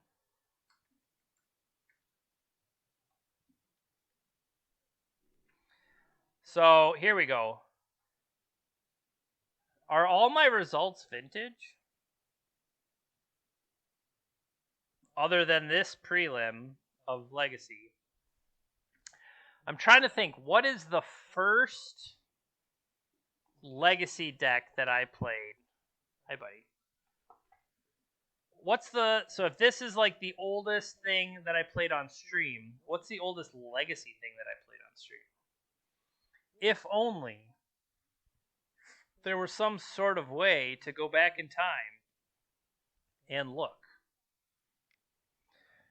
To the Twitter.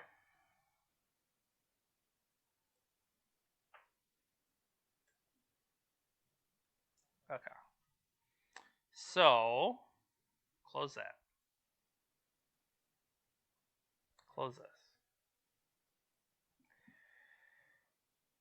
Go back in time.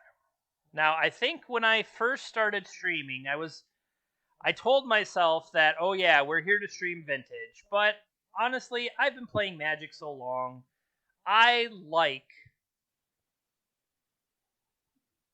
that the fact that Magic is so many different games. I think that's why Magic is the greatest game of all time, because it's kind of like a game system that people can play different things within that. So I may not enjoy Commander, but that doesn't mean other people can't enjoy Commander.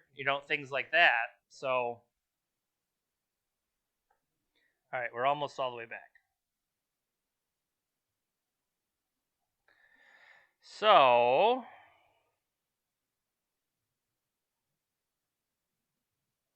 I went too far. I just realized, I was like, this doesn't look right. Okay.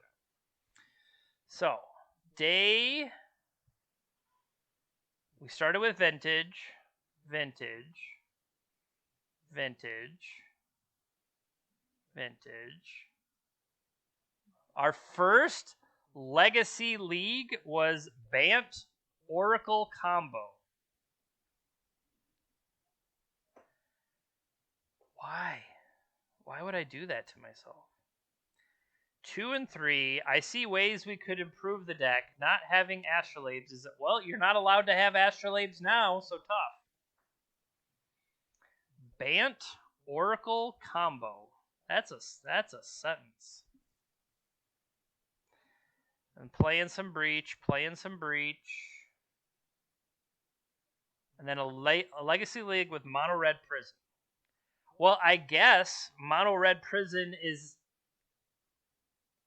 I was going to say, technically an archetype.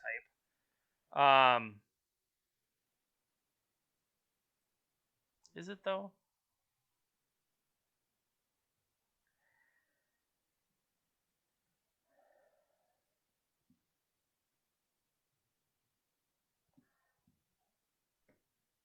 I don't really want to play. I don't really want to play Mono Red Prison. But maybe, let's look up.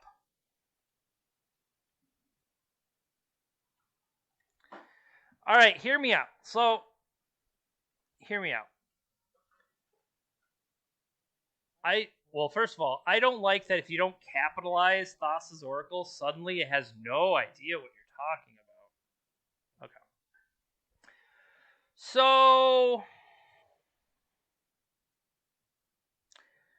I'm trying to think whose podcast. I believe it is the Eternal Glory podcast, where Brian Koval has been talking about like Rest in Peace and how Rest in Peace might just be advantaged against the Delvers of the world and stuff like that.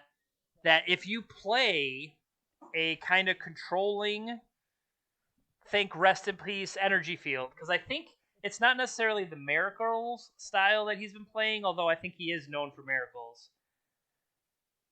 I remember seeing him doing, like, what is it, Sharknado stuff, and that kind of controlling element.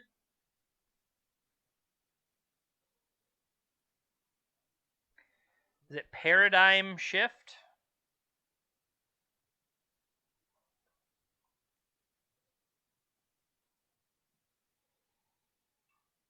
I think these are only going to be... I don't want to be just a Merfolk deck. That seems boring. I need the ability to have even more going on than just Merfolk. There we go. I mean, this could still be an okay deck. Oh, there we go. Here we go. Here's a pile of nonsense deck. What even is this deck? Narset, Teferi, Jace.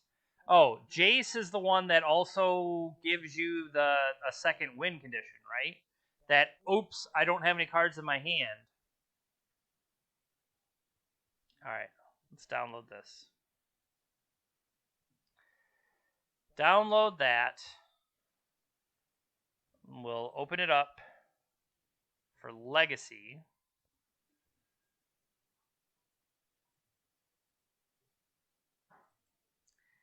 What do we want to call it? Anniversary. Our first Legacy League was a Thassa's Oracle combo, whatever.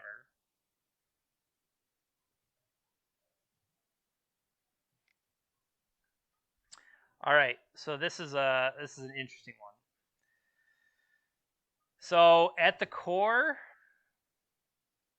I guess you have Ancient Tomb, Lotus Petal to get this quick Thought Lash. Once we have Thought Lash, we can prevent some damage. And then using that to say, oh, no cards left in my library. I guess I have this Thassa. I guess I have this Jace. In the meantime, we're a Chalice deck? I'm sorry. I didn't even look at the sideboard. Apparently, we're also a Rest in Peace Energy Field deck.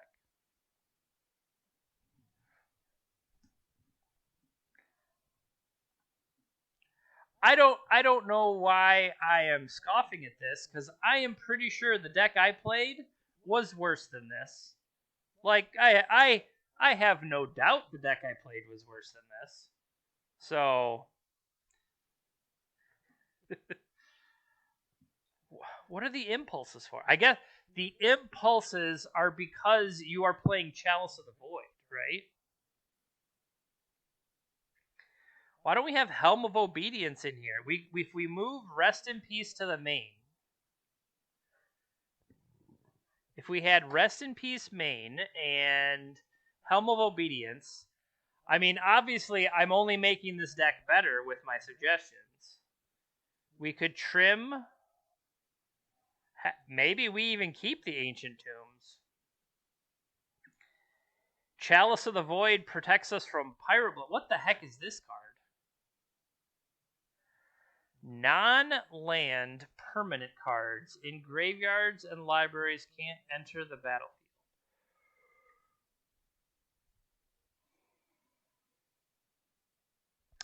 It's an anti-dredge card.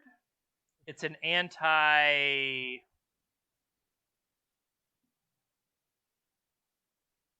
card. All right, that's a weird one.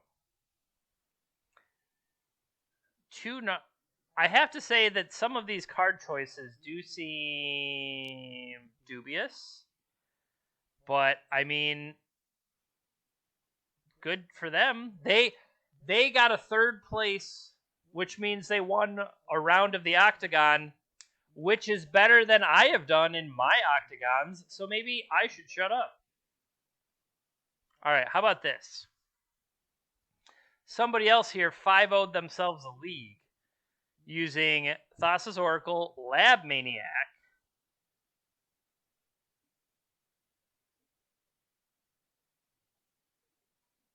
Intuition.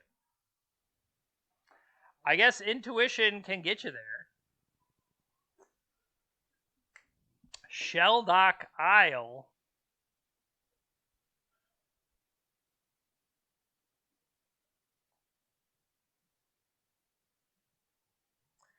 How do you make it so you don't have any cards in your graveyard, though? Here you go. Do you side in Energy Field if you expect your opponent to play Leyline of the Void? What kind of spice is that? I don't know. This This is interesting. I like the... I don't know. It's kind of hard to see the ancient tombs alongside 12 islands. That feels rough. Or what if we snuck Karn in here? Just hear me out. I mean, you have artifacts in your sideboard. Why do you have... What's one Sorcerer's Spyglass doing in your sideboard? Did you have Karn in here and then you cut it and you forgot about it?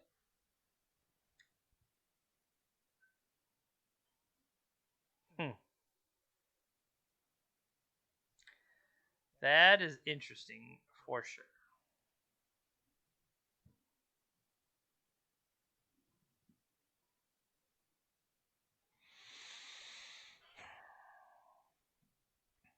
I mean, we know it's not good, but sometimes it's fun. And maybe fun is more important than good. I realize I am old. So some of my best results are behind me. And maybe what I am here for is to entertain you. And maybe you don't need to see the win as much as you need to see the style or the flourish. If as long as you win the match, they count it the same at the scorekeeper's table. But would you rather attack with a Delver 7 times? Yawn, boring. Or would you paradigm shift into a Thassa's Oracle and just gun your opponent down? Isn't that better? I think so. We could even play Silence and then go for it. We could go full combo-y combo here. I'm going to download this one too and just have that in the holster as a possible option. Like you took the Merfolk See, to me that makes more sense if you're trying to play a good deck, because this has the ability to put pressure, and any kind of aggressive deck that's applying pressure that has a little bit of disruption. Maybe the opponent kept a sketchy hand. Maybe the opponent drew the wrong sequence of cards, and suddenly you just punish them. And hey, that's how it works. So yeah, I think I understand the Merfolk version more if you are trying to do well instead of trying to entertain / be a dancing clown /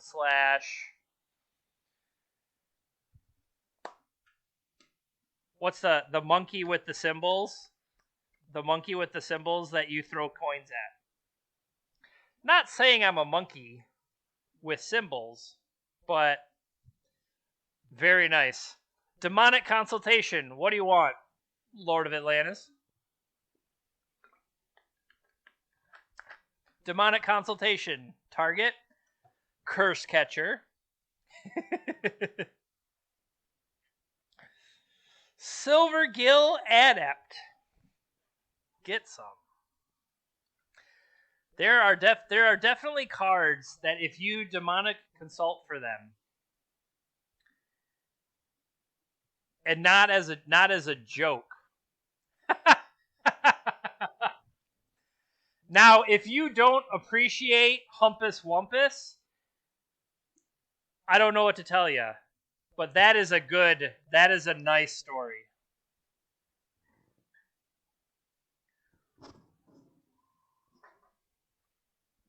Humpus Wumpus.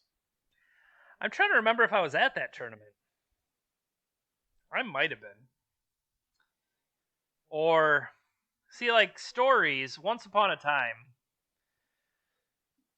when you would travel to these tournaments in person, they called them paper tournaments.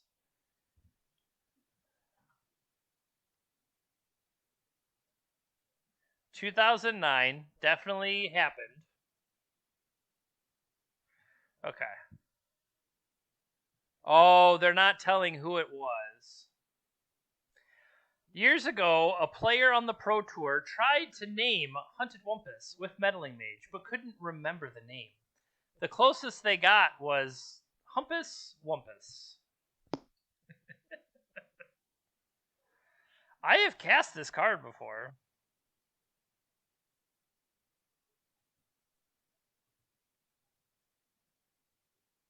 Very funny. Oh, yeah, Once Upon a Time. And that, not even the card, Once Upon a Time. I'm just saying, like, literally, Once Upon a Time. Back when I went to tournaments. Back when you were allowed to see people in person and not have it be crazy. Or irresponsible.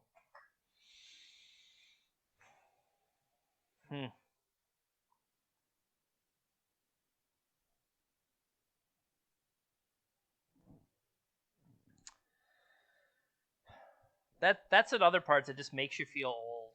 That you hear that story and I'm like, oh yeah, I remember that story. And it's like, yeah, that was 2007. I'm like, oh. That story from yesterday? Oh, the 14-year ago story? Have I looked at new spoilers? I have not. I mean, sometimes I remember looking at the new, what's the new art card style, and thinking, while some of these cards are interesting and I think it's a cool look, they're not Magic cards as far as I'm concerned. So, what do you think, buddy? Should they be Magic cards?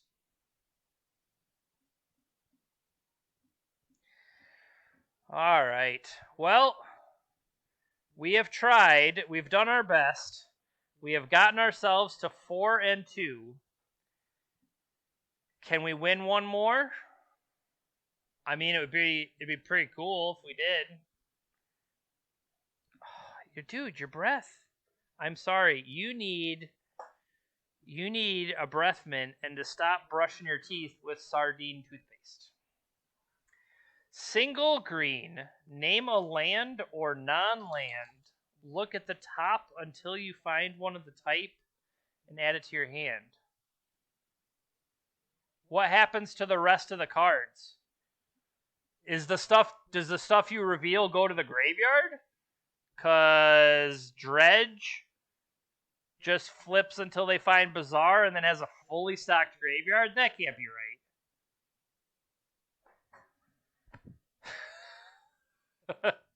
Okay, good. Because, holy crap. Exile a Spirit Guide.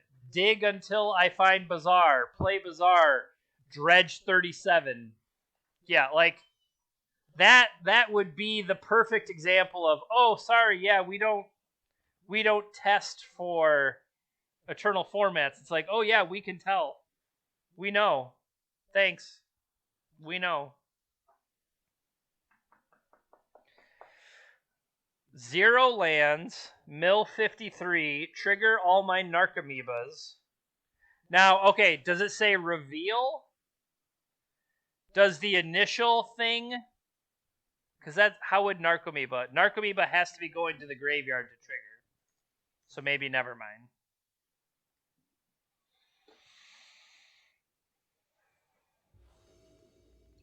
We won the die roll. I like these.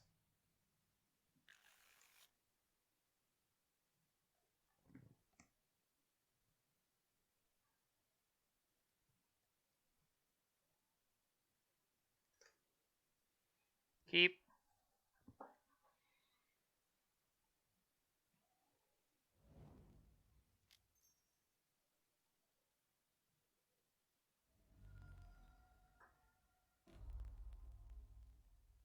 Pass.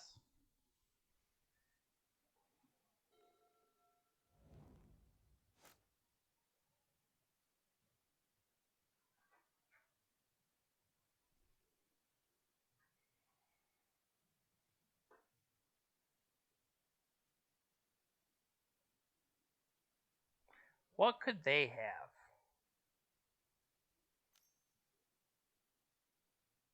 Yep. Chalice check. Maybe they're filling it up for something?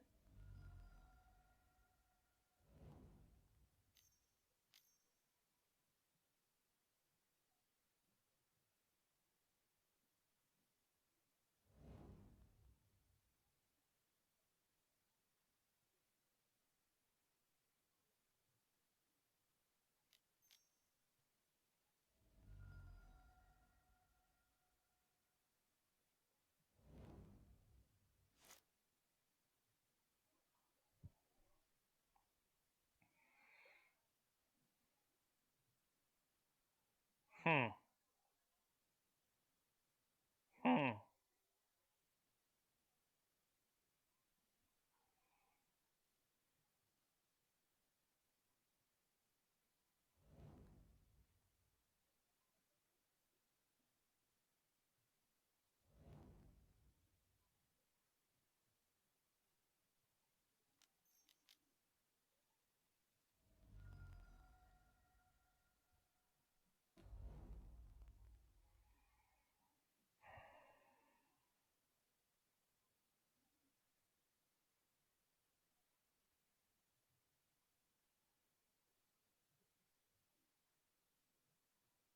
I can't get Mycosynth Lattice because they could just attack.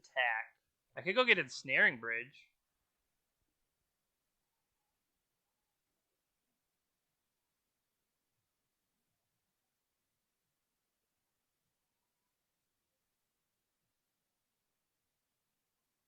Hmm.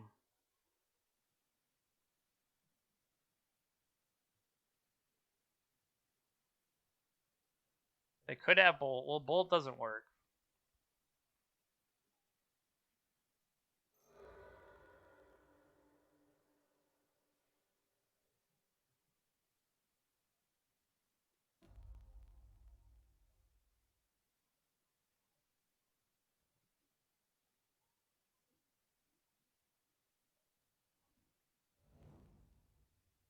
All right.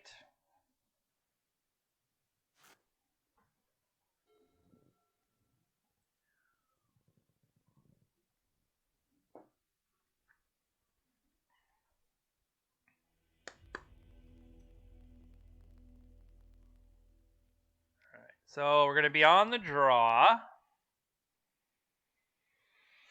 On the draw against Delver again. I think we've decided one of those comes out. One of these comes out. I think we work some Raven forms in. The question is, defense grid in? I think so.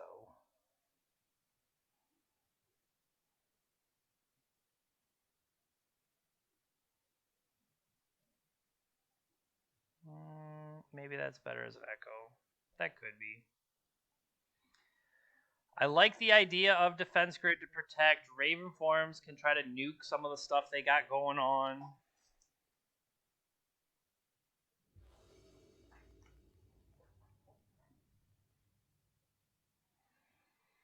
What is this? This is turn. It's nothing. This is a hand.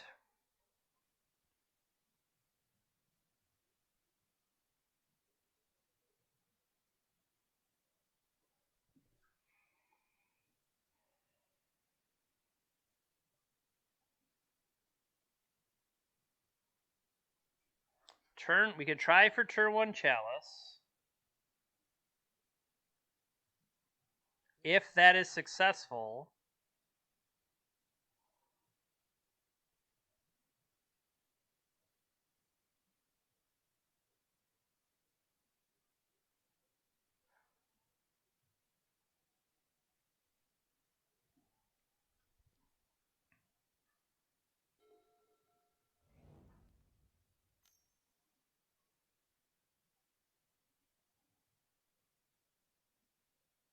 They didn't play a Delver. They did not shuffle.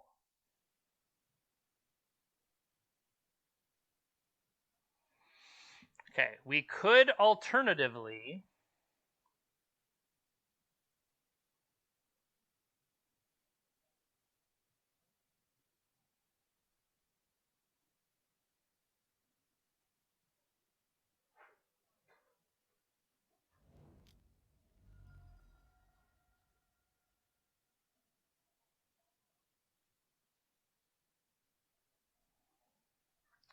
this could be forced, this could be dazed.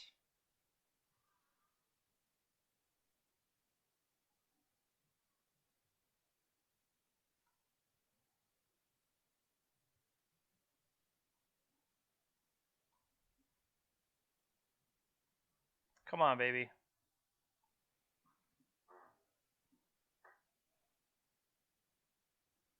Because if this resolves, we can follow with Lion. Yeah, I figured as much.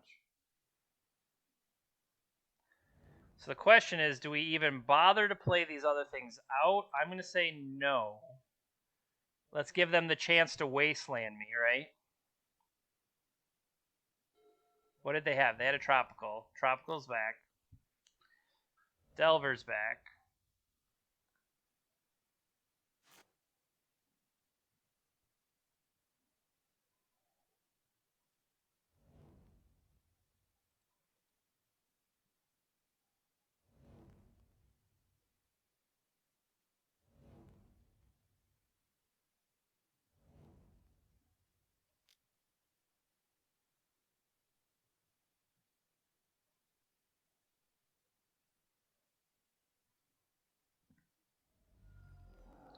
That is correct. They chose to force the right thing there, I think.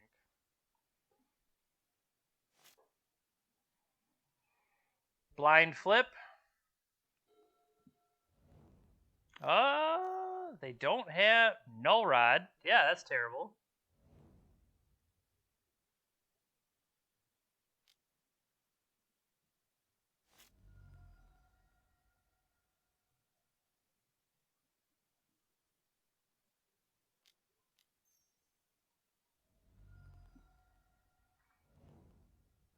That's why you hold your Lion's Eye diamonds, folks.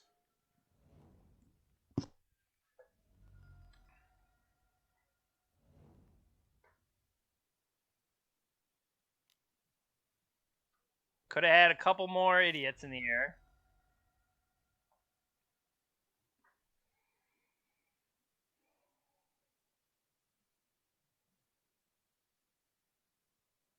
We know they are holding a Lion's Eye diamond, right? Or no, we know they're holding a Lightning Bolt. So is there a way to ambush this? Not well.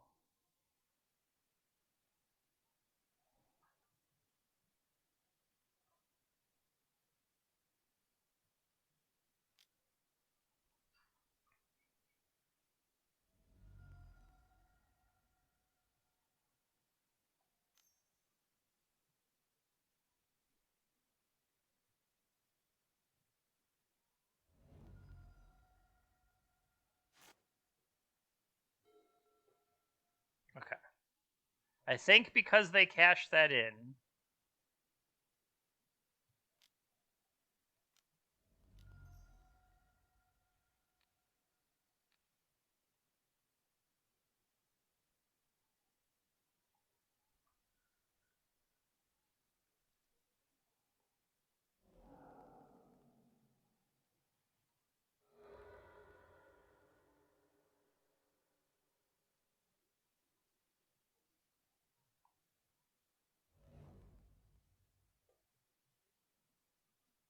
I would like to declare blocks. I guess it didn't matter. They just had another Lightning Bolt.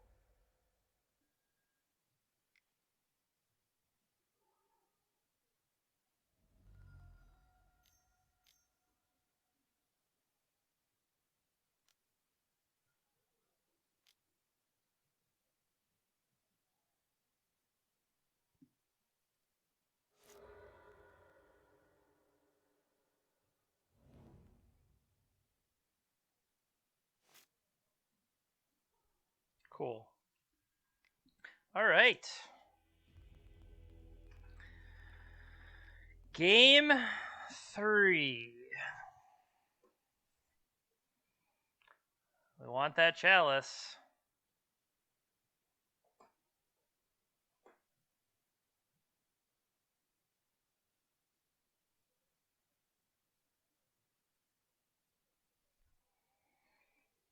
Maybe Raven form is what we need.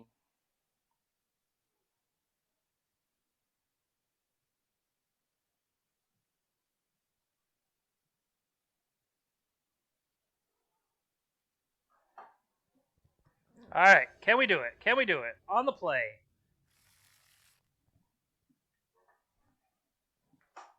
This feels pretty decent.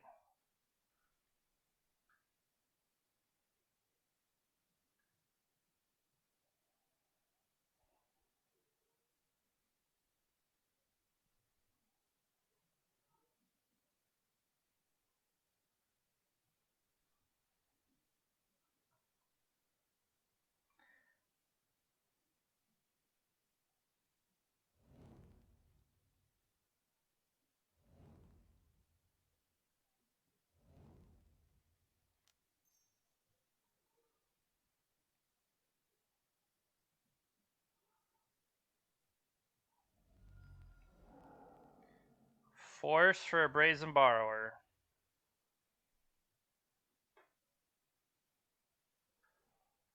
I think they're doing the right. They're going after the card that's going to generate the most value for me. I mean, I think that makes sense.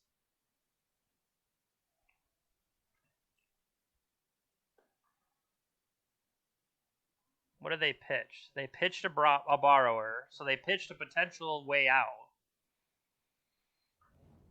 The Ponder was not a shuffle.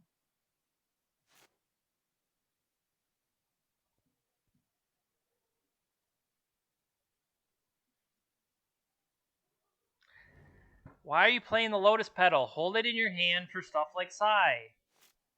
Sorry, why did you do that? It's just frustrating.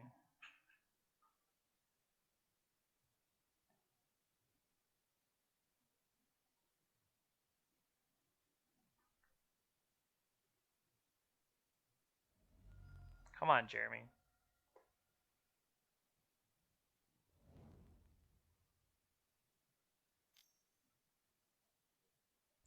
I wish I had Hull Breacher. It'd be great.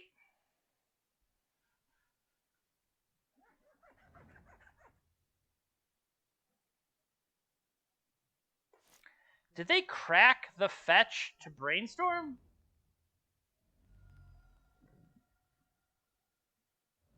Right? Like, crazy? I'm pretty sure that's what I saw happen.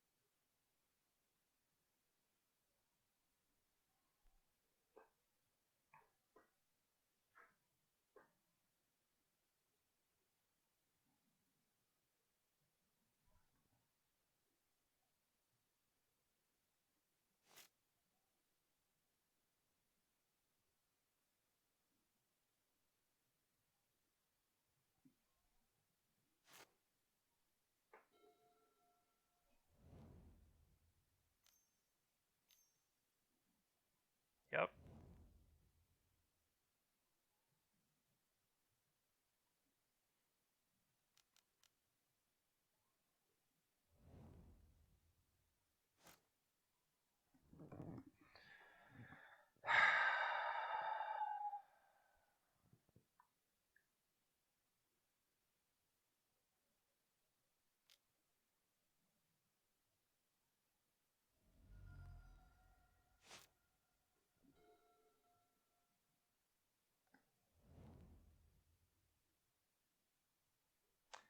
Attacking me for 4.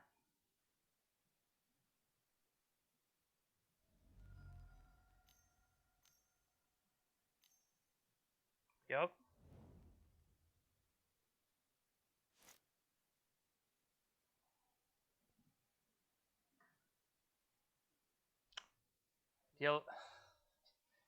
You like how that doesn't really interact well?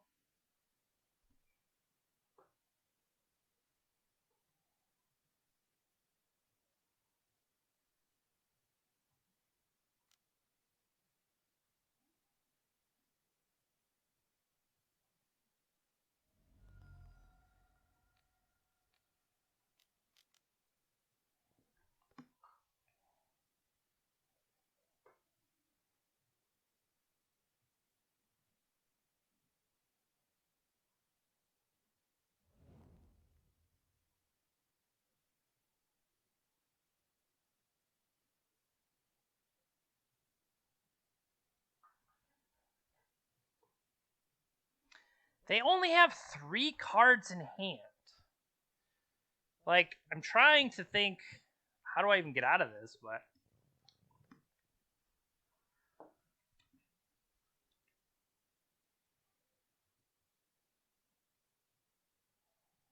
like 1, 2, 3, 4, 5. They got 10 damage here.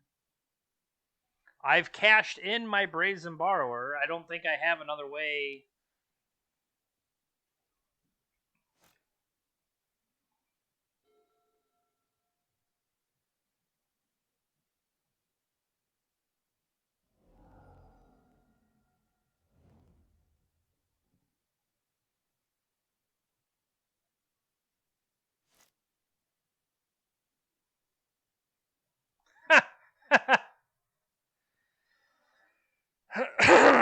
Nice. I'll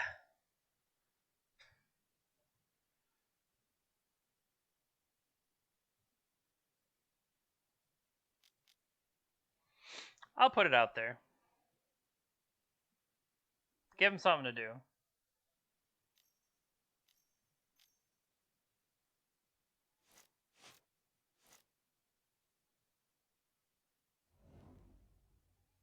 I think they just realized they could pay the force tax and not worry about it.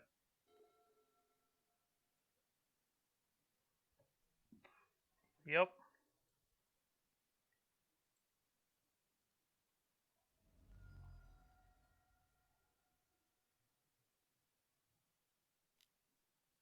Take it.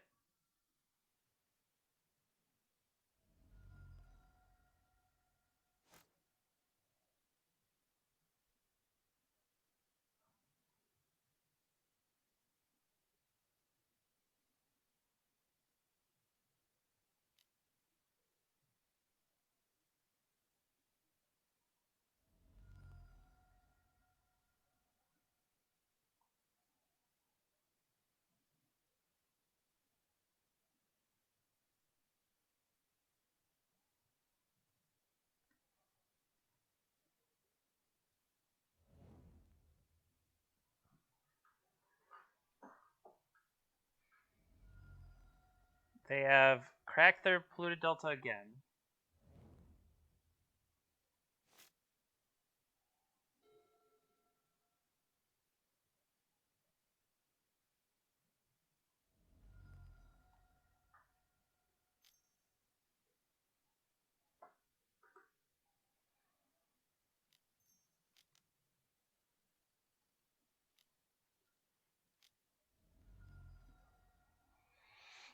Come on.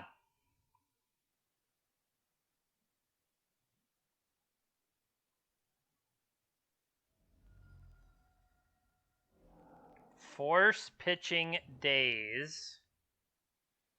But I shot myself for 2 to do that. Is that... I was trying to clear something. What I should have done... Well, I don't know if I'm allowed to do it, is pay with Lion's Eye Diamond. I don't think I'm allowed to pay with Lion's Eye Diamond there.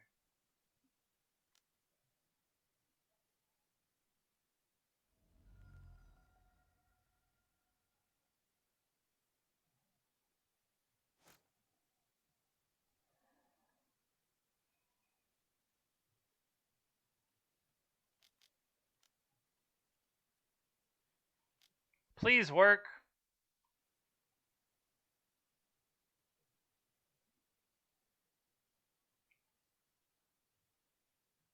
Come on, baby.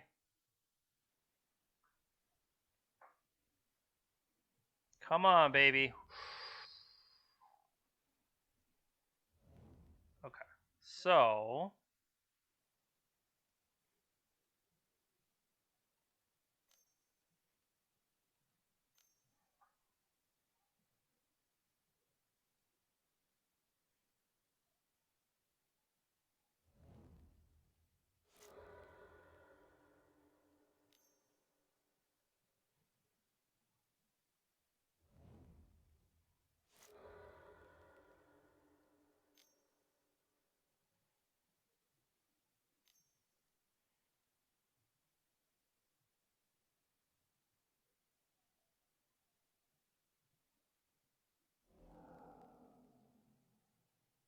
Okay. 3, 4, 5.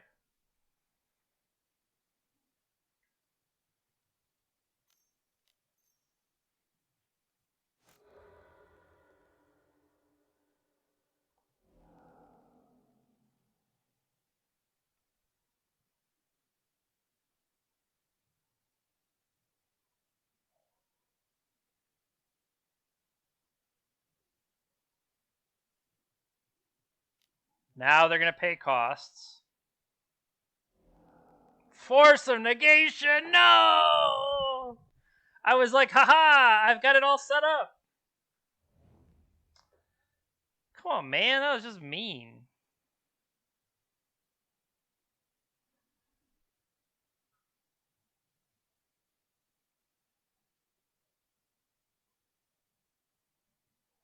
I'm not attacking because I think I need to cash in the block to take the bird out. Like, to turn into a race. It really depends on what else they draw, though. I tried to spin my best. All we can do is spin that wheel. Tarmogoyf, sure. Who cares about Tarmogoyf?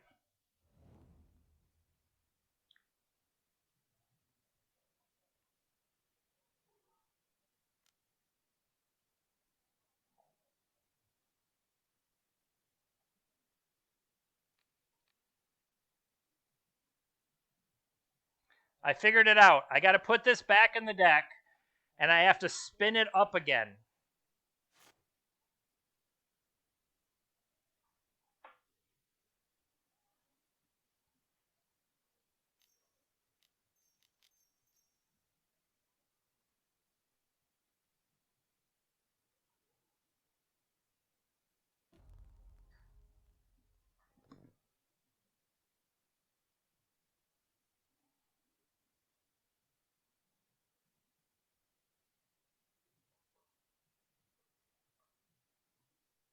If only.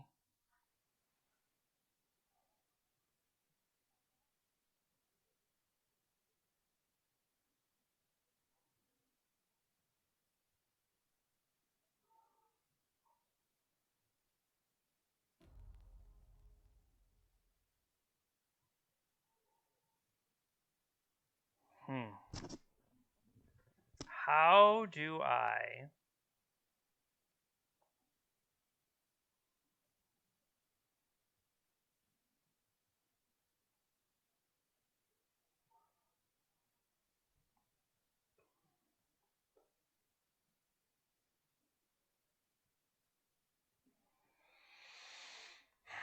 I'm just trying to think, what does it take to get out of this? Because right now, Klothys is going to eat me.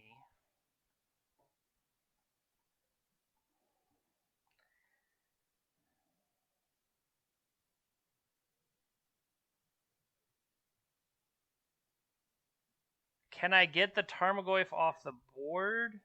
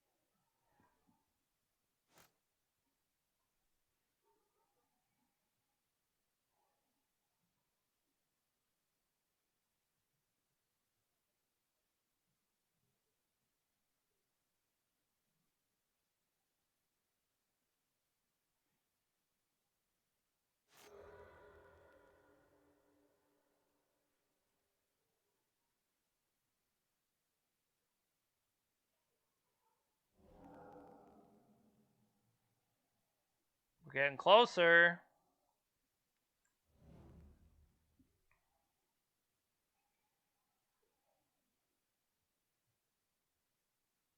One, two, three. We need to find a way to bounce that Klothys.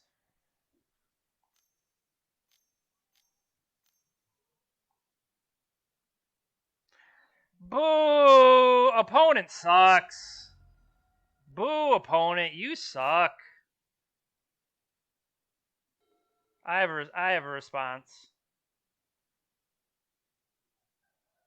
Opponent is just not. Opponent is not a good person. Oh, that's a little frustrating. I do feel like the pressure that was put onto us by the Klothys, the fact that I cashed in the 3-1, maybe I needed to put the 3-1 in play a turn earlier, but I didn't. So I guess that is a little frustrating, but we will see how it ends up for me. Where is our opponent? Our opponent was ahead of us, so they were also a 4-2, so we were playing against another 4-2. That makes sense. But maybe our opponents, maybe we have good enough opponents across the board that they will have propped us up into a 32nd place. That's all we can really hope for, I guess. But I want to say thanks for hanging out with me today. We've had a 2-4, we had an 8-2, and now we had a 4-3. And I kind of feel like this is the end of Mono Blue Karn, at least for now. I mean, we're going to have the highs, we're going to have the lows, but I think instead of 2s and 12s, like the Elves deck, I think we can bring the floor up with only dropping the ceiling a little bit. Like, if our range is up here, I think that's better than this being the range. So even though it comes down a little from the top, bringing the floor up as much as we can is important. So thanks for watching today. The next time around, Monday, will be the 1-year anniversary. So we're gonna trot out, I think, the old decks that our first stream we played a vintage. I'm not sure about the legacy yet. We'll see how I do with that. But thanks for hanging out with me. I really do appreciate it. If you aren't already, you can hit follow on the stream. That always helps. If you're watching this on YouTube or you want to watch some of the other content on YouTube, you can find me there at jpintermtg. Later, basically anytime I'm doing something out of the ordinary, I'm going to fire up a stream. If you're following me on Twitter at jpintermtg, you can also see notifications there.